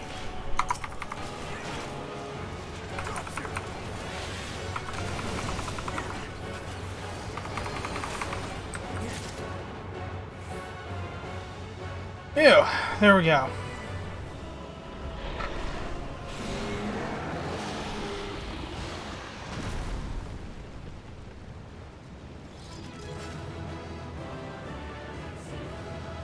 That thing's dead, but I don't know what killing that thing really accomplished. I mean, the world's still kind of ending and all.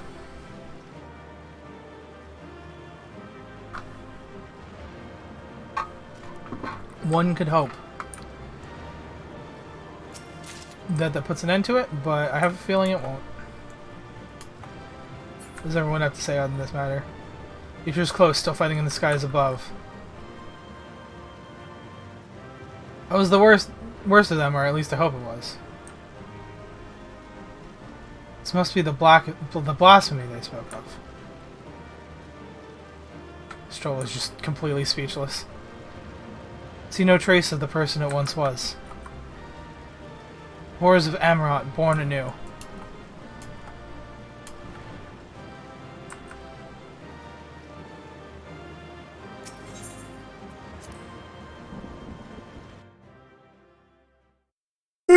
Pardon me.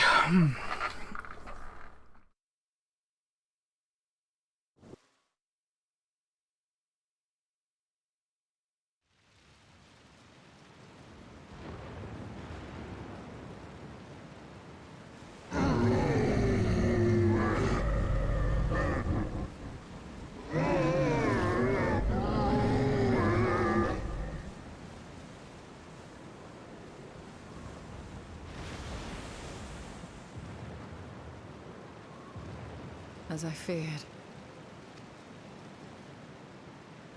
What is it? The beast was there, and now it is no more. Yes? Indeed. We saw it plain. But you didn't, did you? I saw nothing. Not the blasphemy that perished here, nor the other men turned beasts.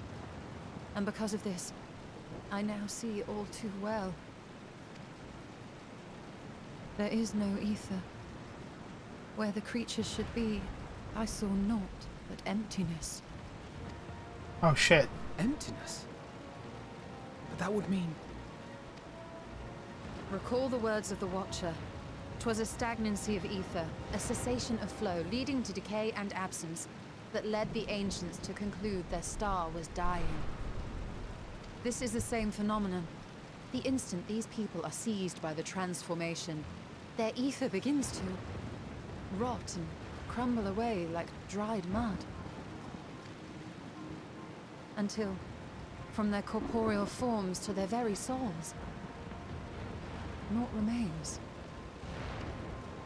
But the beast spoke with its dying breath. Surely at least a sliver of the man it was endured. Mayhap so.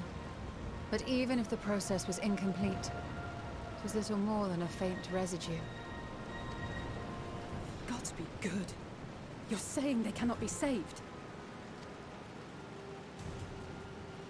Not by any means known to me. Or by any means at all, like as not. For there is naught left to save.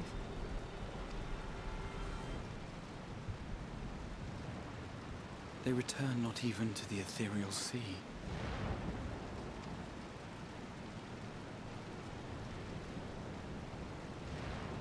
Well, that's supremely fucked up. Okay.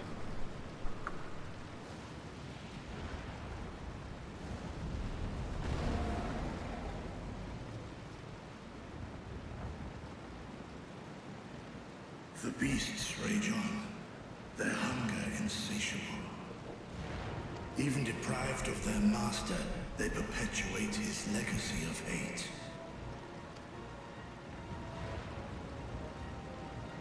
Once proud sons and daughters of Thavnir, all of them, and now I spill their blood.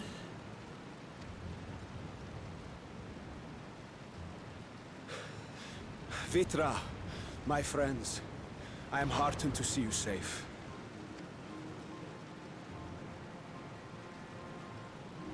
You put your secret at risk. Those closest to me already know the truth. A truth I must now share with one and all.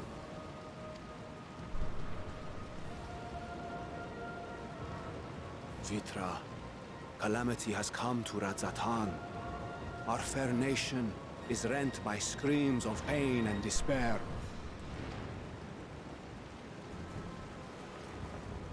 More than ever, we require a strong leader to shepherd us through the storm.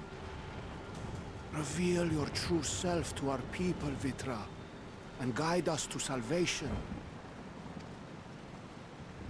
What madness is this, One? Thou dost forget thyself. Were we to reveal our duplicity, it will do naught but foster confusion and chaos. Nay, I shall remain the Satrap's loyal ally, and do battle with the beasts. Easing hearts and leading the people to safety is thy task, and thine alone.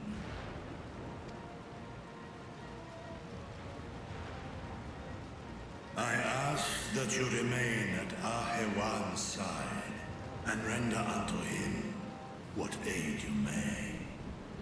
I know not what lies ahead, but without you, Radzatan will not survive.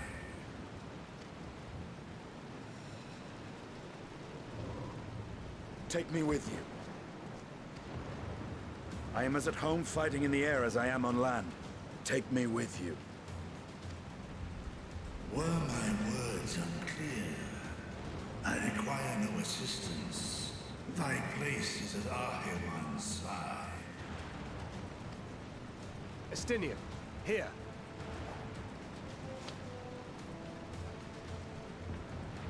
The last thing you ever wanted. A link pearl. Nice. We'd gain much from knowing your elevated perspective. And it'll keep you from getting lonely, which I know you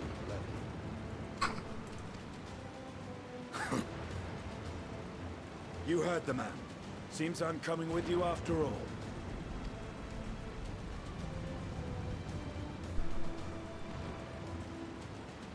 Then I pray thy grip is iron. Be it on thy head if thou dost chance to fall. Fair enough. Now, shall we?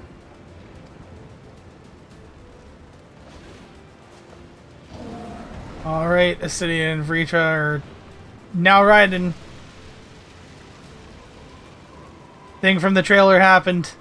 We can go home, boys. No, obviously we can't go home. This place is a mess. What's gonna happen? I fear it is as Vitra says. We will not survive this on our own. While I am loath to impose upon you again. I would insist if you did not. 'Tis the very reason we have come.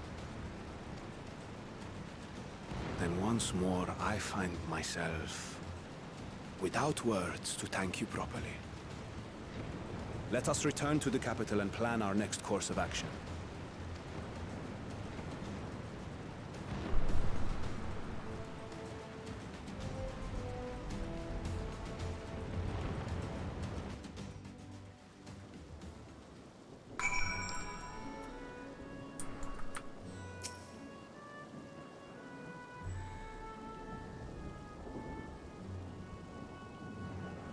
A radiant host has eliminated the immediate threat to the city, though it pains me to know those beasts were once my own people.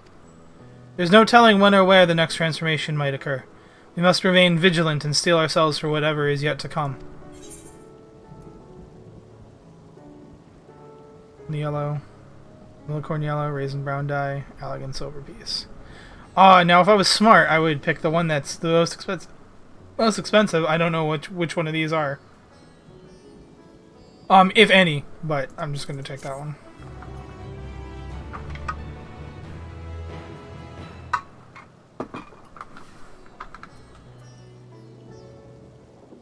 You may now enter Venispati with a party of NPC avatars. To make use of this feature, open the Trust interface located under Duty in the main menu. Before we continue, I will be right back again, guys. I'm going to go to the bathroom and grab some more water. So I will be right back. Give me 1 second.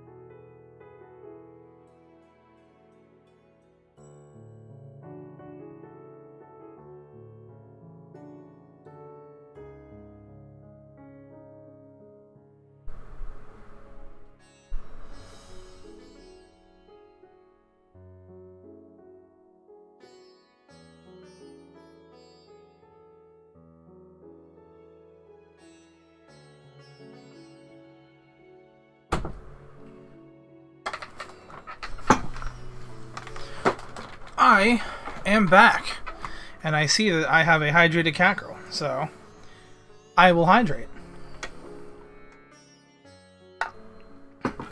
Consider me hydrated. Thank you, Naku.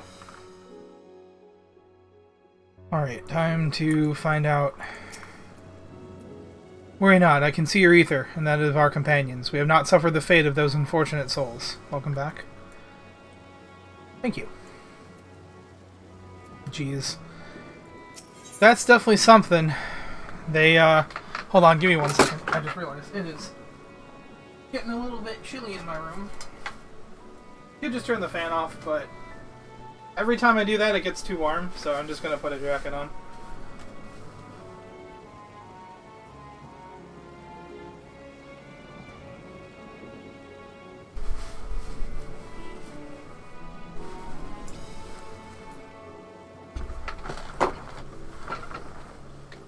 Alright, I'm back. We are good.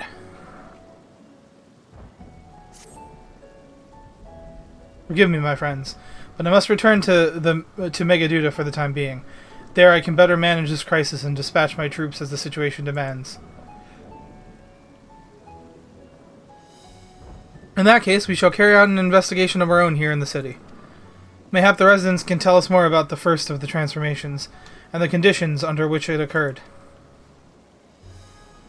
If we can ascertain what exactly triggered these tragic events, it may give us some insight to a possible solution. Time is of the essence. Let us split into 3 groups that we may cover more ground. Alize and I will see to Paxka's path. Thancred and Yustola pray make for Dharma. I leave Artha, Degra, and you, Mutsuki. Any information you can gather on the first blasphemy or the manifestation of the final days here in the city would be most helpful. When we have completed our respective inquiries, let us reconvene in front of Megaduda, that we might share what we've learned with the Satrap.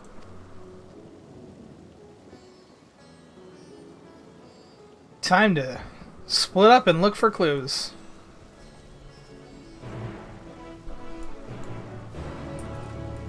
Alright, Graha, let's go. Shall we be off then? Artha's home to the High Crucible of Alchemia, whose alchemists forged many of our warding scales. That seems to be as good of a place as any to begin our investigation, don't you think? I spoke briefly with Nuhadin, the chief alchemist there, on our last visit. He should be happy to answer our inquiries. Raha is now accompanying you. Okay. Where are we going? Going up this way. Okay, we're good.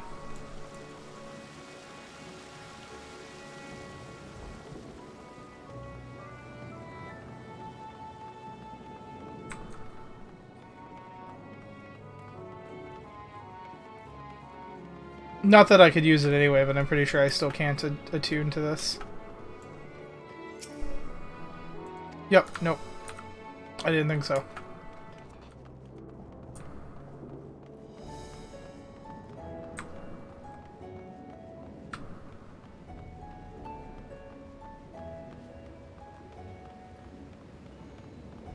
Well, this is a place. This is definitely a place. This place is insane looking. Ah, I remember those red eyes. You were with those scions who commissioned the scales from us, yes? I welcome you back to the High Crucible. What brings you here in these troubling times? We're assisting the satrap in investigating the crisis that plagues the city. Did you happen to catch sight of any of the creatures? I did. As I was going about my work, I was disturbed by crashing footsteps so powerful that the very ground shook. I rushed outside, and could not believe what I beheld. The night sky was burning. Suddenly, I heard panicked screams coming from the direction of Balshan Bazar. In the next instant, a monstrous beak poked... Beak? A monstrous beak... I almost said it again. A monstrous beast poked its head out from amidst the stalls. A handful of the Radiant rushed to the scene, only to be sent sprawling as the fiend and its minions propelled themselves skyward. So the blasphemy came from the vicinity of the markets. This knowledge may prove useful. I thank you for sharing your tale. Well, I do believe we now know where we should inquire next. To the Bazaar, then. Bazaar. Bazaar? Bazaar? Something like that.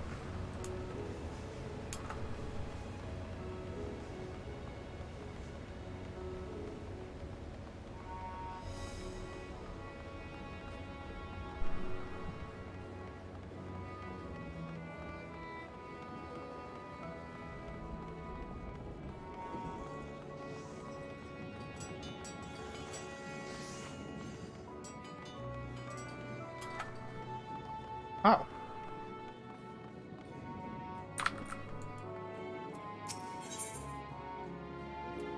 I'll discuss the textile saws. So this is the Varian weave. I must say, it bears a resemblance to the traditional fabrics of Corvos. Small wonder, really, given that it's just across the water. Not that I'm much an expert in Corvosi culture, of course. I've not had the occasion to visit my ancestral home since coming to Charlian, and like as not, I will never reside there again. That said, in recent days I felt more acutely aware of my heritage, and grateful for it. It is thanks to my forebears that I inherited the royal eye, and with it the wisdom of ancient Alag. And so, well, I simply hope that my countrymen are safe, and one day, when this calamity is but a memory, I would like to see Corvos again, if only once.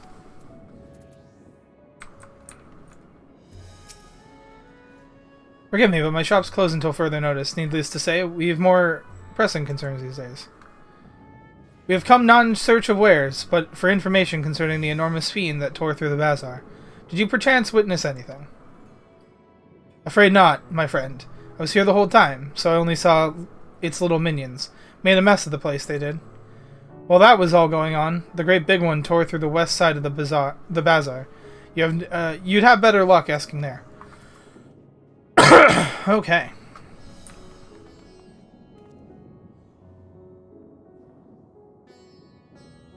So, let's see.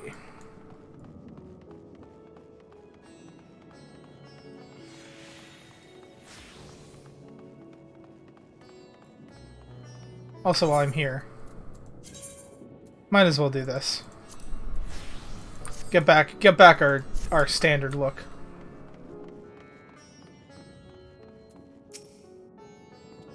Something the matter, traveler? If you are lost, perhaps I could be of assistance. Your offer is most appreciated. We are not lost, but we are in need of information. Might you know anything about the gargantuan beast that rampaged through the bazaar?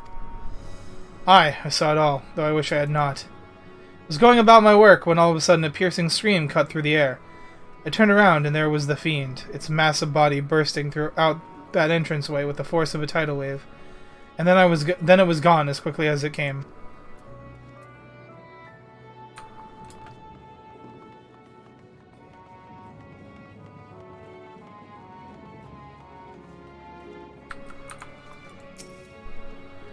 Sisters have mercy. What is happening to the world? What am I to do? Is nowhere safe? Settle down, friend. The danger is past, at least for now. If it's not too painful to remember, could you tell us what you saw? But first I heard the screams, then a horde of ravening beasts came charging towards us. One of them was huge, bigger than a Marid. The people are like, throwing people around like rag dolls, and it was eating them. I hid, under the counter, saw others do the same. But the shrieking and wailing kept getting louder, more voices in the throng. Beasts or victims, I couldn't tell. I knew not what was happening. I still don't. That's enough, my good man. You were brave to share with us your tale. Many of your fellow merchants are safe. The High Crucible, too, has survived mostly unscathed. Pray stay close to your friends and loved ones, and rest your body and mind while you are able. Thoughts on logo design? Same concept, just a little thicker. Oh, of the Delta V logo? Yeah, I think the same kind of concept, but like thickening out some of the lines, because admittedly the triangle is pretty narrow. I think would be probably a good idea. I suspect that this is the most we can expect the people here to tell us. I think at best we find a place outside the bazaar where we might rest and review our findings. I never know if I should put emphasis on the A, like the bazaar, like the, or, oh, I went the wrong way.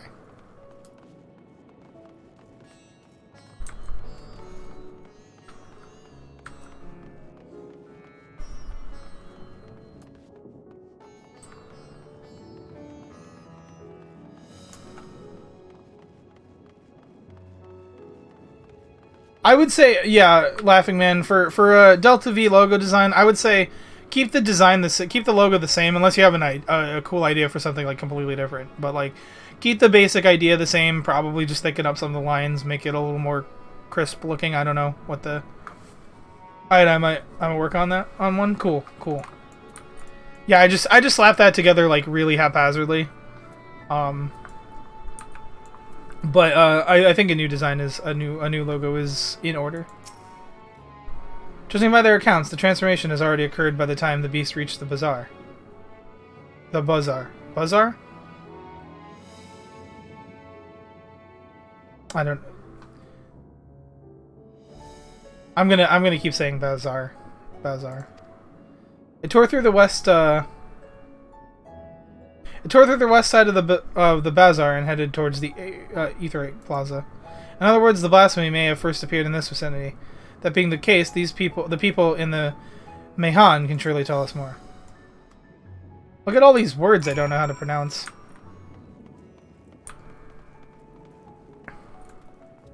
Did I literally just go the wrong way? I went the wrong way twice. I'm a genius.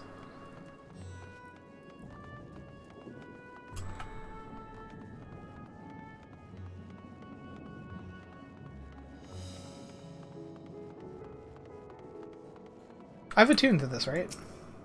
I have not.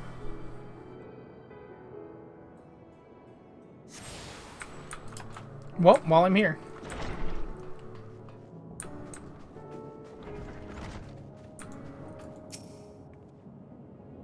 Even after repairing all that damage, it'll take a while for business to pick back up again.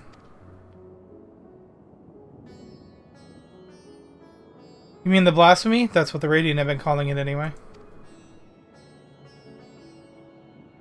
I saw it too. We all did. I was standing here at the counter as as Merdine poured me a drink, when suddenly there came this dreadful sound like a pained, angry groan. It was unlike anything I've ever heard. I turned around in shock, and from an ominous cloud of black mist rose the creature, enormous and ghastly to behold. As for what happened next, to recall it sends shivers up my spine. By some stroke of fortune, I was able to slip outside before the beast got its claws on me. But the sight that greeted me offered no solace. The blue sky above turned as red as blood. Myriad, myself, and the other survivors clung to each other for dear life until the Radiant Host came to our aid. Myriad. Wait, did I hear you correctly? The beast manifested before the sky began to burn? I'm certain of it. The windows here offer a clear view of the sky, and I saw nothing out of the ordinary until the beast appeared and began to rage. Interesting. We're going to ask someone else to remember the traumatic giant beast. Yeah, we are. He's over here.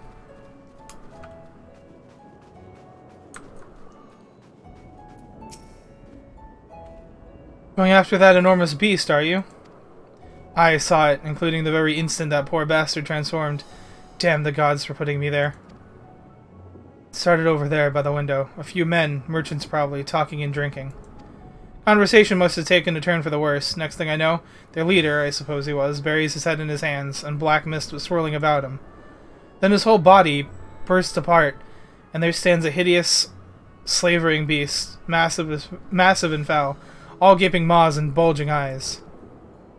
His friends start shrieking, and then the black mist comes again, until the change takes them too. The stuff of nightmares, I tell you. Nightmarish indeed. Incidentally, do you perchance know who those merchants were? No, I'm a decorator by trade. Not much cause to mingle with their sort. Saw, Milil, the barmaid, chatting with them, though. She might know something. I saw her back here.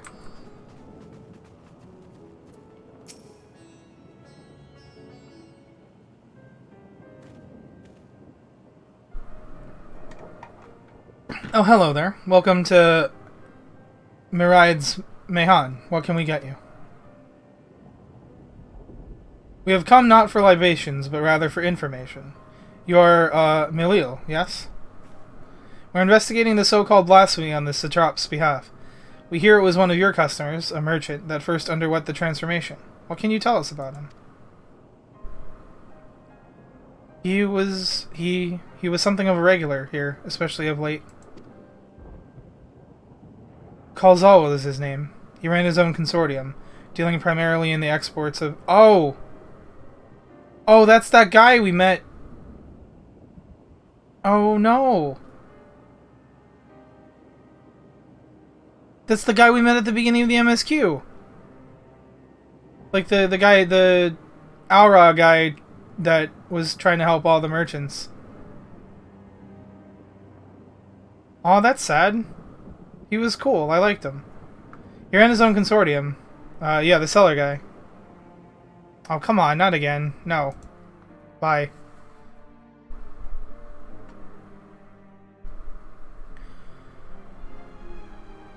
He ran his own consortium, dealing primarily in the exports of the Bavarian specialties.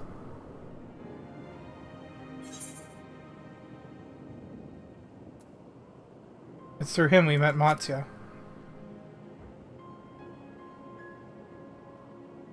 Yes, the names ring a bell. Didn't you meet him? Didn't you meet them both on your first trip to Thavner? We did. Hold on. We did, and my head is itchy for some reason. There we go. If I recall correctly, Kalzal ran a trading operation in Gedlamad, and it was there that you made Matsya's acquaintance. Yes, that is the same Kalzal, no doubt. Rather successful man, from what I gather. That said, it was clear that he had fallen on hard times of late. Those ghastly towers popping up everywhere cannot have been good for business. Even now, with the towers gone, the collapse of the Empire has led to all sorts of problems elsewhere. The market for luxuries is surely not what it once was. Trying times for the head of a trading consortium indeed. Balzal was a compassionate man. Even as his own business suffered, he did what he could to provide provide for the artisans, fishermen, and many others who counted on him to sell their wares. Indeed, that was the very topic of yesterday's meeting, as far as I could hear. Yet as they discussed matters further, Kazal's tone grew grave and grim. It was then that... Forgive me. I would not have you recall the memory if it brings you pain. If I could, I would ask just one more thing. Did you notice anything unusual about Kazal in particular? Please, anything at all. Sorry, nothing springs to mind. Perhaps someone else can help you. Kazal lived for his work and had no family that I know of. His employees and associates knew him best, but they too are lost to us. Still, perhaps his neighbors know something I do not. I can direct you to them if you would believe. If you believe it would help. What do you say? Good of a lead as anything.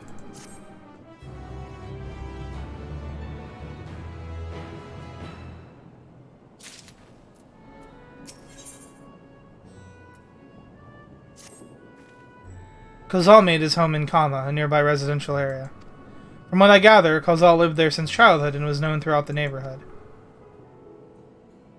Kama, the name is known to be. How do we get there? I'll write down some directions.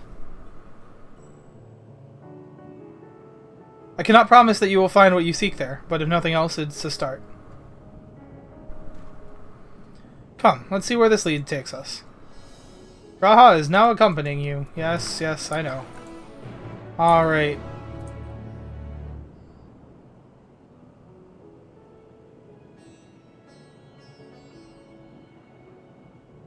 Okay, so we gotta go...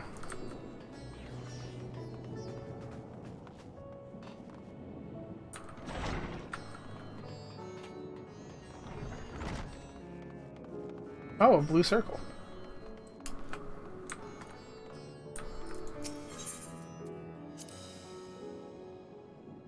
Let's see, after leaving the Mehan, we're to retrace our steps and head back towards the Aetheryte Plaza.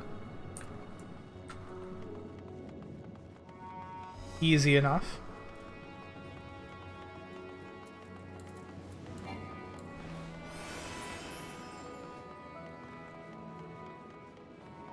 Making Graha run.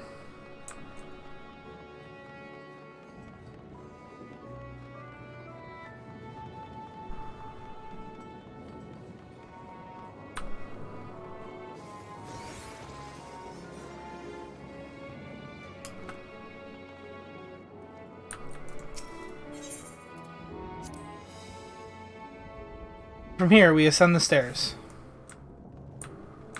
I'm assuming these stairs.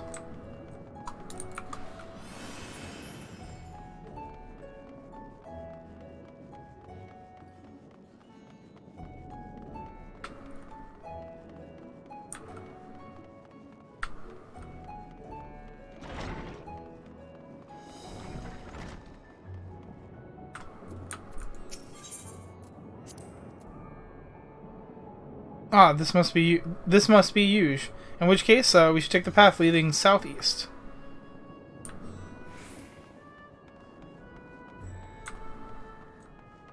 Technically, I don't have to keep talking to him, but I mean, it's Graha. Why not?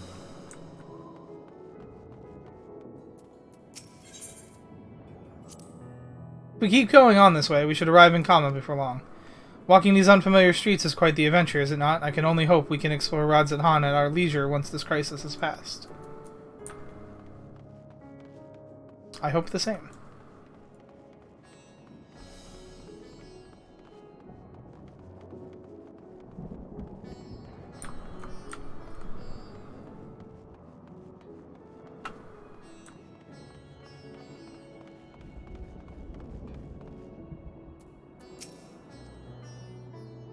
And this must be Kama. We've arrived at last. Let's begin questioning the residents without delay. No doubt someone here can tell us more about Kazal. Given recent events, I imagine many are taking shelter indoors. Okay, so we get to break and enter? Cool. Well, clearly you don't have any information for us.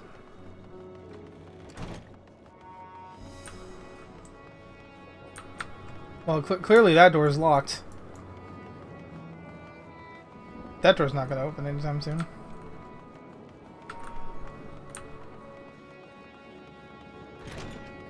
Ah.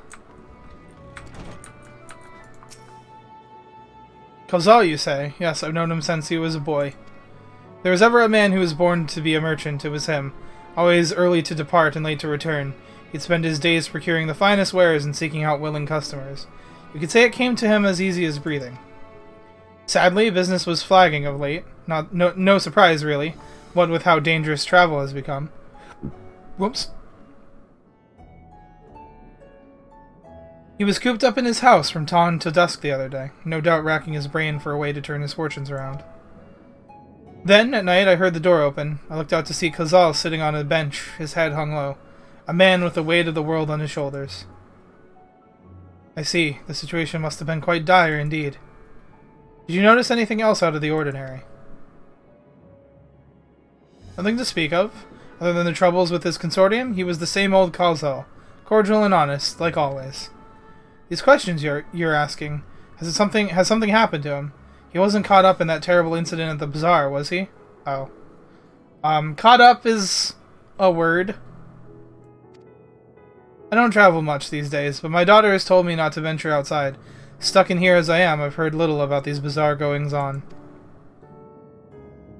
Rest assured, the city is safe for now, but the situation may change without warning. I urge you, stay close to your daughter and be prepared to take refuge should the satrap order it.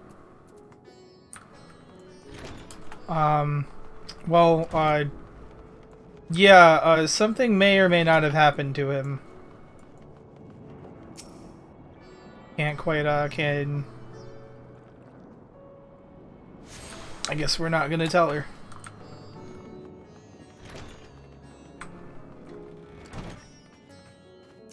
Alright, Could you come back another time? I just woke up and I'm not exactly in the mood for idle chit-chat. Well, that's one way to avoid the panic, I suppose. Pardon our intrusion. Yeah, it's like, did he get caught up in the terrible incident? He kind of was the terrible incident. It's kind of started with him. Pardon our intrusion, you may not have noticed, but a great danger has come to Thavnir. I encourage you to stay alert and be prepared to flee the city should the situation turn dire. Before we leave you in peace, pray allow us to ask a question or two. Did you know a local merchant named Kalzal? If so, did you notice anything unusual about him recently? Kalzal? Aye, I know him in fact. I know him. In fact, we spoke just the other day. Like many others, his business was doing poorly. Still, it seemed as though he'd managed to turn things around, thanks to a generous order from Ruveda Fibers. Why, he was practically what? He was practically dancing in the streets. I have no idea where that came from, or why he decided to suddenly not be able to read the word practically. I haven't spoken with him since, but I assume it all went well. Dijina Baha might be able to tell you more, though. As I recall, he was the one who brokered the arrangement. Gina, I'm presuming you don't pronounce the D, so I think that's Gina Baha. Gina Baha and Ruveda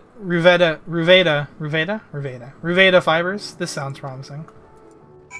Alright, we're on a proper investigation mission. Let's go, Graha. Where are they? Oh, across the... Good. Yes.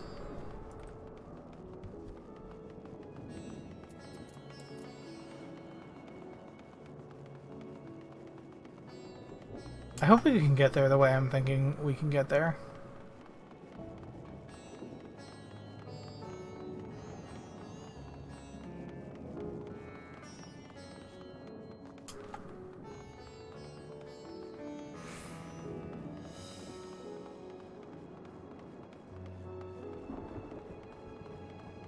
If this is another ask for directions thing, I'm not talking to Raha. I want to know. I know where we're going.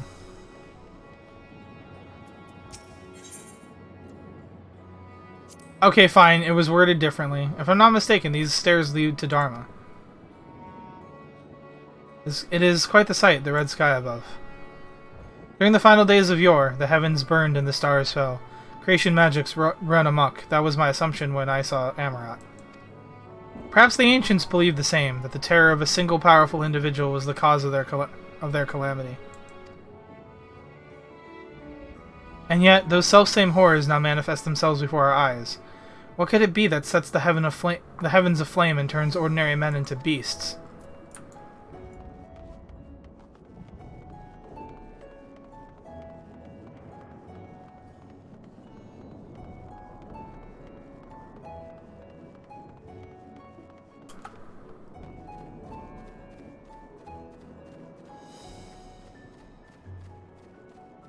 Just a bunch of people panicking in the thing.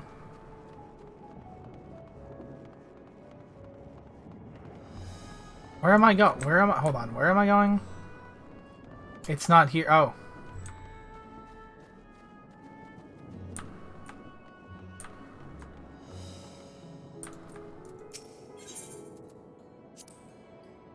They're farming silkworms. This must be Reveda fibers, where we should find Jinbaha,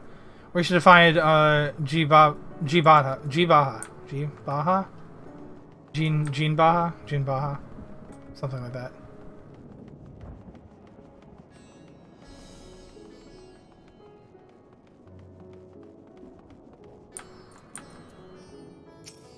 Gina Baha.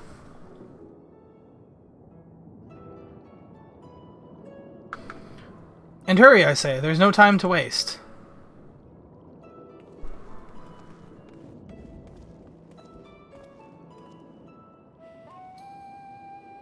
Pardon me, but you are in charge of buying and selling here, yes? We have a few questions that we'd like to... I'm sorry, but I simply do not have the time to chat. You haven't noticed? We've had our hands full at the moment. We must carry all of our wares and equipment to safety before those accursed beasts return. In that case, might we be of assistance? Perhaps we could speak when the job is done. Very well. You can start by helping us move our equipment. Ask the others what to put where.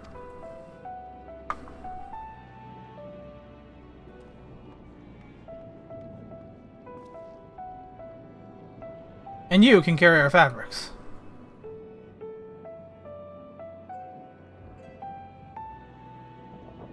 Go through that door and speak with Kamala. She'll tell you the rest.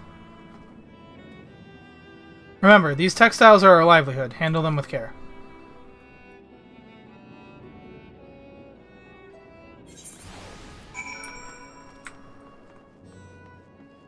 Well, we got wrapped up in doing more menial tasks.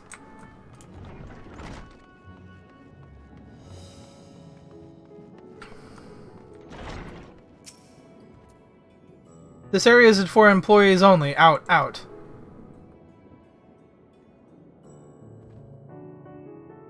What's that? You've come to help?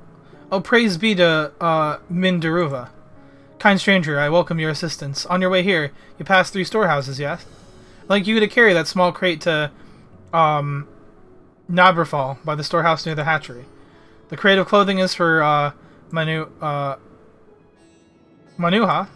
And the massive crate there goes to Zamaria by the middle storehouse. Watch your back with that one. Those are all the crates we have ready. Once they've been delivered, consider your work here complete. You now have a limited time to complete okay. Light crate. That goes...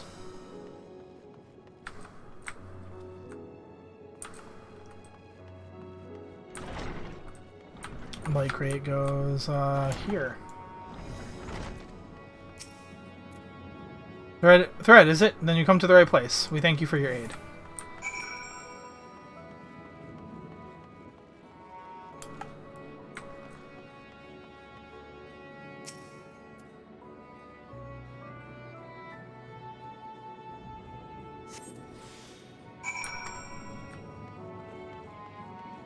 I thought they were going to make us memorize it. If you have any crates of finished products such as carpets, clothing, and the like, pray bring them here to our primary storehouse. Crate full of clothing, is it? I can take that off your hands. Many thanks for the delivery.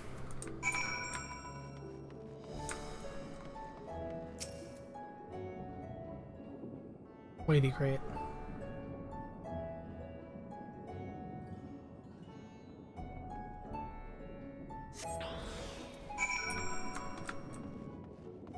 Why am I carrying it like this? You know what, this is fine. I say you're quite the brawny one, are you? Aren't you? A good thing, that. Never know when you need to defend yourself in these unpredictable times. A crate full of fabrics, is it? Exactly what I was hoping to receive. Here, let me put that away for you. I'm done. You've carried all the crates to the storehouse, you say? And so quickly, too. Why, I've never seen anyone so strong. I and my associates will see to the rest, so please return to Gina Baja and assure him our work is proceeding apace. To tell the truth, we're grateful for this distraction. Too many terrible happenings of late. But generous souls like yourself give me hope that we may emerge from this trial even stronger. I pray we meet again in more peaceful times.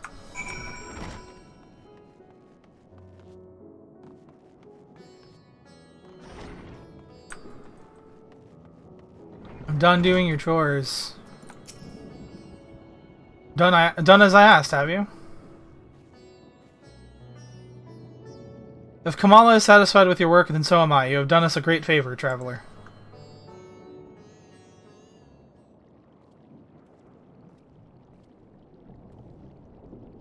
I too have delivered the instruments and apparatus entrusted to me.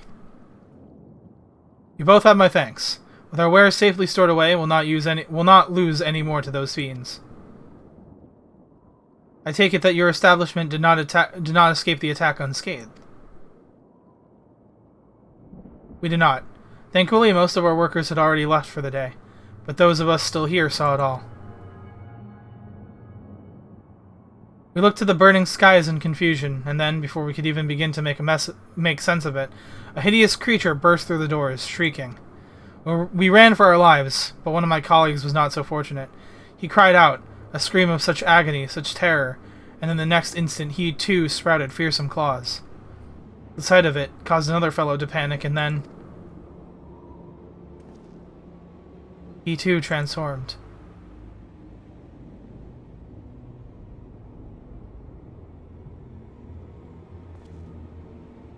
I'm sorry, there was something you wanted to ask? Indeed, you knew the merchant Kadzal, did you not? I believe he had some dealings with your establishment. Kadzal, I know him well. We'd arranged for his consortium to deliver a large shipment of fabrics, but in the end we received a better offer and had to turn him down. I understand his business is struggling, but so is ours, and another of our most reliable trading partners agreed to transport the goods for a much smaller commission, and we'd have been fools to refuse. I felt terrible for withdrawing the offer, but you must understand, we simply had no choice. He tried to put on a brave face when I delivered the news, but his dejection and despair were plain as day. He said he'd discuss it with his associates, but I could tell he'd all but given up hope. Dejection and despair.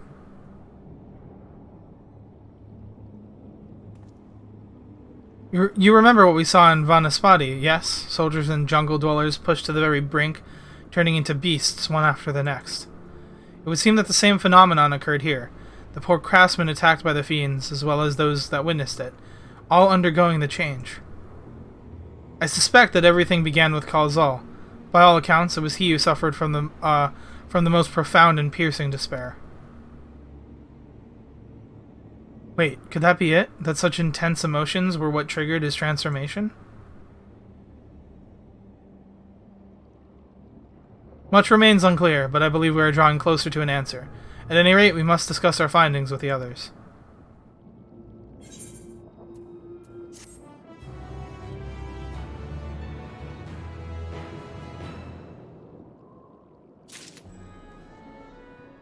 Man's like, wait, so you're telling me turning down his offer is what caused all this? Oh shit. Graha is eager to share all that you've learned with your companions. At least that's what I like to think that he is thinking. We were to reconvene with the others in front of Megaduda, were we not? That should be just outside. With any luck, they will have already returned from their own investigations. My friend, we must take our leave. I pray that your establishment is spared further tragedy, but remember, your lives are far more precious than any wares. If you are ordered to flee, do so without hesitation. Indeed. I thank you for your concern, and I pray you to take care as well.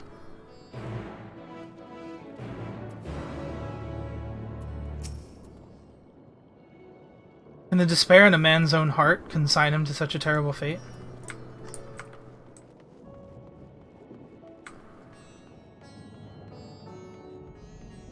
Yeah, he's kind of just like, oh shit. I hope I didn't do that.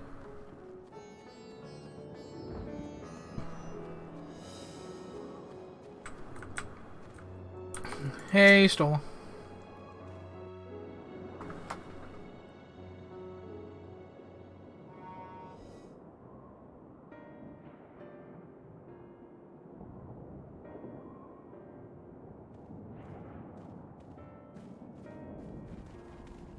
There you are. You've spoken with the survivors. Indeed. We thought to share what we have gleaned, that we might together gain a greater understanding of present circumstances.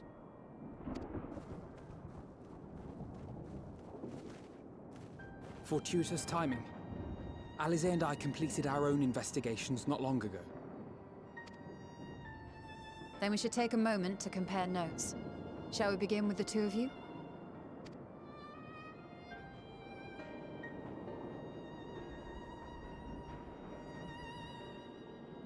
Well, you see.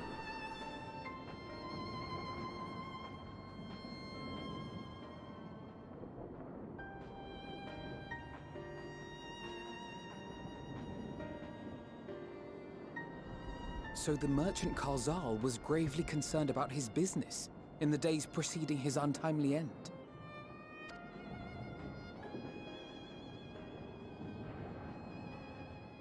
The tales we heard were much the same. The first victims to be changed into blasphemies were all overcome with anguish of one manner or another. Then those who saw their loved ones stolen before their eyes succumbed to a similar panic, setting in motion a chain of transformations. Fear, unease, despair. These negative feelings serve as a catalyst. If so, then it is not unlike the calamity that befell the ancients. With their creation magics, they unwittingly gave form to untold horrors. Had they simply lost control, surely it would have manifested in many forms, not all of them monstrous. Yet somehow, this phenomenon is triggered solely by the darkness in their hearts, a common thread with what we now witness. Common, but not identical. While the beasts the ancients faced were forged with magic alone, those of today are born of sentient beings. Why remains to be seen, but there is one fundamental difference between us and our predecessors. Our souls are sundered, whereas theirs were not. Perhaps that single variable makes all the difference. If I may, there was another detail that troubled me. We have it on good authority that Karzal's transformation took place before the skies began to burn. What? If that's true, then the situation's more dire than we realized. It means even if there's no ominous sign presaging the final days, anyone, anywhere, has the potential to become a beast. Even in lands we thought safe, even as we speak.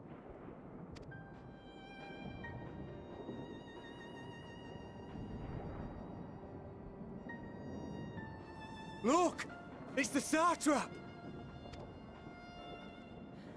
The Satrap!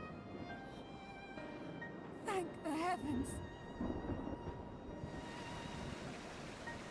Imagine being able to trace the beginning of the entire end of the world to a single person and then realizing it was that dude's fault. Yeah, like, oh my god, could you imagine? I am relieved and heartened to see you strong and safe. Like, can you imagine it being like, oh, what's the end of the world is happening, how did this start? And then it's like, oh, it's well, you kind of told this guy that you weren't gonna accept a shipment. He fell into despair and became a giant monster, and now the world is ending. Congratulations. I mean, this is all forgetting the fact that, like, technically speaking, this whole thing is starting because of technically partially because of me and partially because of Fandaniel. Like, I weakened Zodiark, Fandaniel finished the job. I'll take some blame for that. So, you know, the Warrior of Light caused the end of the world. No big deal. We'll probably save it, so. But in this specific incident, that guy, like, being like, nah, well, we gotta go with the lowest bidder, man, sorry. And just, like, finding out. Turns out that was a mistake. I bet the destruction and the disruption to their business could have made up that difference. He could have just been like, you know, Kezal, these other guys gave me like a better deal, but I've known you for a while. I know you've been struggling. Let me help out. Let me help you out a little bit. I bet that would have. I bet that would have prevented all this from happening. Everything would have been fine. Actually, no. Technically speaking, it wouldn't have been fine. It probably would have just happened to someone else, but it wouldn't have been his fault. My countrymen, I'm relieved and heartened to see you strong and safe. While the danger has not yet passed, far from it, allow me to assure you that the beasts that raged within the city walls have been exterminated to the last. Outside this sanctuary, the brave men and women of the Radiant Host and our dragon ally continue to battle our unholy foes. I pray these tidings put your minds at ease and help you calm your hearts. Have faith that we shall soon conquer this terrible trial. Your Excellency, is there any word from Palaka's stand? My grandson was bound for there yesterday, and I worry for his life. We are still awaiting a report, but I promise you, as soon as I have aught to share.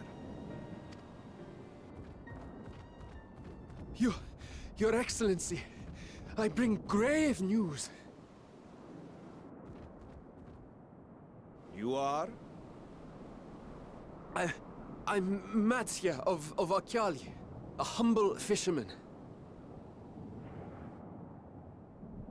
Ah, I remember you from our first visit. It's Matsya. Wait, you're... But no, that can wait. When the skies turned red, I set off for Palaka's stand, fearing for the safety of a friend.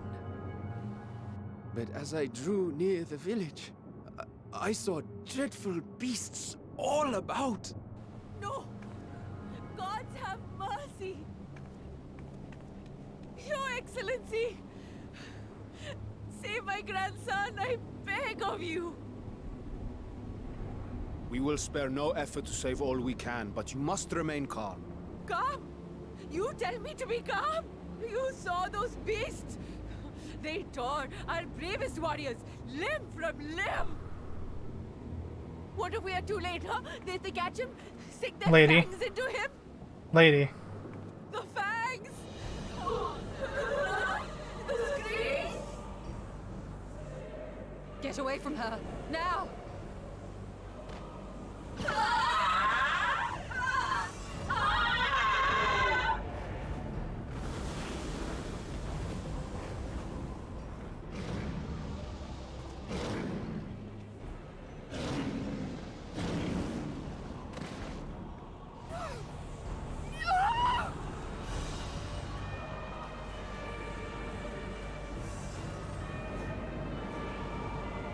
Well, that's fucked up.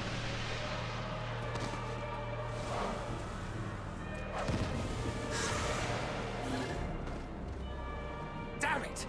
We've got to kill them before it spreads. We'll handle this. See the townspeople to safety.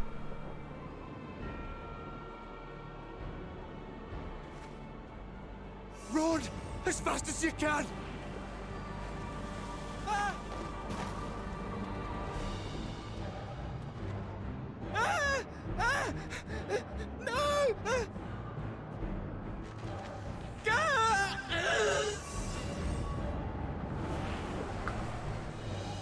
Well.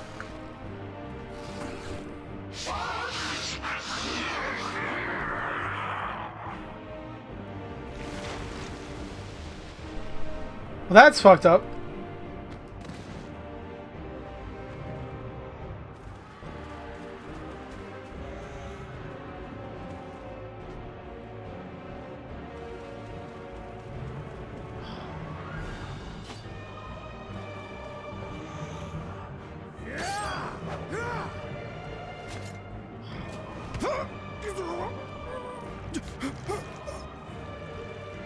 Vitra, our people, you must save them.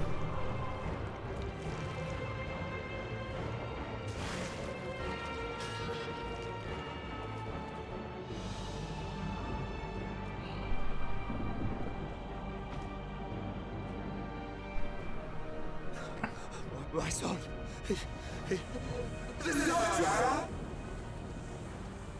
Enough.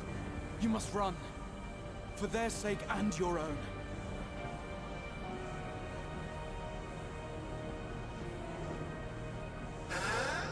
Yes, you will survive. You must.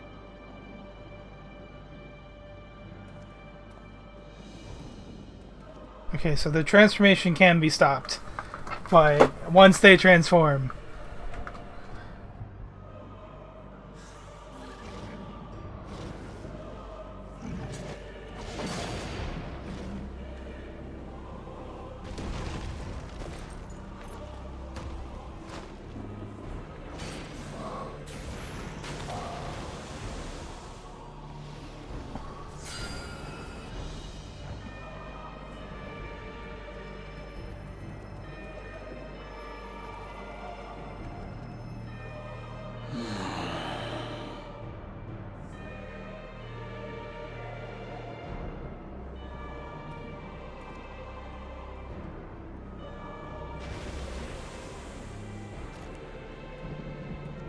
That whole scene is just so fucked. It's everything that just happened is so fucked up.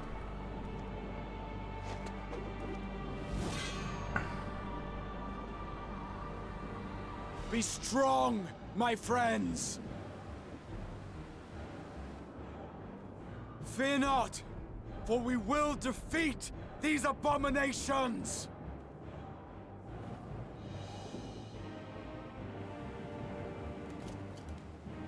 Brave men and women of the Radiant Host, lend your Stola and Thancred your aid. Let not a single beast escape.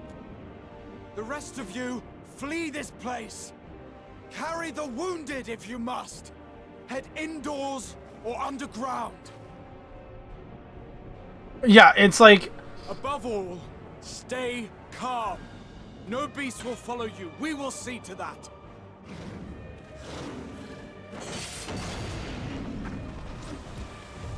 Alphino! Alice! Leave the city to us, and make for Palaka's stand at once! Matsya, show my friends to the village! I promise you, they're more capable than the host's finest! Right! Go with them, will you? We will save these people, as many as we can.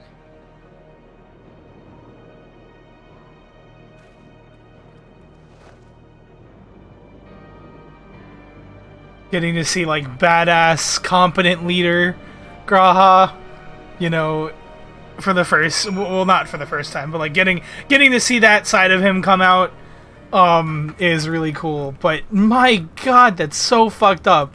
Yeah, like, exactly, it's not... that guy, holy shit. The fact that he didn't fall into despair is, like, nothing short of a small miracle, because it's like... He just watched his his son trips and then turns into like, and they're getting chased by a beast, and then his son turns into a monster, and then the thing immediately just crushes him, like immediately, not even giving a goddamn shit. And then you think, oh, that's bad, and then like the leader of your country like rushes in to save him, like literally the king or the satrap, but like, you know, and obviously technically it was Ritra who was leading, but like no one knows that. So you're just sitting there, your kid just transformed into a beast and got squished into oblivion, and now a monster's coming at you, and like your leader just like comes in to save you, and then the monster just like casually snatches it up and eats your leader. Like the leader of your country is just dead, and then you're just, the fact that Graha's words got through to him at all in that moment is absolutely ridiculous. But at least we got to see that it is possible for you to live. We must save Palaka's stand. Whatever it takes. Mattia, it pains me to put you in harm's way, but I would ask for your aid as well. Of course. Palaka's stand is not far, just down that hill. But as I told His Excellency before, the path was blocked by terrible creatures. I had no choice but to turn back. In that case, this is what we shall do. Mutsuki, I ask that you take the lead and dispatch any beasts you encounter. Alize and I will keep Matsuya hidden amidst the trees and follow when the path is clear. There's no telling what dangers await us. Keep your eyes peeled.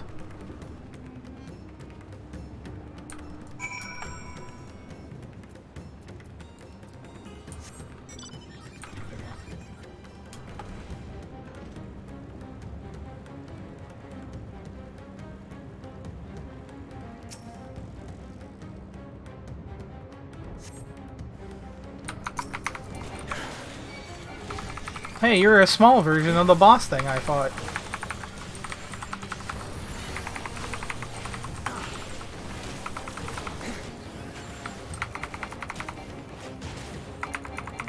And yes, his attacks literally are what is right and what is left. God damn it. I was not ready for that.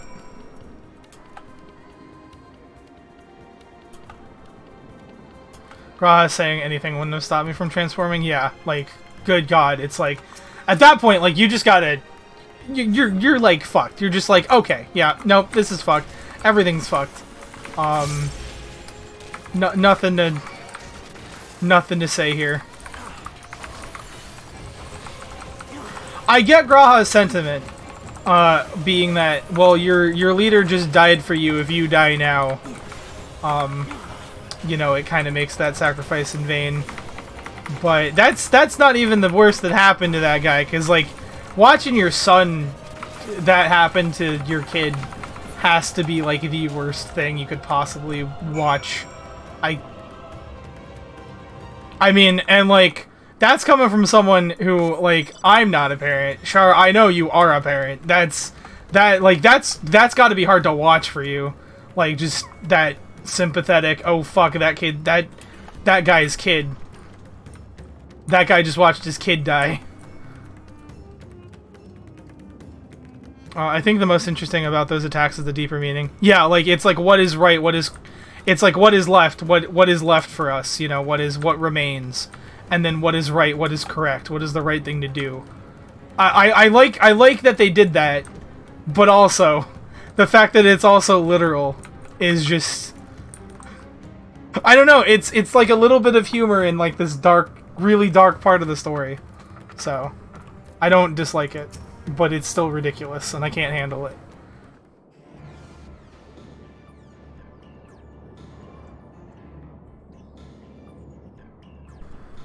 It cannot be.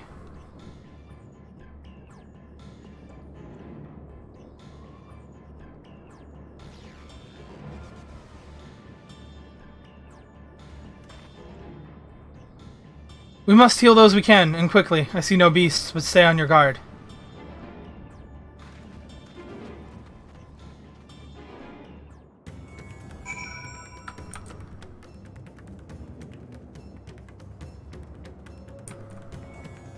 Okay, was this really necessary? I know you guys like alliteration, but horizontal here? Really? Really? Alright, sure. The villager has no pulse, nor do they appear to be breathing. Well, they're gonna stay horizontal for a while now. Cooling body has already begun to stiffen. The massive wound suggests the villager was gored by a terrible beast.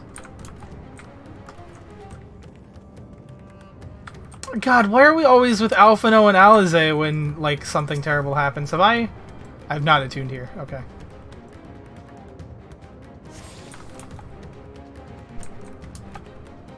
It's like we were with them when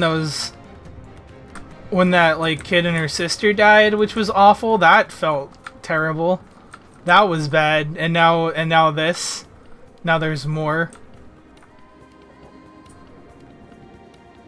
At least there's some still alive.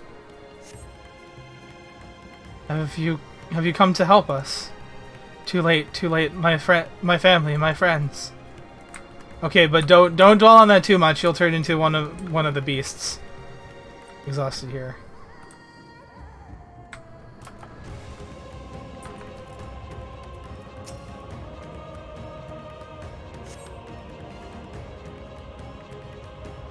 Though the villager's injuries do not appear to be life-threatening, he does not respond to your efforts. His breathing grows more ragged and shallow, and his vacant eyes are those of a man who has lost the will to live. Even if I awake, the nightmare goes on. No, leave me to sleep. You call him out, but the man does not respond. Fuck! Fuck, dude! What the... Okay. Alright. Sure.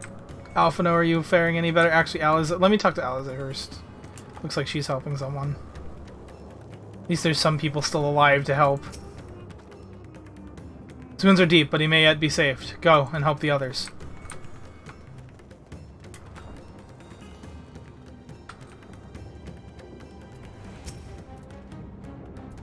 Are these the only villagers who survived? I can only hope the others managed to flee. But if the rest have been turned into beasts... by the 12. Let's do what we can to see the damage spread no further. And no matter what comes, we must keep our spirits high, lest we ourselves suffer a similar fate.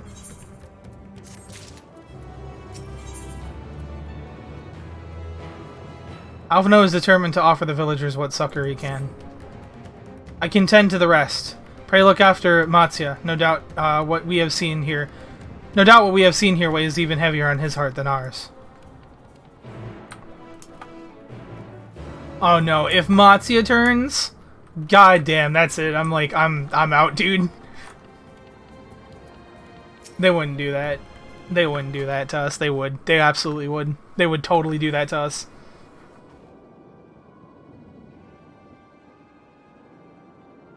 I appreciate how well they portrayed the feeling of complete loss and defeat that, like, the end of the world would actually bring. Endwalker is so fucking heavy. Yeah. Jeez. This is Yerevet, the elder here. He is hurt, but praise be to the sisters, he still lives. Young Matsya here has told me everything. I've not the words to express my gratitude for your aid. When the heavens began to burn, we were afraid, but did our best to carry on as we always have done.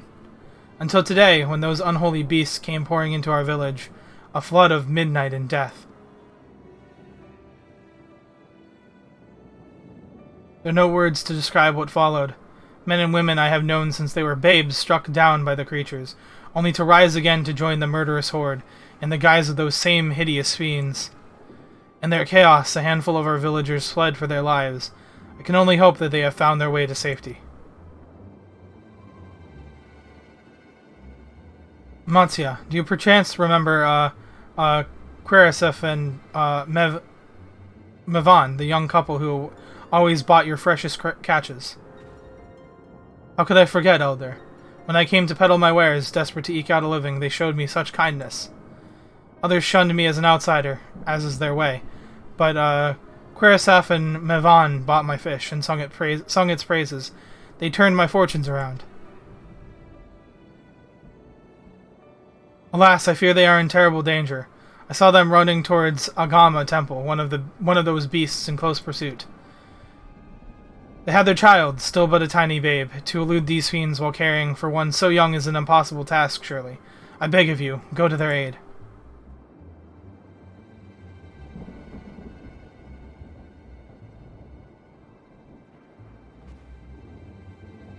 I want to help them. Yet I am but a fisherman. I cannot face beasts on my own. Will you come with me? Of course. Oh, thank you.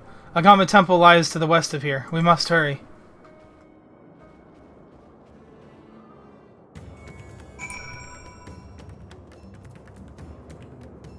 I have a bad feeling about this.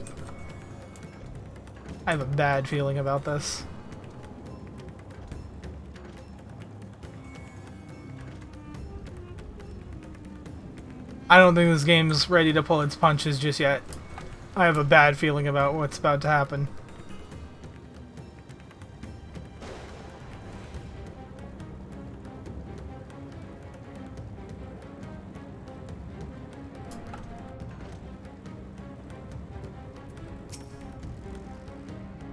The temple is just ahead. It was built by those who worship Saint Agama, but has sadly fallen into disrepair in recent years. If my friends made it this far, no doubt they are hiding somewhere amidst the ruins. No, please, stay back! Oh, no. That was Querisaf! Oh no, this is not good. I'll take a look. Please do! The cry came from the ruins. You must hurry. I have a bad feeling about this. Where's the entrance? Okay, I went the wrong way. Clearly. What? Where's the temple? What's that then? Oh no. Alright. No, I don't want to deal with you right now.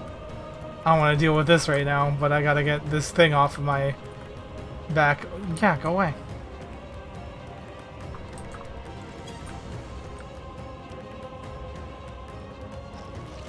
Why is this?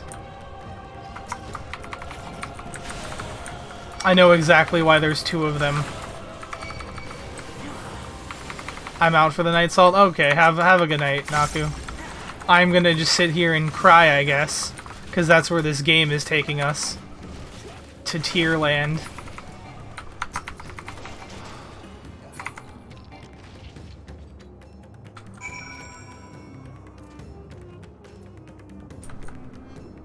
Well, this is a man who just lost his wife and kid.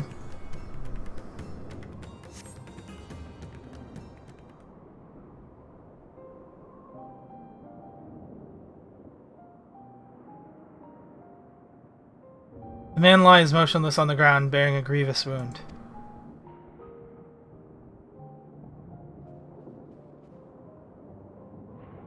I'm sorry, Mutsuki. I tried to stay behind, but I couldn't.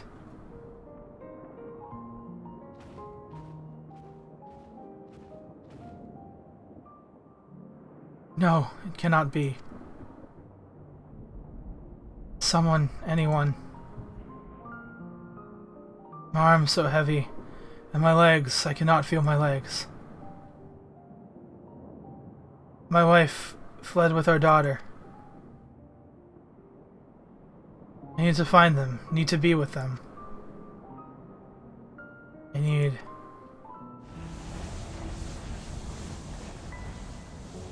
Kurisov, no, Kurisov, you must stay strong. More time. I thought I had. I don't want to die.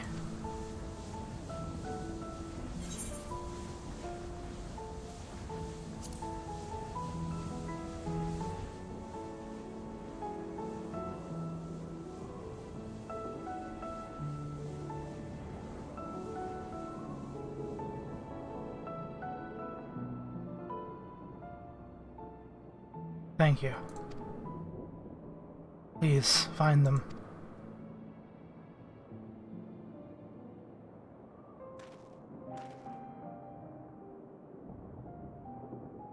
Mavan still lives, and she has their child. Must search the jungle between here and Palakistan. There is nowhere else she could have gone, I think.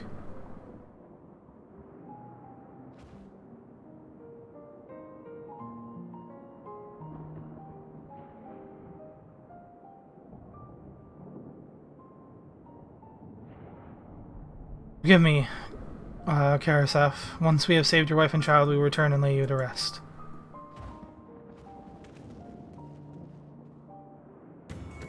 Oh, good. Okay. They didn't do what I thought they were gonna do. At least not yet. They still could. I still don't trust this game. We did manage to save his life, because if you remember, if they transform... They don't even return to the Ethereal Sea, so their souls are just destroyed forever. So yeah, their souls are just destroyed forever. So even though he still died, by preventing him from transforming, we did technically save his soul. You see no tracks or other sign of recent travel. Mavan and the child must be elsewhere. Please don't do this to me, game. I know you will. You're Final Fantasy XIV. You will never not do this to me, game. But please.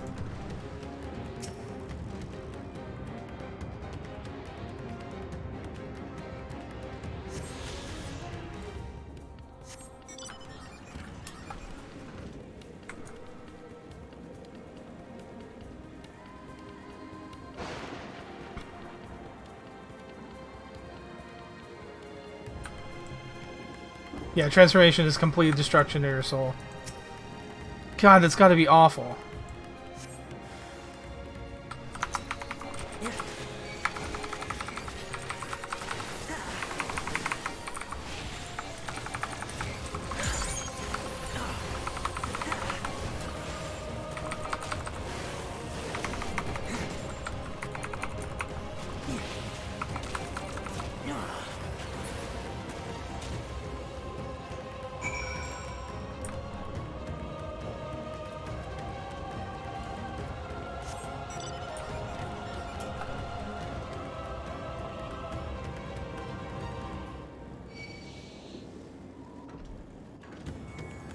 I'd ask why the situation's so fucked up, but I mean, it is literally the end of days.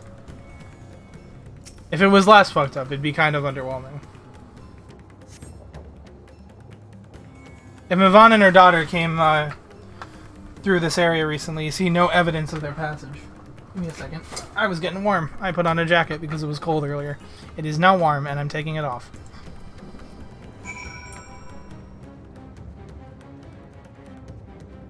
Why do I have a feeling that they didn't actually escape? He just thought they had escaped.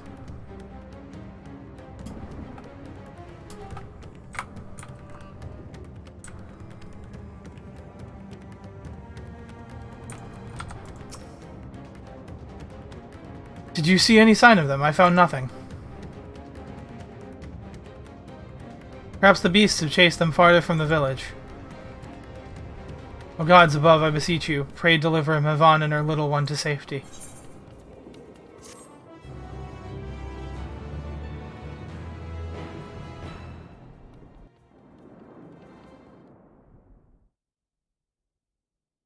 Meanwhile, in the skies above Thavnir.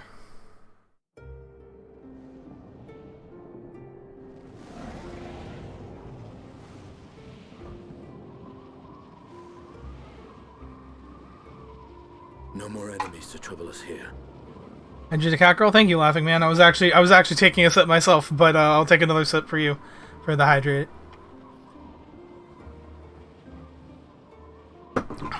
Thank you so much. Random lore fact. This game's fucked up. That's not a random lore fact. I'm joking. I'm trying to think of something that's like. God, I can't really think of anything that's like not. I have something interesting. I've noticed that while most of the Aura in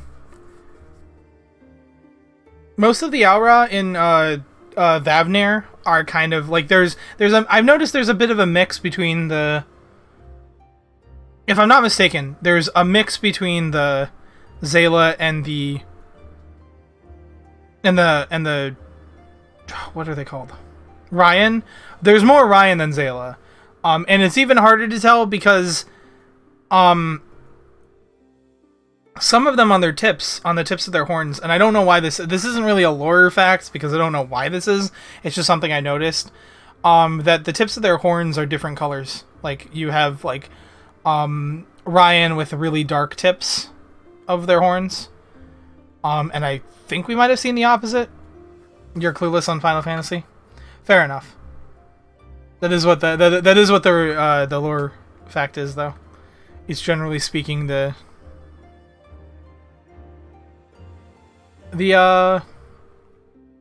unless you want me to give you like a Delta V lore fact, like I know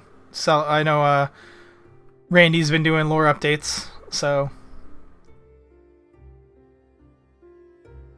I think at one time we decided that I was specifically like waifu redeem.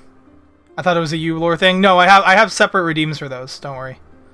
But even then, most of those pertain to Final Fantasy, my character in Final Fantasy 14. So, random lore fact: I'm now a bunny boy. I am now running around as a bunny, although that's not actually canon. So, still a cat girl, technically speaking. Delta V lore fact, I can give you one, is that a while back we decided that I was specifically waifu Mousy's, so like, Mousy's waifu redeem model's mother.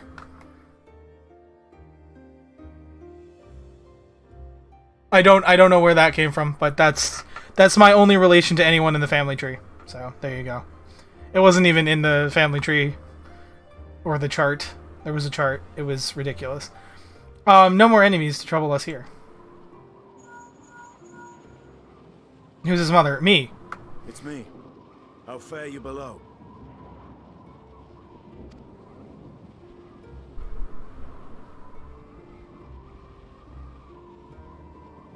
Understood. I will inform Vritra. Chaos and panic sweep Raz-at-Han, and many more have succumbed to the transformations. Amidst the fray, Ahawan fell, protecting a grief-stricken father.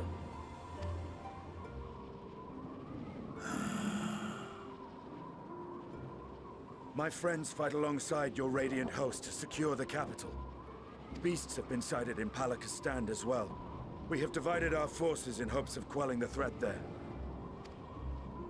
Of small solace is that we now know what triggers the transformation. As my companions tell it,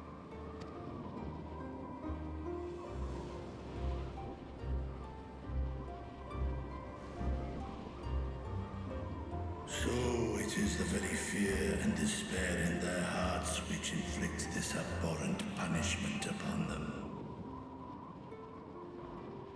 Crazy how your PC is crapping in the V model. Yeah, I have no idea why that's happening. Like, my stream has been almost perfect all night, and the only reason why is because I turned off my model. So I have no idea how to... There is no fixing that, it's just I need to upgrade my PC. And I don't have the money for that right now, so when it comes to specifically Final Fantasy XIV, I'm not going to be a VTuber for a while. Which, makes me a little bit sad, but it's fine. I've come to accept it. A nightmare from which my children will never awake. O capricious and cruel fate, they are undeserving of such condemnation. I mean, my graphics card, I'm rocking a 1050 Ti from like 4 years ago. So, yeah. Moderately overclocked. Couldn't handle much. Doesn't help at all.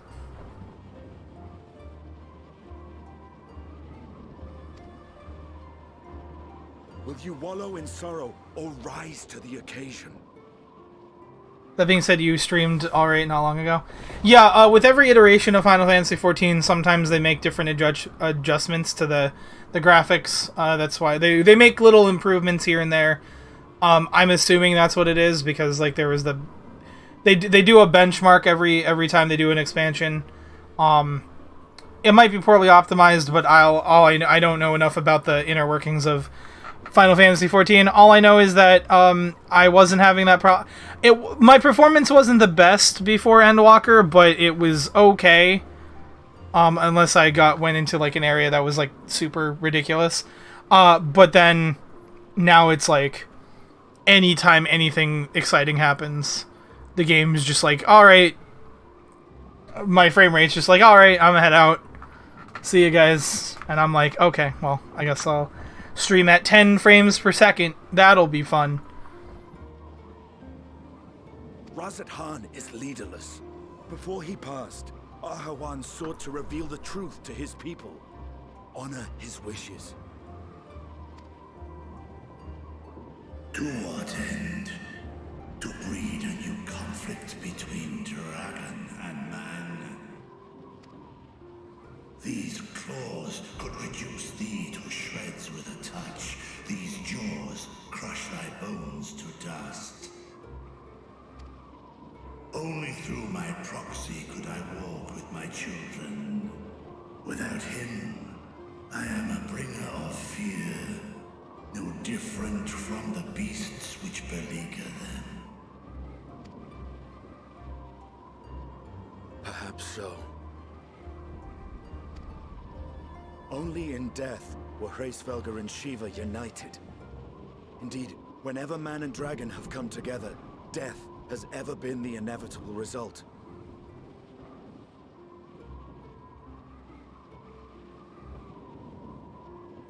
Oh, he means Shiva's death. Okay, I was like, Hraesvelgr is not dead though. But no, he means specifically Shiva's death united their souls within Hraesvelgr. It was our fear of your kind that sparked a nigh endless war. Fear and hate of which Nidhogg drank deep as he laid waste to my homeland. And in turn, I took my revenge on his brood. Blood for blood, pain for pain. I thought nothing of theirs, only of mine. And yet, were the chasm between us too vast and too deep, Hraesvelgr would not have borne Isael to battle and our rescue. He would never have entrusted a mortal champion with one of his eyes, and the Dragonsong War would still rage on. And I would still wage a never-ending war of violence and vengeance. The future of our star be damned. I cannot speak for Ahawan's greater goals, yet I know that he served you, served your people, long and true. In this time of unprecedented crisis, he turned to you. You could do worse than to place your trust in him. It will not be easy, but the future of Razat Han hangs in the balance.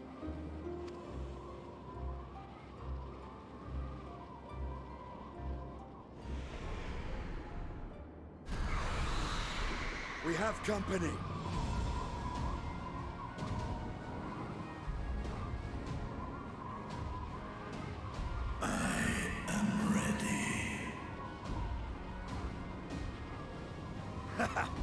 The hour has come, Vritra. It's all or nothing. Oh, they made him say it. They made him say it.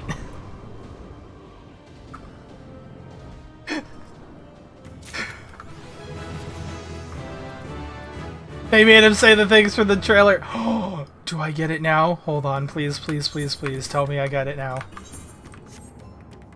What was that skill? I want it. I want it right now. I'm gonna go out and...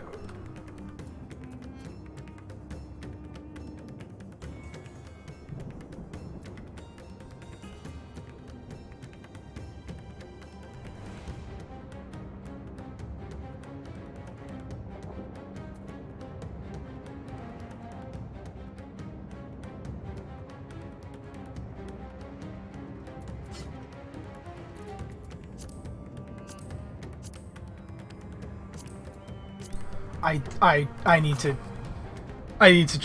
to test that, like, later. I finally got the thing.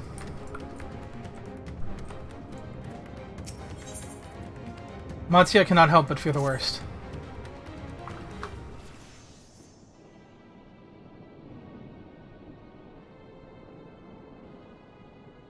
If Mivan fled deeper into the jungle, she and her child are in grave danger. Whatever are we to do? Gods have mercy.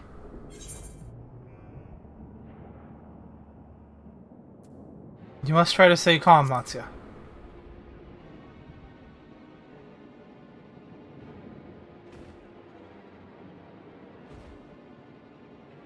But how can I at a time like this? They could be dead.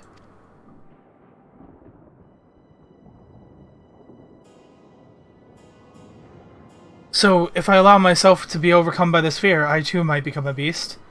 I'm not sure I understand, but I will do my best. I've seen to the wounded. How did the two of you fare? Did you find your friends?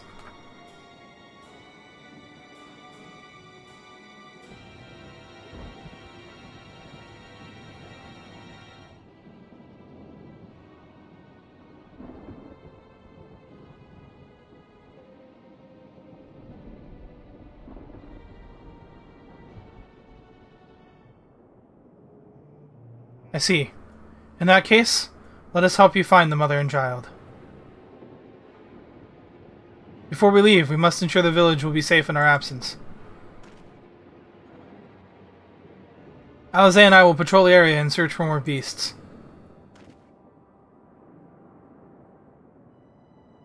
Would you and Matsuya speak with Elder Yuravet? Pray explain to him the situation and join us as soon as you are able.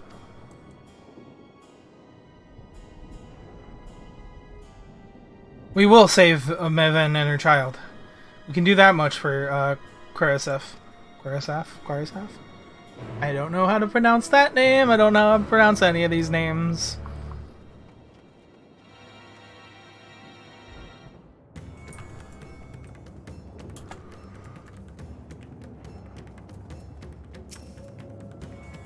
I'm heartened to see you both safe, but what of the family? We found Quarisaf, but he... Say no more, I understand. We have lost another one of our dear friends. Quarisaf may be gone, but there's still hope for Mevan and their child. Please find them, I beg of you. And if, in your search, you come across anyone else who escaped the slaughter, pray tell them what has happened. I will do my best to keep the villagers safe, and their spirits high. Come, let us rejoin your friends at once. Let us indeed.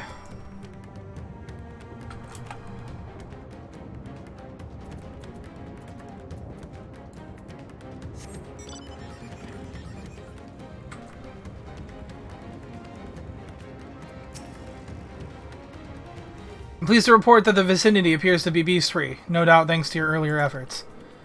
And with that, let us resume our search for your friend and her child. Where should we begin, Matsuya? If we follow if we follow Kasiroda south, we will arrive at Perusa, a temple. It's a sacred place where people go to commune with the divinities. It is possible that Mivan sought shelter there, and perhaps other villagers as well. Then it's settled. Matsuya, stay close to me, alright? You two take the lead. Keep an eye out for beasts and anyone in need of help. Very well. We make for Perusa, and as quickly as we're able, with me.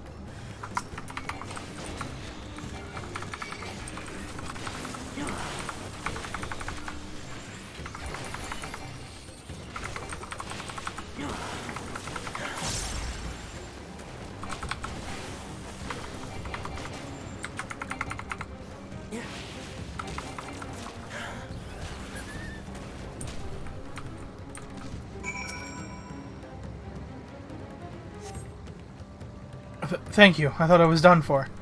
Mevan? She's a friend of mine too, but I have not seen her. She must still be out there somewhere, trying to avoid the beasts. And with her child, gods. Worry not for me. I can make my way back to the village on my own.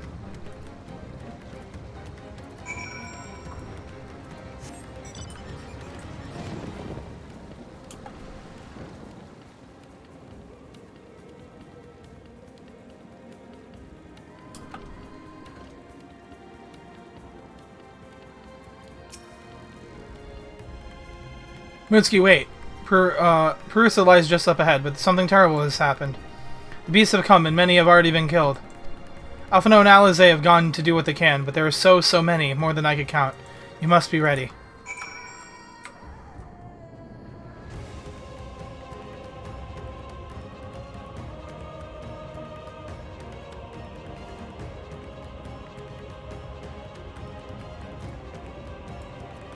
I don't know why I'm running.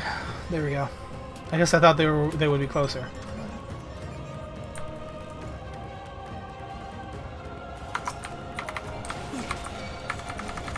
Alright, I need to test this.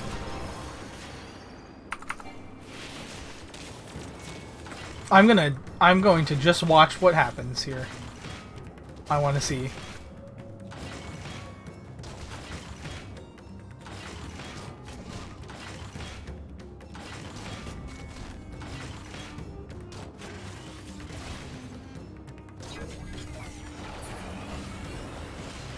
Holy sh... Guys. Did you just, Did you see how much damage the Automaton Queen just did? Back to back? That was a lot.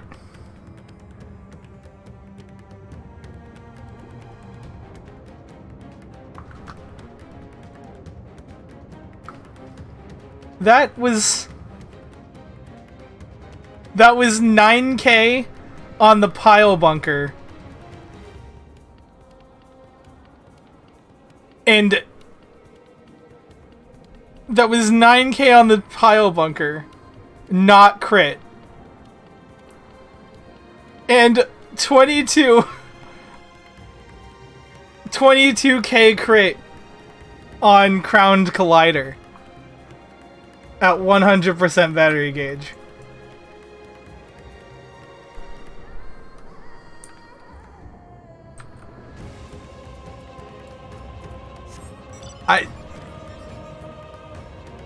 That's a lot. That's a lot. That's a lot. That's a lot of damage. That's a lot of damage. Shit. How do I get in?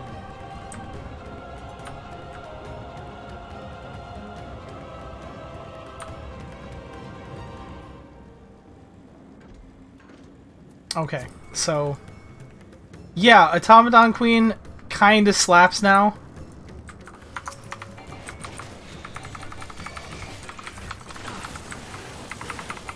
I wonder where the sweet spot is. It might just be 100, because the more your battery gauge is over, the more apparently the more that does. So it might just be wait till your battery gauge is full. That might be the new strat for machinists.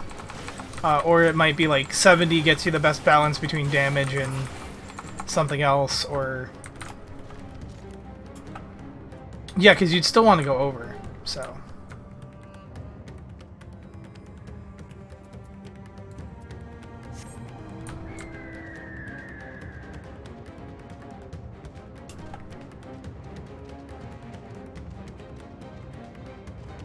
But my god, that was a lot. I am excited.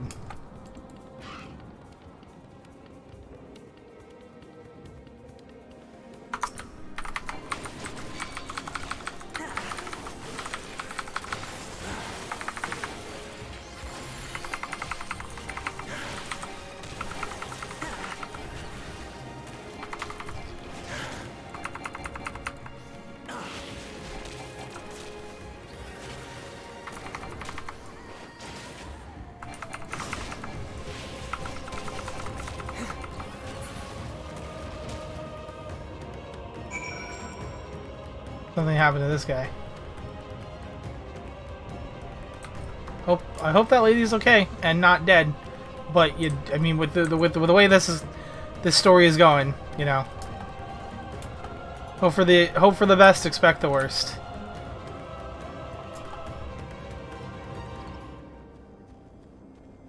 All right, listen, you.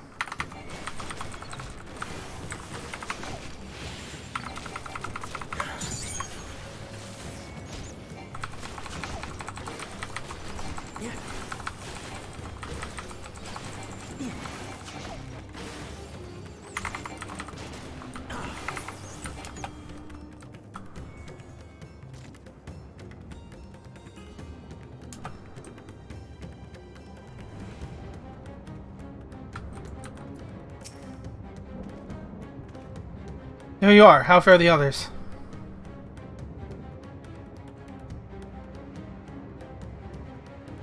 I see. So you've seen to all the beasts in sight. In that case, let's have everyone gather in front of the temple.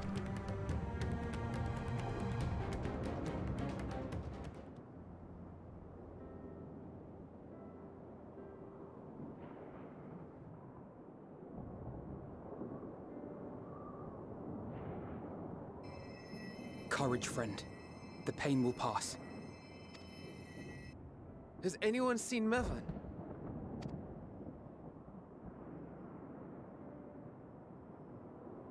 Where could she be?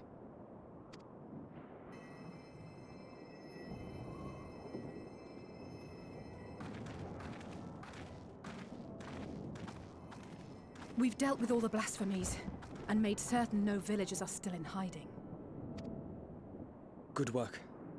We've otherwise tended to the wounded as best we can. What will become of us? Help is on the way, surely. We may have to abandon our homes now, but we will return someday. But where can we go? Is anywhere even safe? That I cannot say. Well, I can. Nowhere's safe. Run all you like, but there's no escaping these things. And even if I could, it's too late for my family.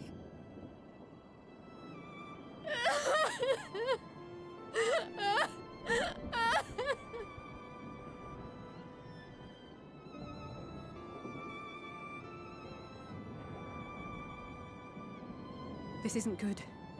The more they dwell on the tragedy, the more likely we are to lose them too.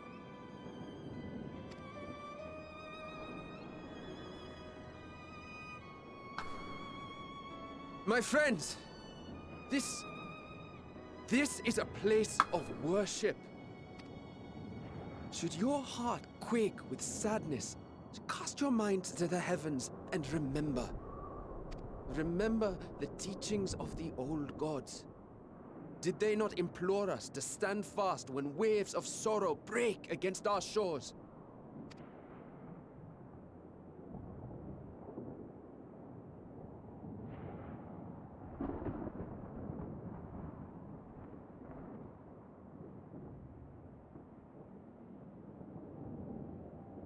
Know this, my children. There is more ugliness than beauty in this world. To live is to suffer. To drink of calamity and drown in anguish.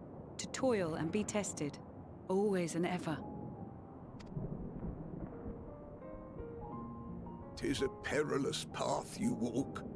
Death lurks in the dark, and is the sole promise that awaits at journey's end. You will tremble with terror. You will weep tears of anger and despair.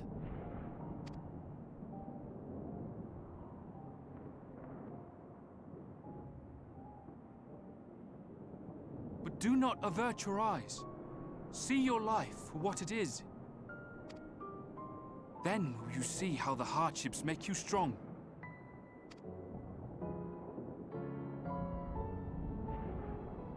Every doubt reforged as scales for your armor.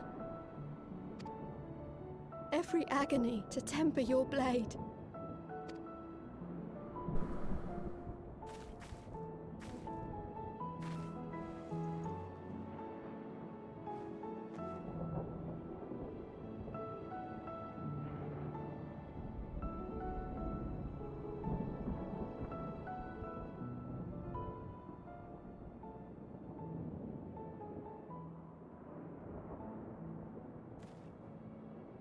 Thank you, lad.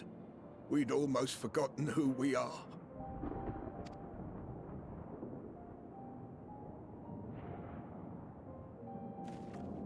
My undying gratitude to you as well, my friends.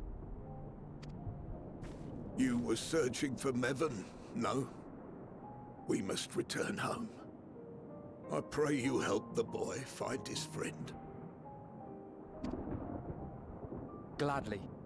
We dispatched what beasts we could, but the roads are still dangerous. Stay together and go in safety.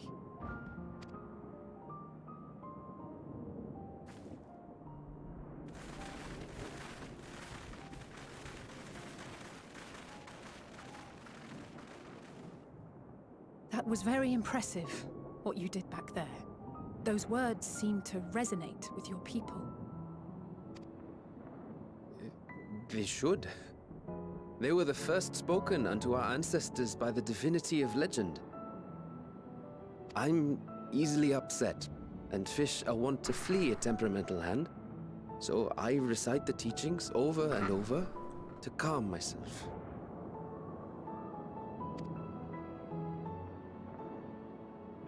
They're lovely and inspiring to hear, though I imagine they were born of great misfortune. They are born of life. There's as much bad as good in it. More, many would attest. All the more reason to appreciate the good when you can. I won't argue with that.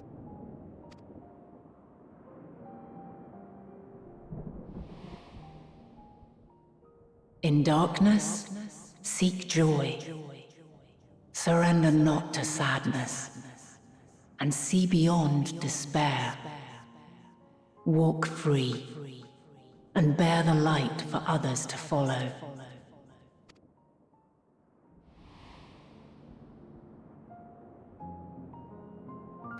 And with that, let us see if we can't find Mervyn.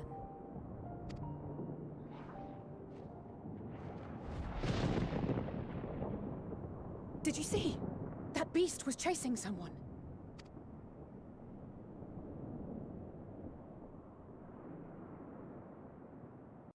Well, that happened. Crying, yeah.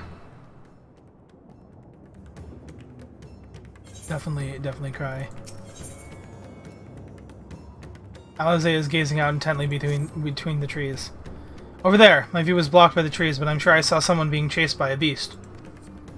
Mutsuki, go with Matsuya and search along the river. Alpha and I will circle around from the south.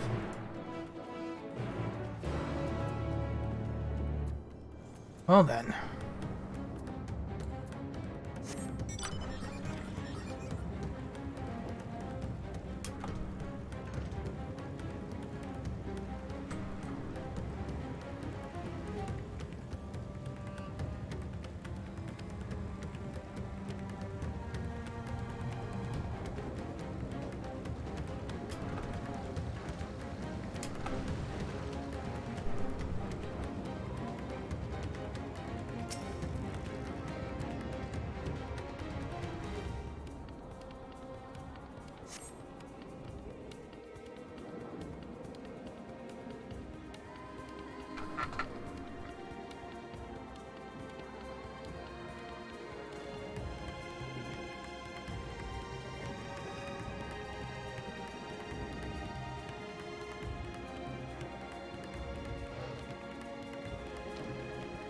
That's her! No, I'm sure of it! Mevon! Don't! Please!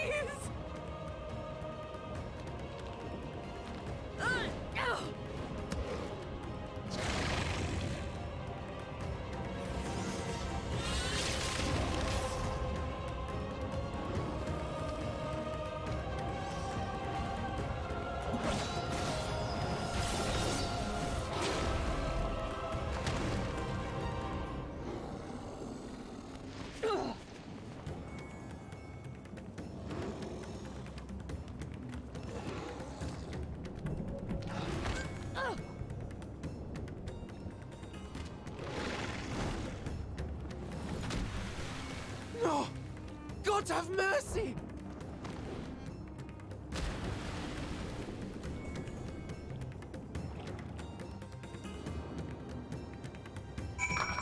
Well, that happened. Alright, let's save mother and her drowning child.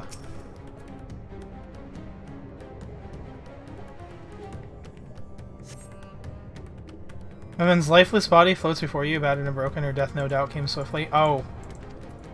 Oh, she's dead. That is not what I was expecting.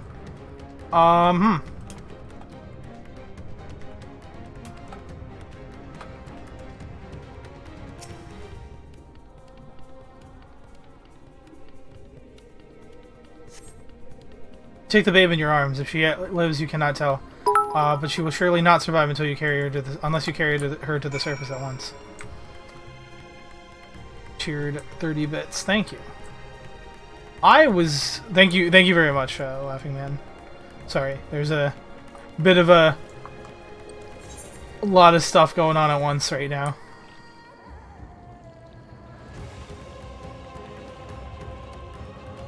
But yeah, so Memon just died. That sucks. I thought we were gonna save both of them, but I guess she was dead when the thing grabbed her in her clutches.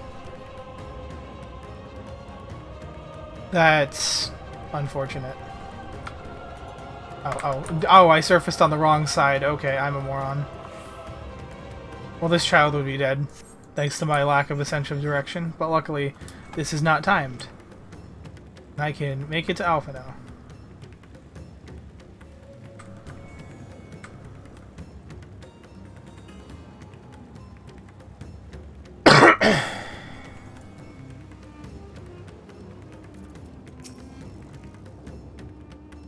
Did you find Mevin and the child?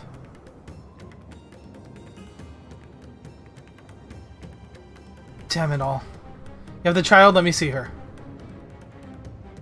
But yes, thank you so much for the 30 bits, Laughing Man. I appreciate the support.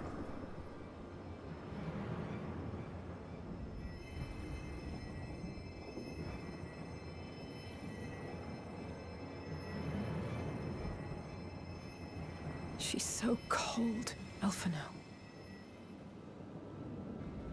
The child is alert, and I see no wounds, and yet she grows weaker. My spells can do no more. What she needs is a change of clothes and a warm bed. We must hurry back.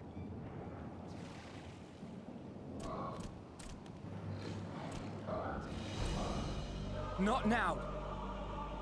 Matsia, take the child.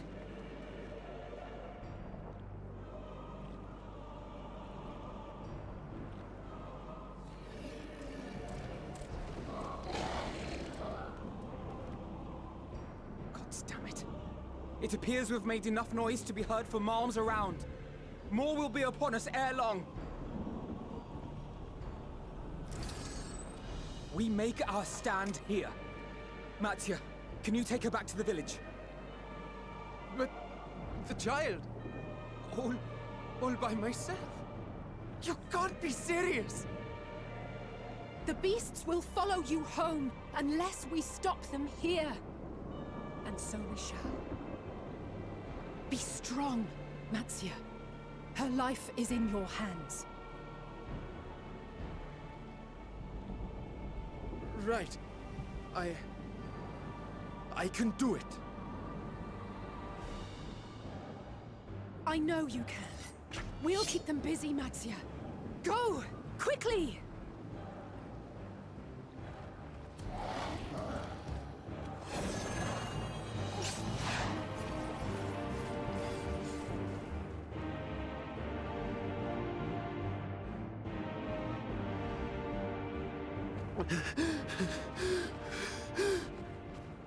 Steady. You know the way.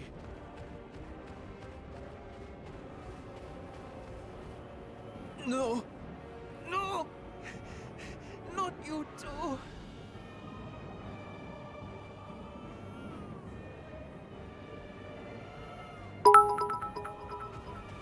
Don't be afraid. Don't be afraid. Thank you for the 100 bits. To drink of calamity. It is a perilous path. Death lurks in the dark.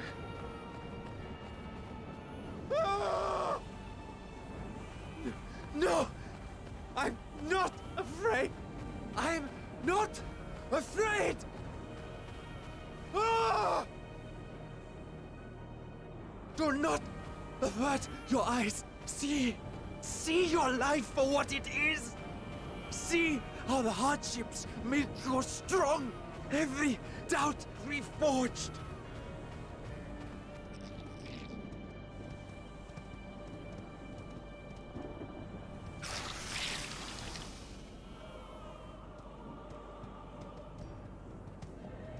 Every agony.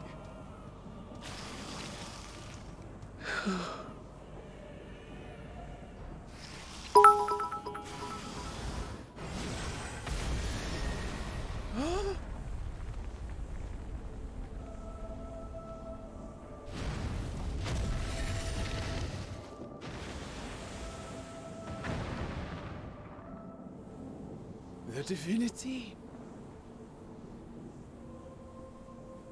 Nay, but one who would deliver thee just the same.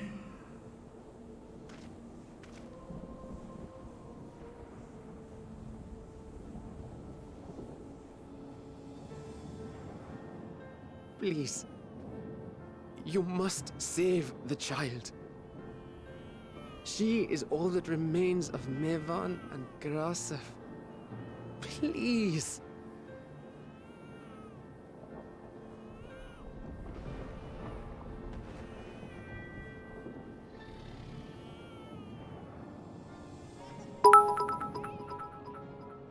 Okay, so hold on.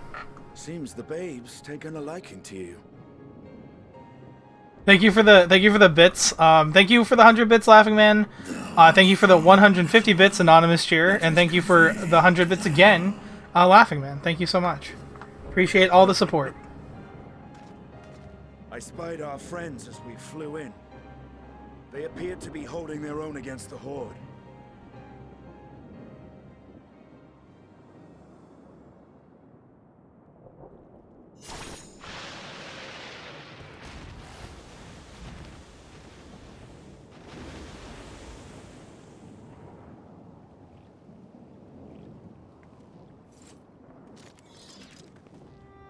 Right. That's the last of them. We should hurry and find Matsia. Here for 2 minutes. Okay, bye. Have fun. Ooh. Thank you. Yeah, you do not want to be here for spoilers, Monica. But thank you for the 200 bits. I appreciate that so much. Thank you so much, guys. And I believe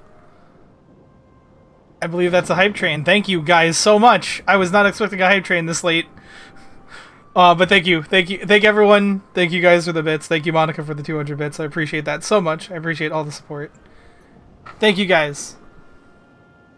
Right, that's the last of them. We should hurry and find Matsia.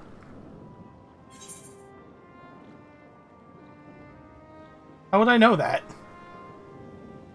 I have a feeling he'll be fine. Really? How can you be so sure? A fine battle it must have been. Shame I missed it. Thank you for the 300 bits, Laughing Man. It was you who came to the I appreciate that. Thank you so much. You guys are great. I was not expecting this guy to support this late. It is like very late. I was probably gonna end stream soon. I don't know how soon. I want to get to a good stopping point in the story, but I don't want to keep streaming for too long. First night back, I figured I'd go easy on myself. I say as I'm going on a 6.5 hour stream. 6 hours 20 minutes.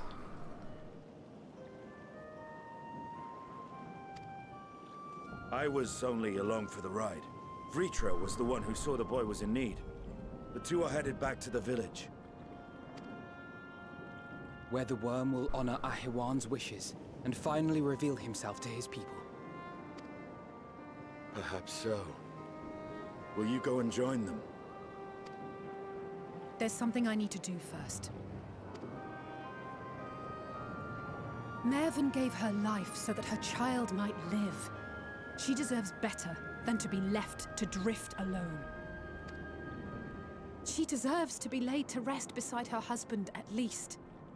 Will you help me?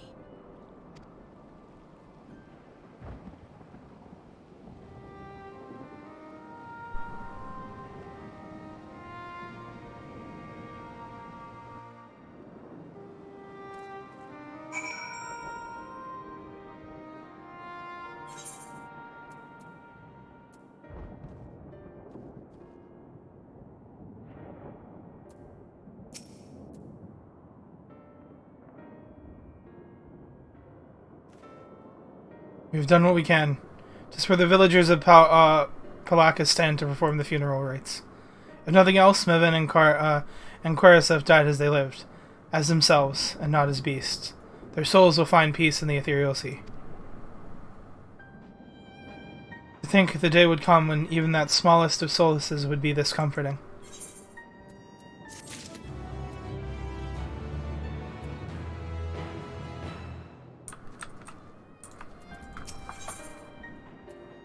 Sedine stands in silence, a grim expression on his face. You are ready, then? In that case, let us head to Palaka's stand. No doubt Vritra is awaiting us.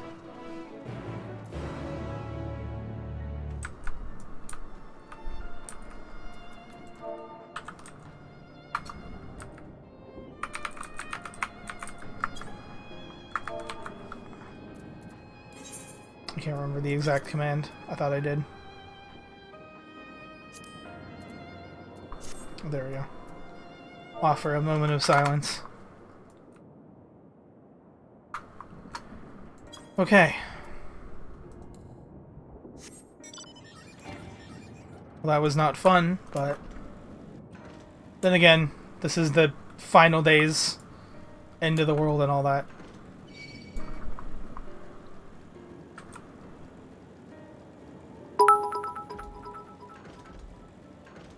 Thank you so much, Anonymous, for the 400 bits. Jeez, are you guys getting into a bit war or something? You guys are getting into a bit war while the world is burning around me. Well, the world of the game.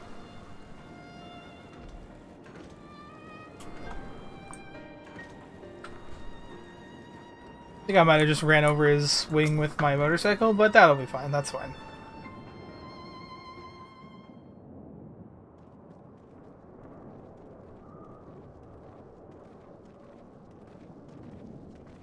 But thank you so much for the 400. My bad, 400 bits. Rest easy, for all is well here. Young Matsya returned with the babes safe in his arms. Owing to a warm bed, the girl hath already begun to regain her strength. Less joyous received was word of the mother and father's fate, as well as the last of their transformed neighbors. How many children of Thavnir must we lose to this calamity? Mothers and fathers, brothers and sisters, sons and daughters. Every death, another void that can never be filled. We who survive them must carry the weight of their memory, as we strive to regain a semblance of what we have lost. Quariseth and Mevon's babe is a child of Thavnir as well. I thank you for returning her to us safe.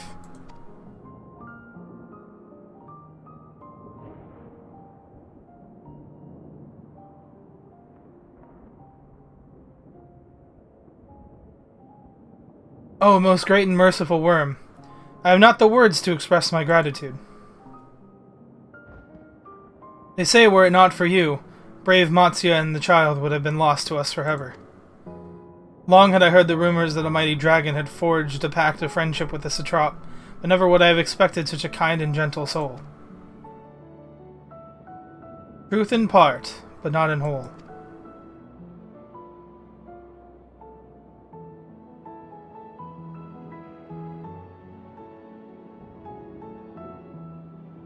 I am Vritra, and for years uncouth has this isle served as mine abode.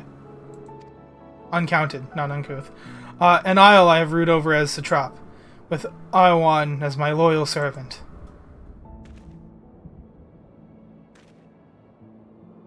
My ears to be believed? You were the true satrap all along?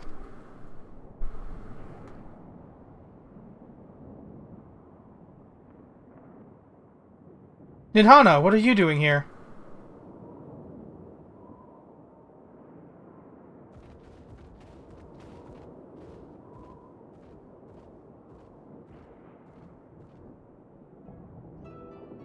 I heard from the Radiant that you had gone to help the people of Palaka's stand in their time of need.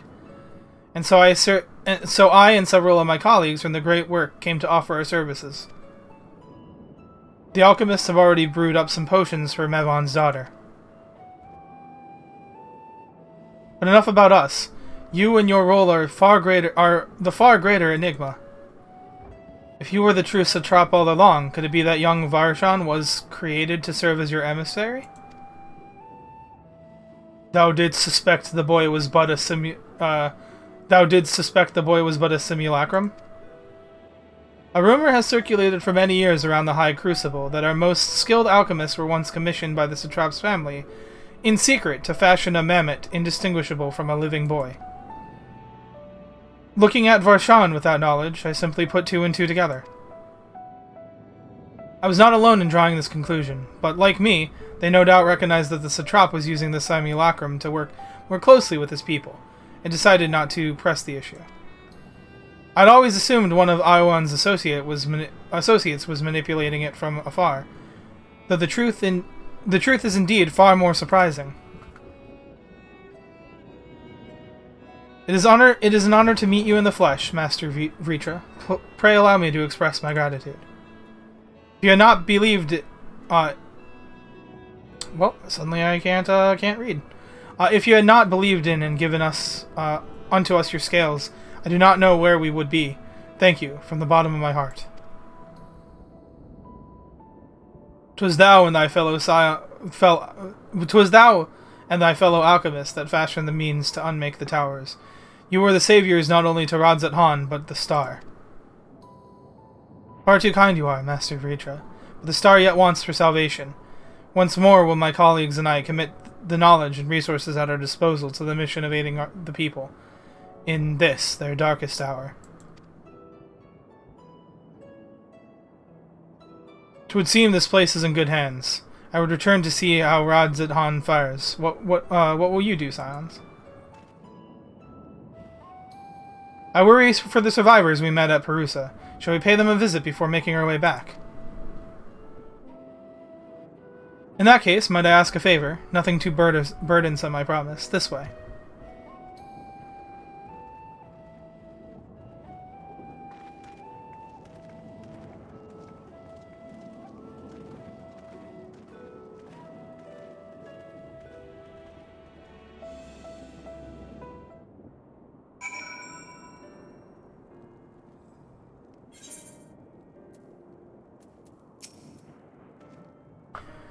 Needs to simmer just a bit longer, I'd say. In the meantime, I was hoping I might ask you a few questions. The red sky, these terrible beasts. What in the name of the sisters is happening here in Thavnair? Well, it's a long story, but... Oh my, that's rather a lot to take in. It would seem the situation is even more grave than we suspected. Thank you, friend. My colleagues and I will use your knowledge to see if we can further our own research. And with that, here we are. A pot of piping hot chai, brewed from my own secret recipe of spices and tea leaves, together with hearty helpings of rich milk and purest sugar. Aw man, I love chai tea. I love a good chai tea. Chai tea is, like, amazing. I would really love a nice, it'd be really awesome if I had an actual cup of chai tea. I made enough for everyone in the village. Might I trouble you to deliver a few cups? The drink has medicinal properties, then? Not in the least. The ingredients are quite ordinary. It's so very tasty, though, and has a way of lifting the spirits. Spicy aroma and distinctive sweetness of chai is a simple, everyday pleasure on our island. Sometimes the best medicine is the simplest. A lovely sentiment, Nidhana. By all means, allow us to assist.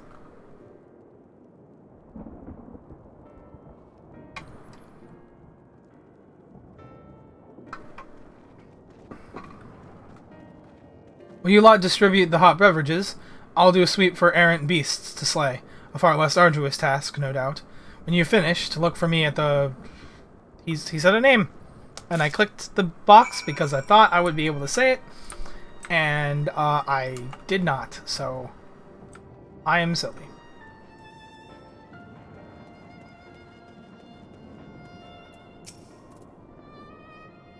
Look at them all lazing about, knowing full well the beasts might strike again at any moment. Do they not realize their lives are in danger? Well, I, for one, intend to survive. I'm too young to die. Yes, I'll leave this island behind if I must. But where would I go? Is anywhere safe these days? You seem to be worrying a lot here. This might calm your nerves. Cup of chai?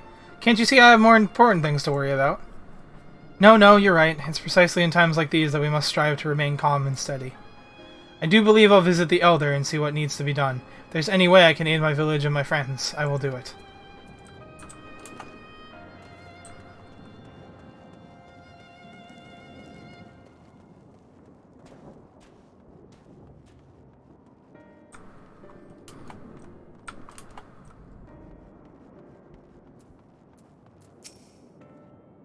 I'm sorry, I just want to be left alone. My best friend and I, we fled the village together. One of the beasts took him and... It's all I could do to run. All the while I could hear this monstrous voice screaming my name.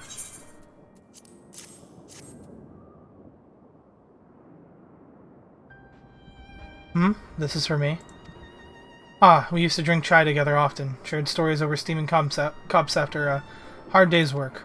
Thank you, friend. The pain may never pass, but I must press on all the same. For his memory, and for we who must remember.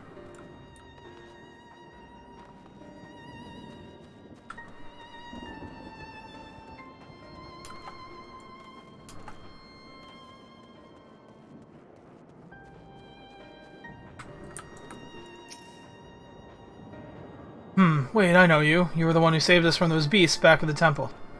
Were not for you, well, let's not even think about that. At times like this, we mustn't dwell on what might have been, but look to the future. But what future awaits us? How can Rods at Han hope to recover from this? Most of my friends are gone, and I don't know where to turn.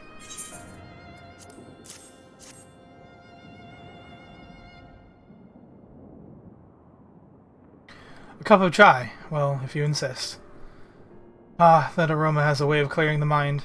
Come to think of it, we've faced our fair share of trials in the past as well.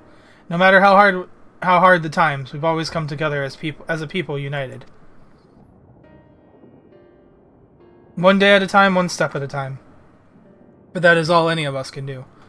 Yes, back to work, once I finish my comp. Thank you.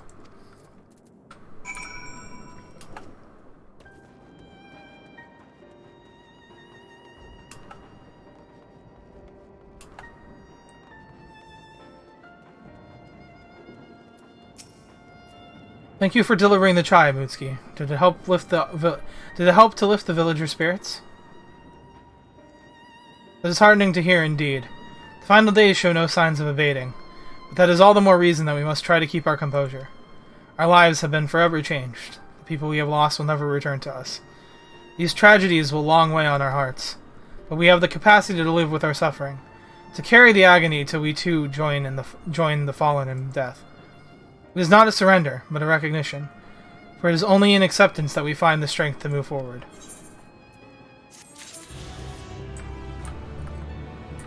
Jeez, God, this game's being heavy. This game's being hella heavy right now.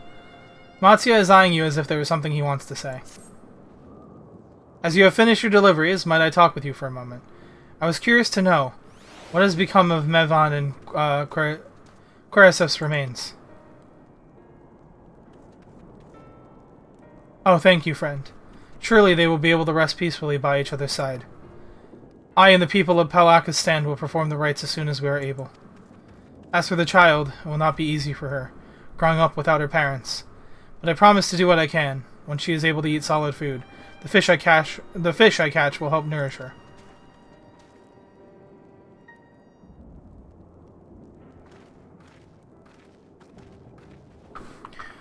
Well, we finished delivering the chai. I do believe everyone has a piping hot cup. I could almost believe there's a magic at work, how the tension fades with every sip. Let us pray that Palakistan has seen the last of those transformations, at least for now. They are still at risk, as every village in Thavnir, like as not. Still, I trust that we can leave this place in the care of our friends from the Radiant in the High Crucible. Shall we return to Radzat Han? By all means, do not let us keep you further. There are still many who have need of your wisdom and strength to deliver them from this terrible calamity. I will do what I can as well. I will bring rations and supplies from Akyali. We have plenty to spare. Then let us find Justinian and be on our way. Where did he wander off to again? A wakeful Tirana, near the bridge to Radzat Han, as I recall. Very well, then. Alright.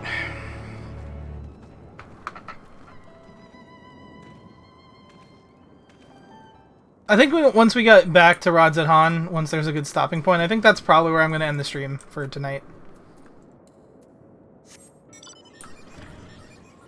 I think, I hope that doesn't start anything.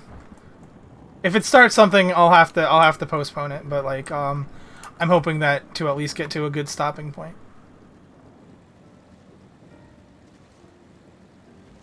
Hold on, where was the... I thought I saw a red circle somewhere.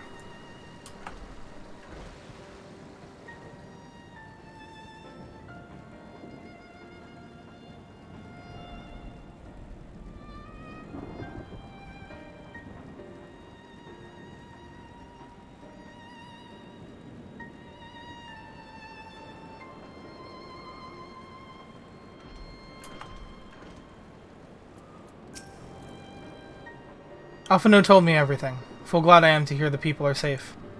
Likewise, you will be pleased to know I found no evidence of lingering beasts in the jungle and ruins. It would seem as you finished off the last of them. Trying times yet lie ahead for the people of Thavnir. Fortunately, they have a wise and benevolent satrap to shepherd them through. Speaking of which, I received word from Thancred not a short while ago. He awaits our return into the city of Azalda's path. On Azalda's path. Very well.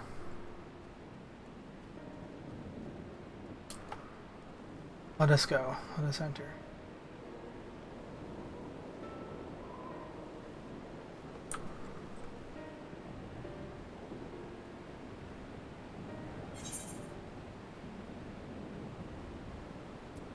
No preference.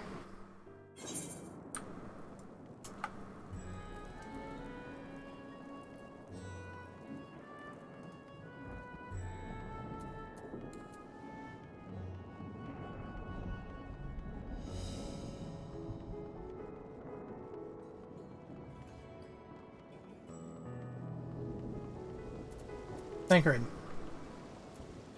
It's good to see you safe. Given the skies, 'tis all too easy to fear the worst. I am pleased to report that we've succeeded in quelling the threat here in the city. The beasts have all been felled, and the citizens are safe for now. I've also heard from the Radiant that an important proclamation will be made in the city square, though they said no more than that. Might you have any idea what this is about? So Vritra is finally coming out from behind the curtain. I suppose we, too, should hear what he has to say. Megaduda, then. But before that, it would appear that the word of the Assembly has not yet reached all the citizens. If anyone along the way seems unaware, we best enlighten them.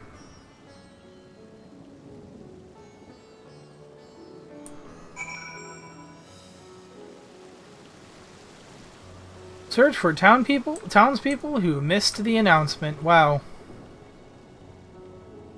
I'm glad we have to do this.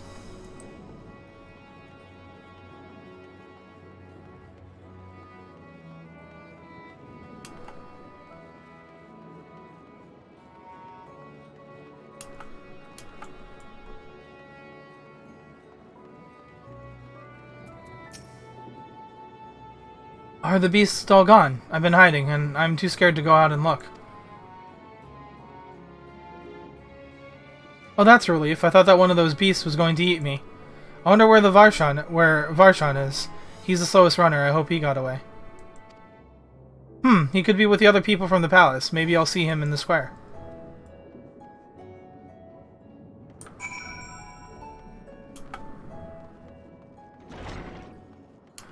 I like the idea that the boy conjured from Reacher's eye is like a notoriously slow runner. Leave me be, please, I swear to you. My flesh tastes absolutely terrible. Do I look like one of them to you?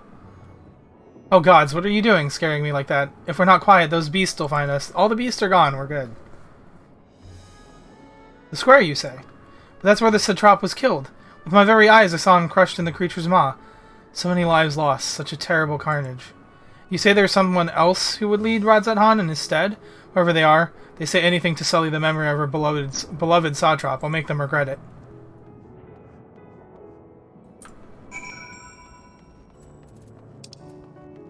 Time to wait at the designated location.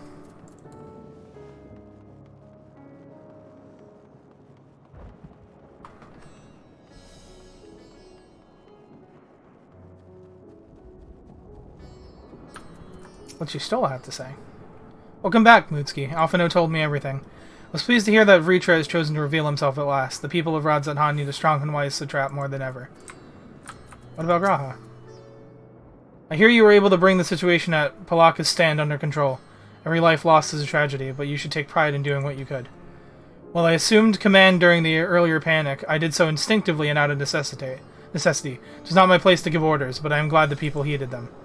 But now they have need of a true leader, a magnanimous and just satrap, who can guide them every step of the way. Fortunately, they are blessed with one such soul. If anyone can protect and guide them through this calamity, it is he. I just wanted to talk with both of them because, well, Ystrel is obvious, but then Graha because he was such a badass in the cutscene from earlier.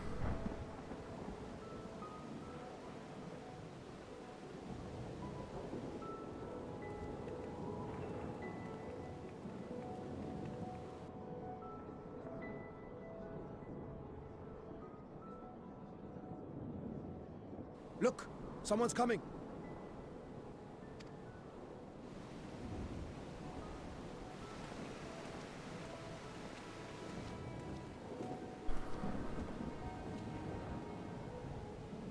People of Radzat-Han, it warms my heart to see so many brave, resilient souls before me.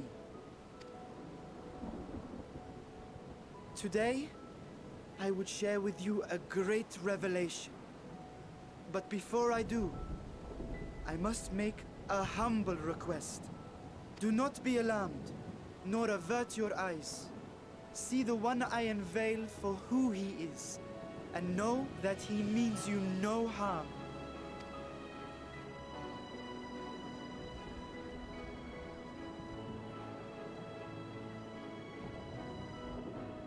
Very well. I dare say it can't be worse than the horrors we've already seen. Many thanks.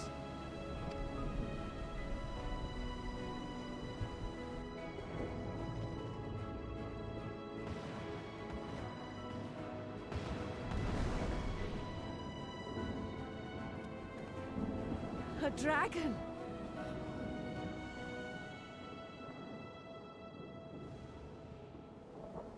Wow!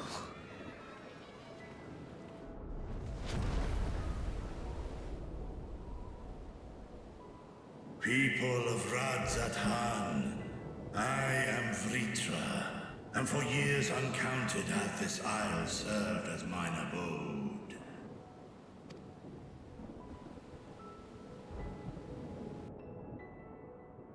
'Tis as the satrap's ally I am known. Today, I would reveal the truth unto you.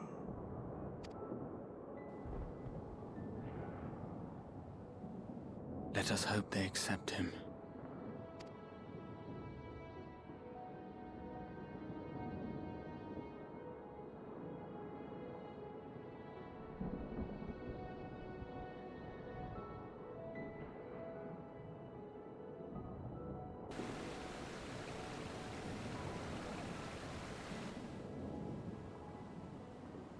If I am hearing this right, you were the satrap all along? Vashan! I mean, Master Vritra, does your divine eye really see all? Nay, child. While mine eye hath borne witness to the whole of our nation's history, to its future I am blind as thee. Countrymen, calamity the likes of which we have never known is come to Thavnir, our home. Friends and loved ones have been taken from us. I, too, have lost my closest confidant. Ahawan loved this land and served it with dignity till his dying breath. A nobler satrap there will never be. For so long, I lacked the courage to face you. I will not easily earn your trust, this I know. And yet, I cannot sit idly by and abandon Radzathan to her fate.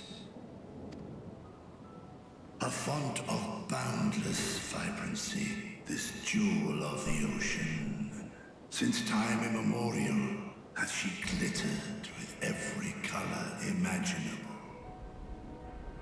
To this dragon, slumbering in his dark lair, 'twas a mesmerizing sight, and one that brought no end of joy to my heart. This calamity hath stolen too much from you already, yet so long as you live, the light of Radzathan will never be extinguished. I pray you let me watch over it, over you, and lend me your strength that we might face this trial and those to come as one.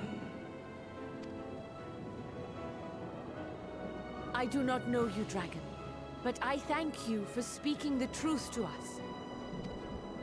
As divinities, both Manusha and Riga once joined together, so too do I believe that hand in hand, we can overcome this ordeal and welcome an era of peace.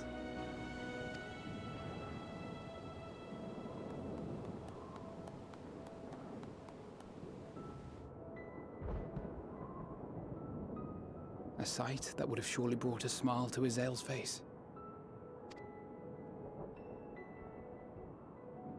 Indeed.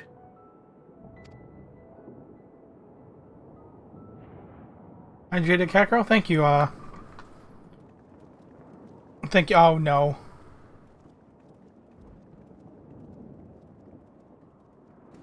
Thank you, Laughing Man. I have hydrated. Excuse me, but I must speak with the Satrap at once. Thank you for the 200 bits again. Thank you so much, Laughing Man. Thank you for all the support. I appreciate it. Father.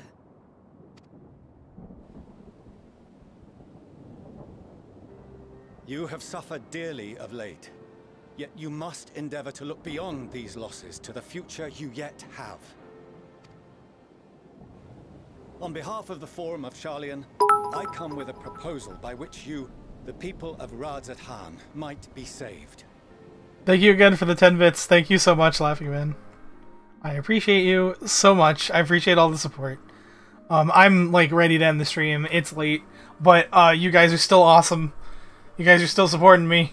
It's pretty awesome. Thank you so much. I say again, I must speak with your Satrap. I beseech you, take me to him with all possible haste. I am Satrap here. Speak thy proposal. All present shall hear and judge.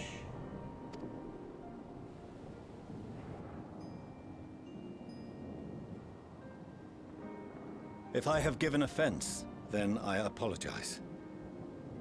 First, allow me to share with you what knowledge we have of the phenomenon responsible for your woes. The final days. 'Tis an affliction of stagnancy and rot, sown into the currents of the star. Though the first prominent manifestation was here, in Thavnir, it will invariably spread to every corner of the world. The Forum was forewarned of this apocalypse several centuries ago. Thenceforth, my predecessors sought to prepare for the end times in the only conceivable fashion, by securing a means of escape.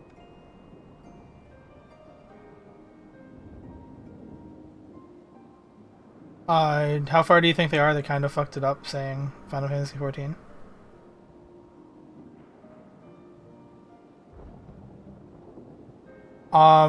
I think I'm about like halfway through the story. I don't know if this is.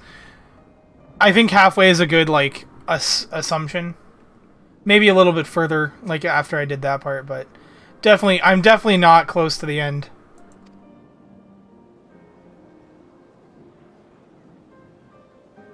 Escape this store? What madness is this? 'Tis by no means madness. With the coming of the 7th Umbral Calamity, the true nature of the Red Moon, Dalamud, was revealed. That it was an artificial construct of ancient Alag.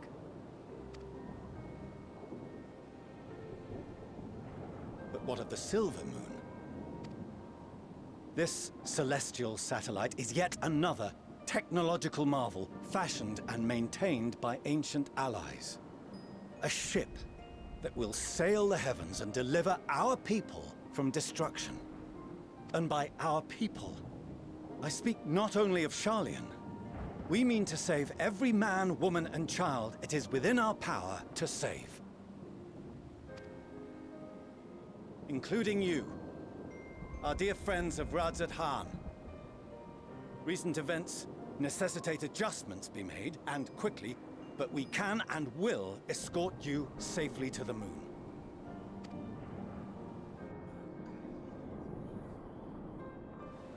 Long has thy Forum been allies to Thavnir.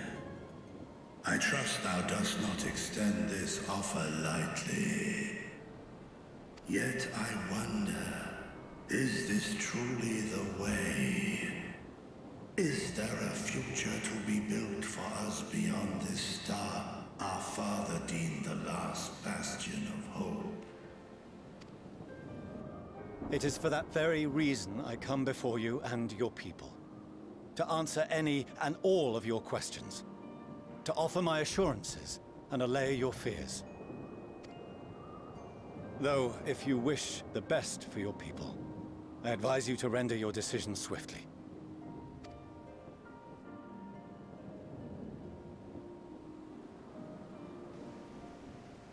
Show our friends to Megaduta. They are to be received as honored guests.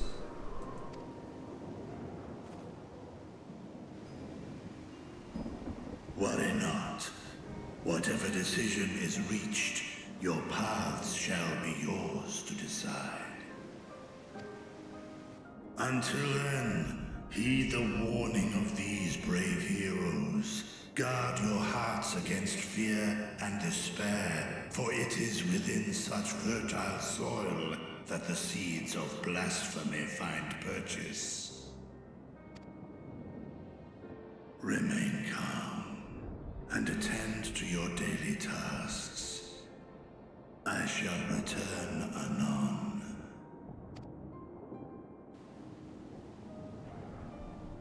We'll do as you say, Master Vitra. We believe in you.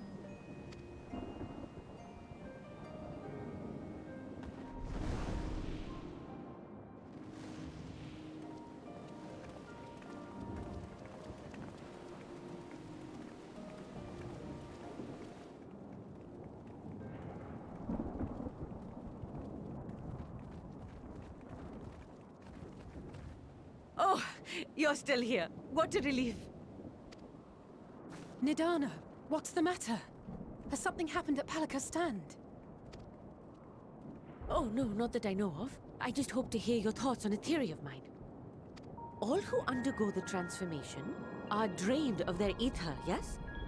What is it then that gives these beasts the strength to carry on as they do? Logically, They must be drawing upon an alternate form of vital energy. That put me in mind of our earlier conversation, when I tried to explain the essence which many confuse with ether. Oh yeah, because she was saying there was that other energy that they had that was like completely separate to ether. Akasha. Yes, I remember. The unseen gift bestowed from on high. An energy influenced solely by emotion. Yes, yes. In this instance, negative ones set Akasha into motion, thereby infusing the beasts with vitality. I posit this as the mechanism by which the beasts are born and sustained. Ah, do you still have that flower?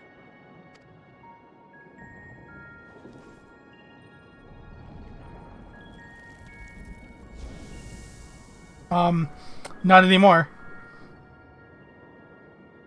If we accept that it once shone bright by drawing upon Akasha, influenced by the thoughts of those nearby, then fear, terror, despair, negative emotions so powerful as to suffocate it, permeated the air in this place.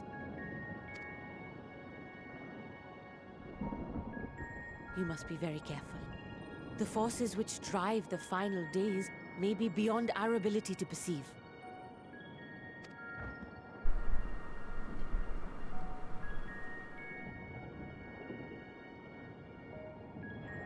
Sorry, I didn't mean to scare you like that. At any rate, I will continue my research into Akasha. Do temper your expectations, however. There are sadly few detailed studies upon which I may draw. Formulating a new theory as you have is itself no small feat. I wish you well in your endeavors, and pray you take care. Thank you. You stay safe as well, yes? Till next we meet. And we will meet again.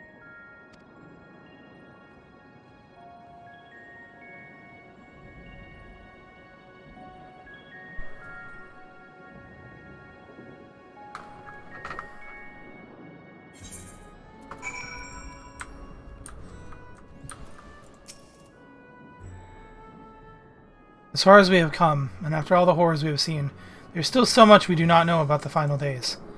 Could it be as Nidhana said, that the cause of this phenomenon is beyond our comprehension? And if so, are we powerless to forestall it?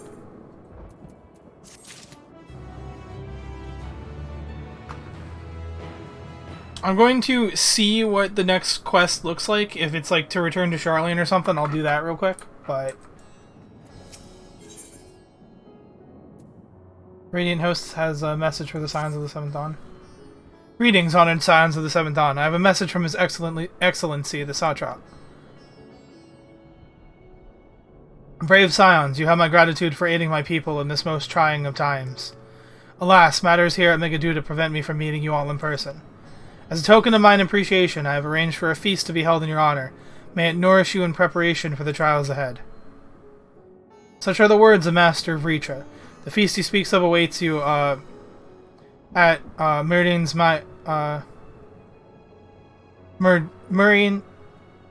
Muride's Mahan. Pray make your way there whenever your business here is done.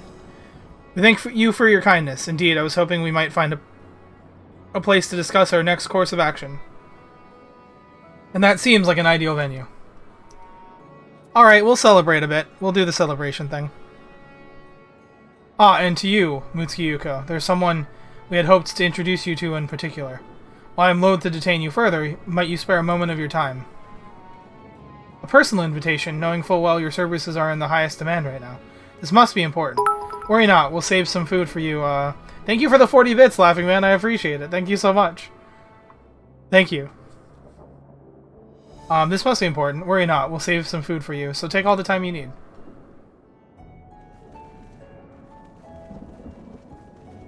Thank you, friend. Whenever you are ready, please join me in the Aetheryte Plaza. I should go on ahead.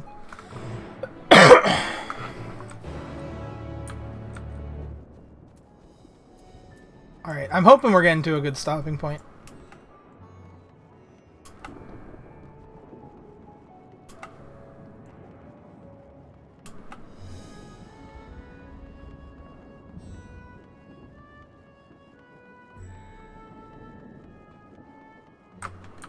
Wait, is it? It's down this way, isn't it?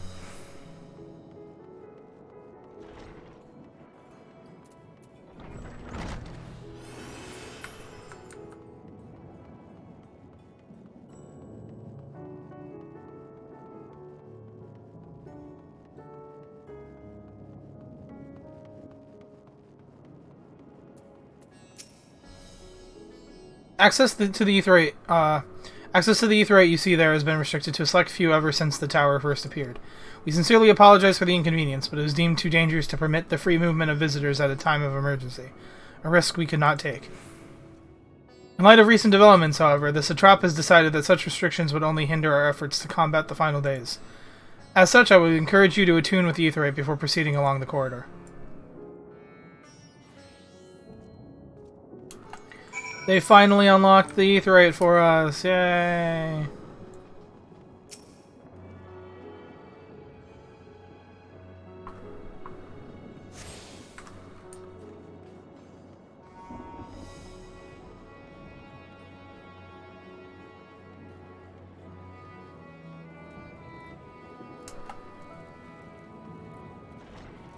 I'm a DMU, the DMU TMMO, or the...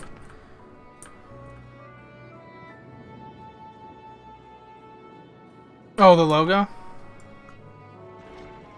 Yeah, sounds good. Thank you, man. Thanks for working on it, too. Well, I sent EZO 2 triangles, one upright and one upside down in my first draft. Nice. Radiant Host Soldier. Oh, you must be wondering what this place is. You stand in the hall of the Radiant Host, from where our leadership oversees all of Rod's at Han's military operations. Sundrop, our destination, lies just ahead.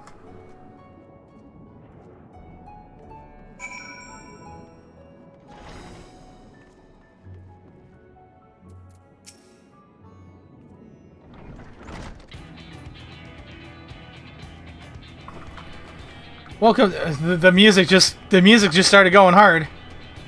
Welcome to Sundrop. Without further ado, allow me to introduce you to.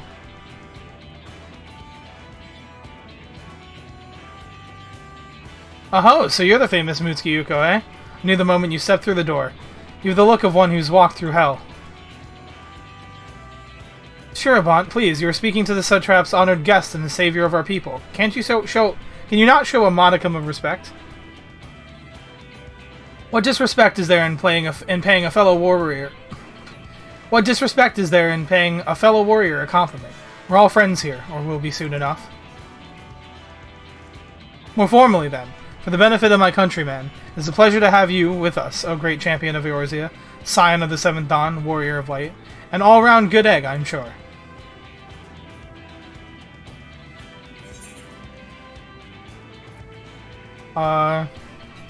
What is this place? I mean, both of those were already answered. I hear you've been to Kagane, where you'll have seen all sorts of foreign embassies and whatnot. Well, we've got them. We've got them here in Rod's at Han too. Other lands send delegates to oversee trade and diplomatic dealings. Then there are military matters to discuss, which is why all these officers are stationed here in Sundrop. I imagine you're more than familiar with each of the nations they represent, yes? We've got representatives from Doma.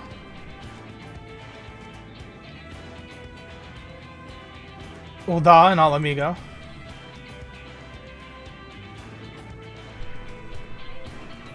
Limsa Laminza.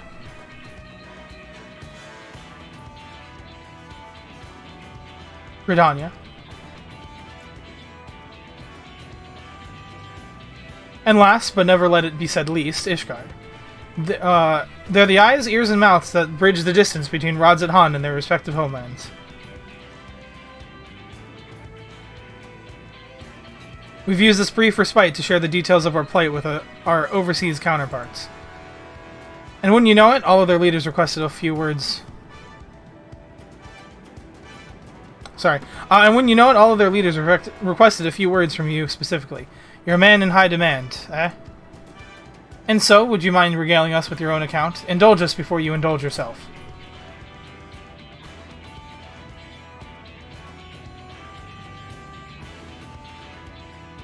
Gonna be a thicker thing, you pick the one. I thank you for the report. The conditions under which men are turned to beasts, the etheric anomalies you have observed, you have given us much to consider. It is concerning that the first transformation apparently occurred before the skies turned red. It is contrary to what one would expect. Thankfully, the information you conveyed to Lucia upon your return from the moon has already proved invaluable. As soon as reports of the calamity here in Thavnia reached the Grand Company of Eorzea and our far eastern allies, our leaders knew at once that the final days were indeed upon us. They began taking steps to assess the extent of the phenomenon's spread. Our agents were able to confirm that, for the time being, the skies burn only over the bounty, including this island and Corvos. Alas, that is of little comfort. Aye, all through the Allied lands there have been reports of people transforming into hideous beasts.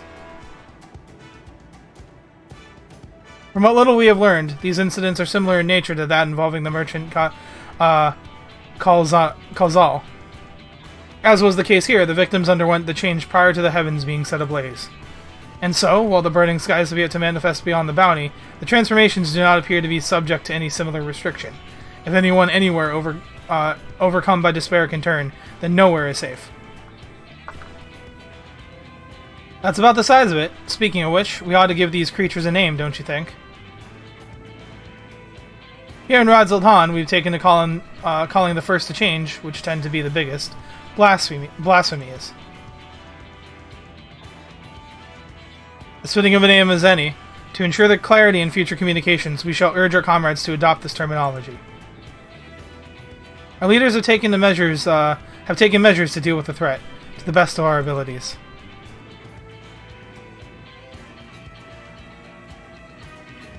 Aye, each nation has assembled their own groups of elite soldiers to put down these so-called blasphemies, and their spawn as and when they appear. At the same time, they are doing all in their power to put people's minds at ease. Who created Delta V? That's an interesting question. Was gonna do it on my own, but Isa said I should report. Who created Delta V? It kind of just happened.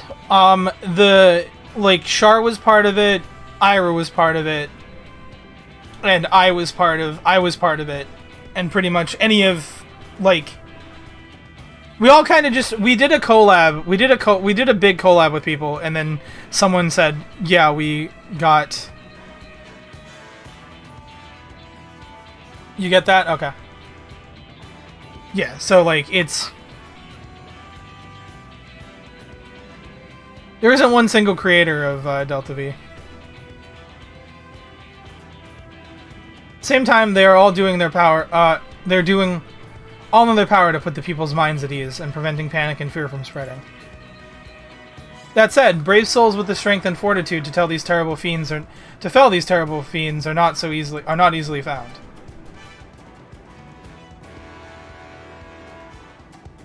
Feel like y'all three should create a system? Well, the thing is, I don't want to have one.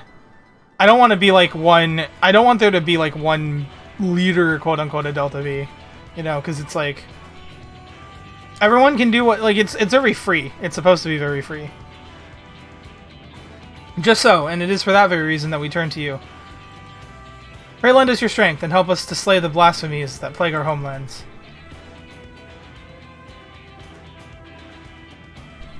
Now, you don't have to give your reply before dinner.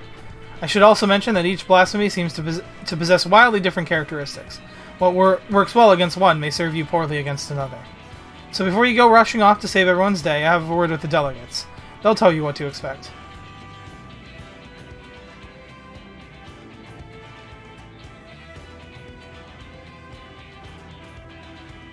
And with that, I do believe our friend here has a feast to attend. Spare a thought for us while you're tucking into all that fine cuisine, eh? You have gained access to the role quest. These are the role. Okay, these are the role quests. That makes sense. You have gained access to the role quest for Endwalker. A separate quest line and story is now available for tank, melee DPS, physical range DPS, magical range DPS, and healer roles. To undertake these quests, speak with any of the delegates in the Sundrop and agree to help defeat the blasphemies that plague their respective homelands. Well, I'm talking to you before anyone else. Sounds good. Sounds good. Works for me. Pray forgive Shirabon her rudeness. She can be a bit boisterous at times, but it's simply her nature. Anyway, my apologies for keeping you from your hard-earned rest. You will be rejoining your companions, yes? Do you know the way to the Mahon? I do, in fact.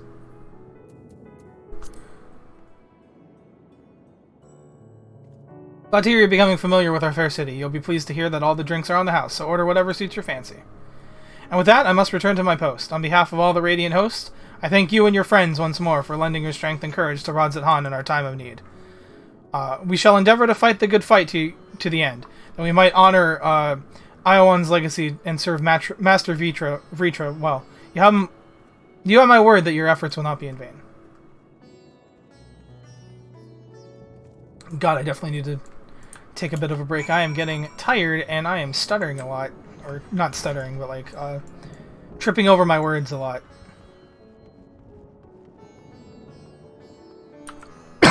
Wait, I should be able to just use this Aetheryte shard, right? Well, once I attune to it, I suppose. That would help. I'm assuming I attuned to the one here because I was here. Especially when it comes to the design aspects. That's okay. Yep, no problem there. I will help you where I can. When and where I can.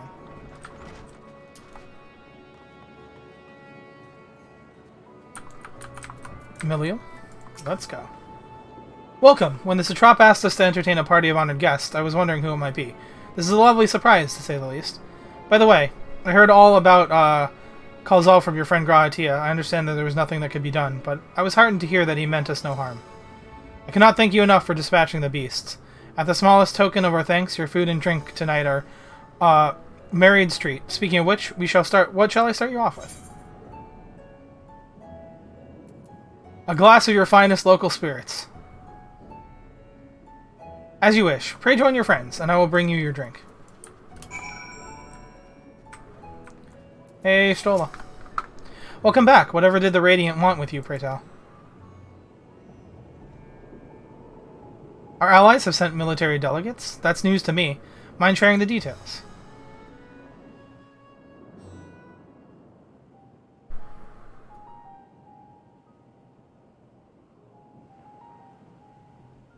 So blasphemies now plague all the realm. It will only get worse if what Father said is true, as it did in Amarot. If that's our model, then shouldn't we expect the effects to grow more severe as it feeds off its own spread? As if people transforming into those monstrosities wasn't bad enough. If the flora and fauna, if the land itself turned against us. No one would survive.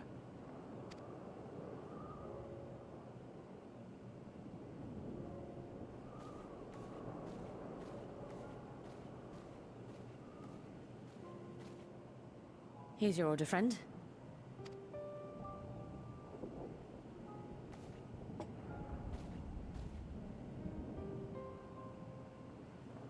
May you find comfort in these dark times.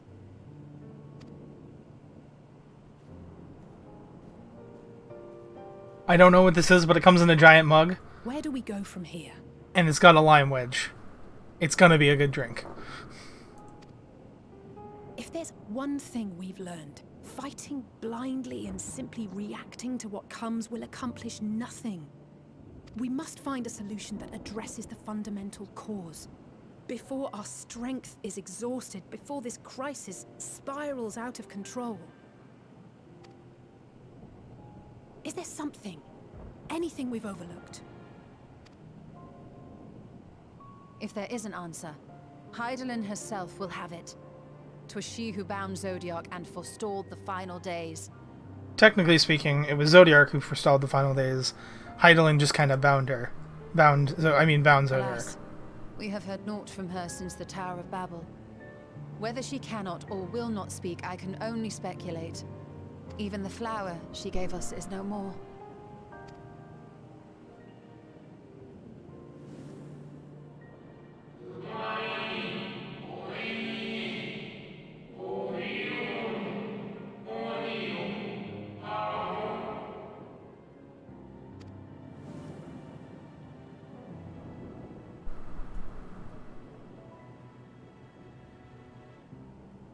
So advised the Watcher.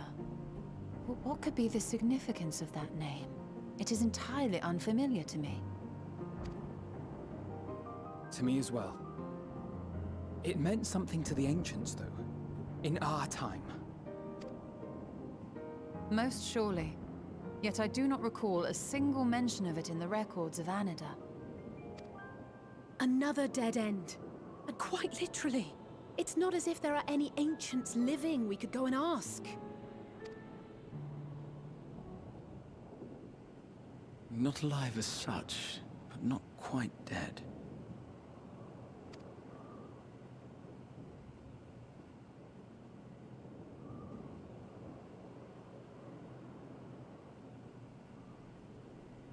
Elidibus. We didn't kill Elidibus, we sealed him inside the Crystal Tower. I sealed him in the white auricite of the Crystal Tower back on the first. Contained within that reservoir of ether that maintains it, ether that is returned little by little to the sea. Naught may remain of his soul. However, if part of it lingers, we might be able to speak with him there. I know we can no longer make that journey, but you, my friend, still can.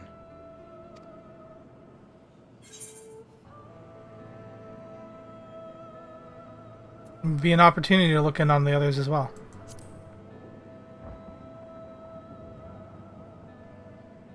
Thank you, my friend. That would mean much to me. If nothing else, should we learn the first is safe, we'll have that much more reason to keep fighting the good fight. That said, the odds are not in our favor, to say the least. Which is why we're fortunate to have Urianger up there on the moon, working hard to make all the necessary preparations for our departure, should it come to it. And why we have nothing to lose by staying the course till the last instant. Indeed. To the last, let us all do what we can. I will consult with Master Matoya and see if she knows of a way to reach Hydaelyn from the Ethereal Sea. And I will visit the nation's leaders and attempt to ascertain how far the final days have progressed elsewhere. Keep me abreast of your findings. I can seek out and slay the worst of the immediate threats, if only to slow the spread. Unease, terror, despair.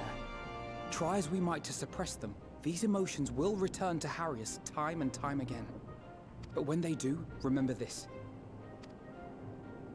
Your friends and loved ones are out there somewhere, sharing in your struggle. You are not alone.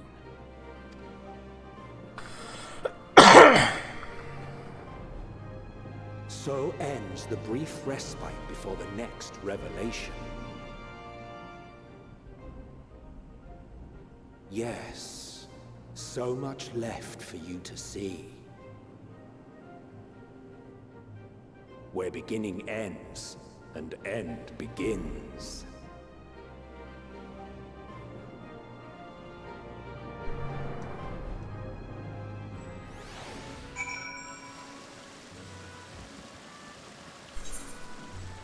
Alright, I think... Now then, is there anything we've forgotten to mention? Are your arms and armor in good order?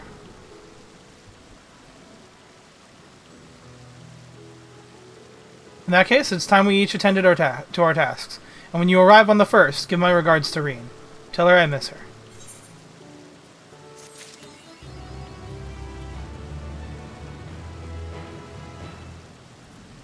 Alright.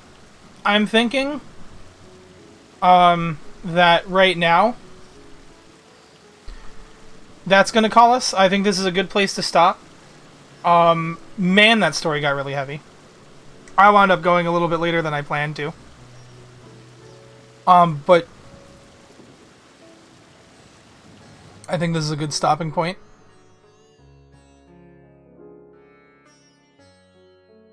Let's see. Okay, I'm just seeing a couple of big people raiding. I typically like to give raids, but I don't have anyone on my list. So if anyone has any suggestions for raid targets, someone I can raid, I'm probably not going to chill out much in their stream. I'm pretty tired, and there was a couple of things I wanted to do after stream anyway. So, I'll be taking care of those. But I do think I'm going to call it here. So if anyone has any rating suggestions, I'm open to them. And otherwise...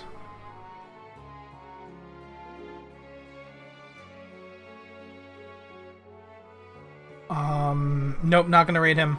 That's spoilers, so... Yeah, otherwise, if no one has any suggestions for someone I can raid, I will... let's see...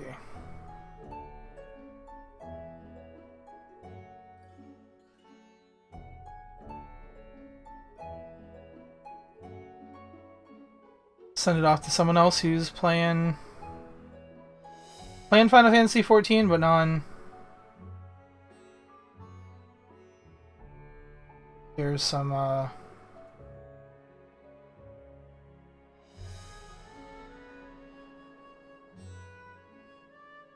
see.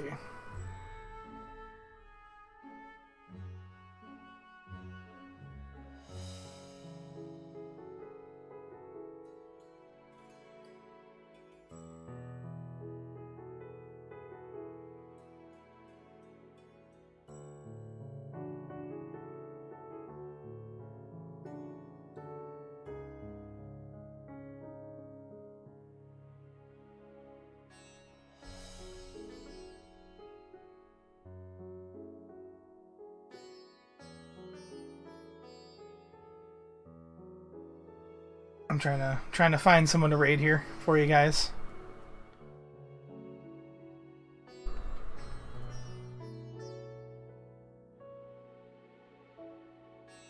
I think I found someone. Unless anyone has any raid suggestions. I don't see anyone else on. I'd rather raid than not raid, even if it's someone I don't know. I cannot speak for their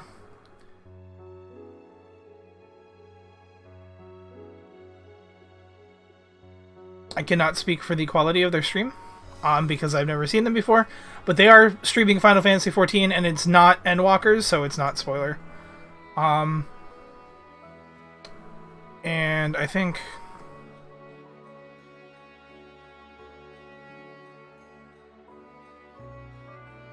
I think that'll be it, so... We're gonna raid Zordon of Doom, is their name. So, I will see you all next time. Thank you guys so much for all the support. Thank you, Laughing Man, for the bits. Thank you, Anonymous, for the bits. And, of course, thank you, the lovely, amazing Monica / Lana. / Lana, not Flashlight. Lana. There we go. For the bits as well. I appreciate all the support. You guys are awesome. And of course, Lana, I love you. With that being said, I'm gonna see you guys off here. Have a great night, everyone. I am going to probably not be hanging out in the other chat for too long. I'll stop by, I'll say hi, but I definitely need to, like I said, I wanted to talk to Lana a little bit, and there were some other things I wanted to do before stream, and like after stream, before I go to bed. So, thank you guys so much, and I will see you all in the next one, which might be tomorrow. I don't know. I'll have to talk, but I'll be back. See ya. Peace out.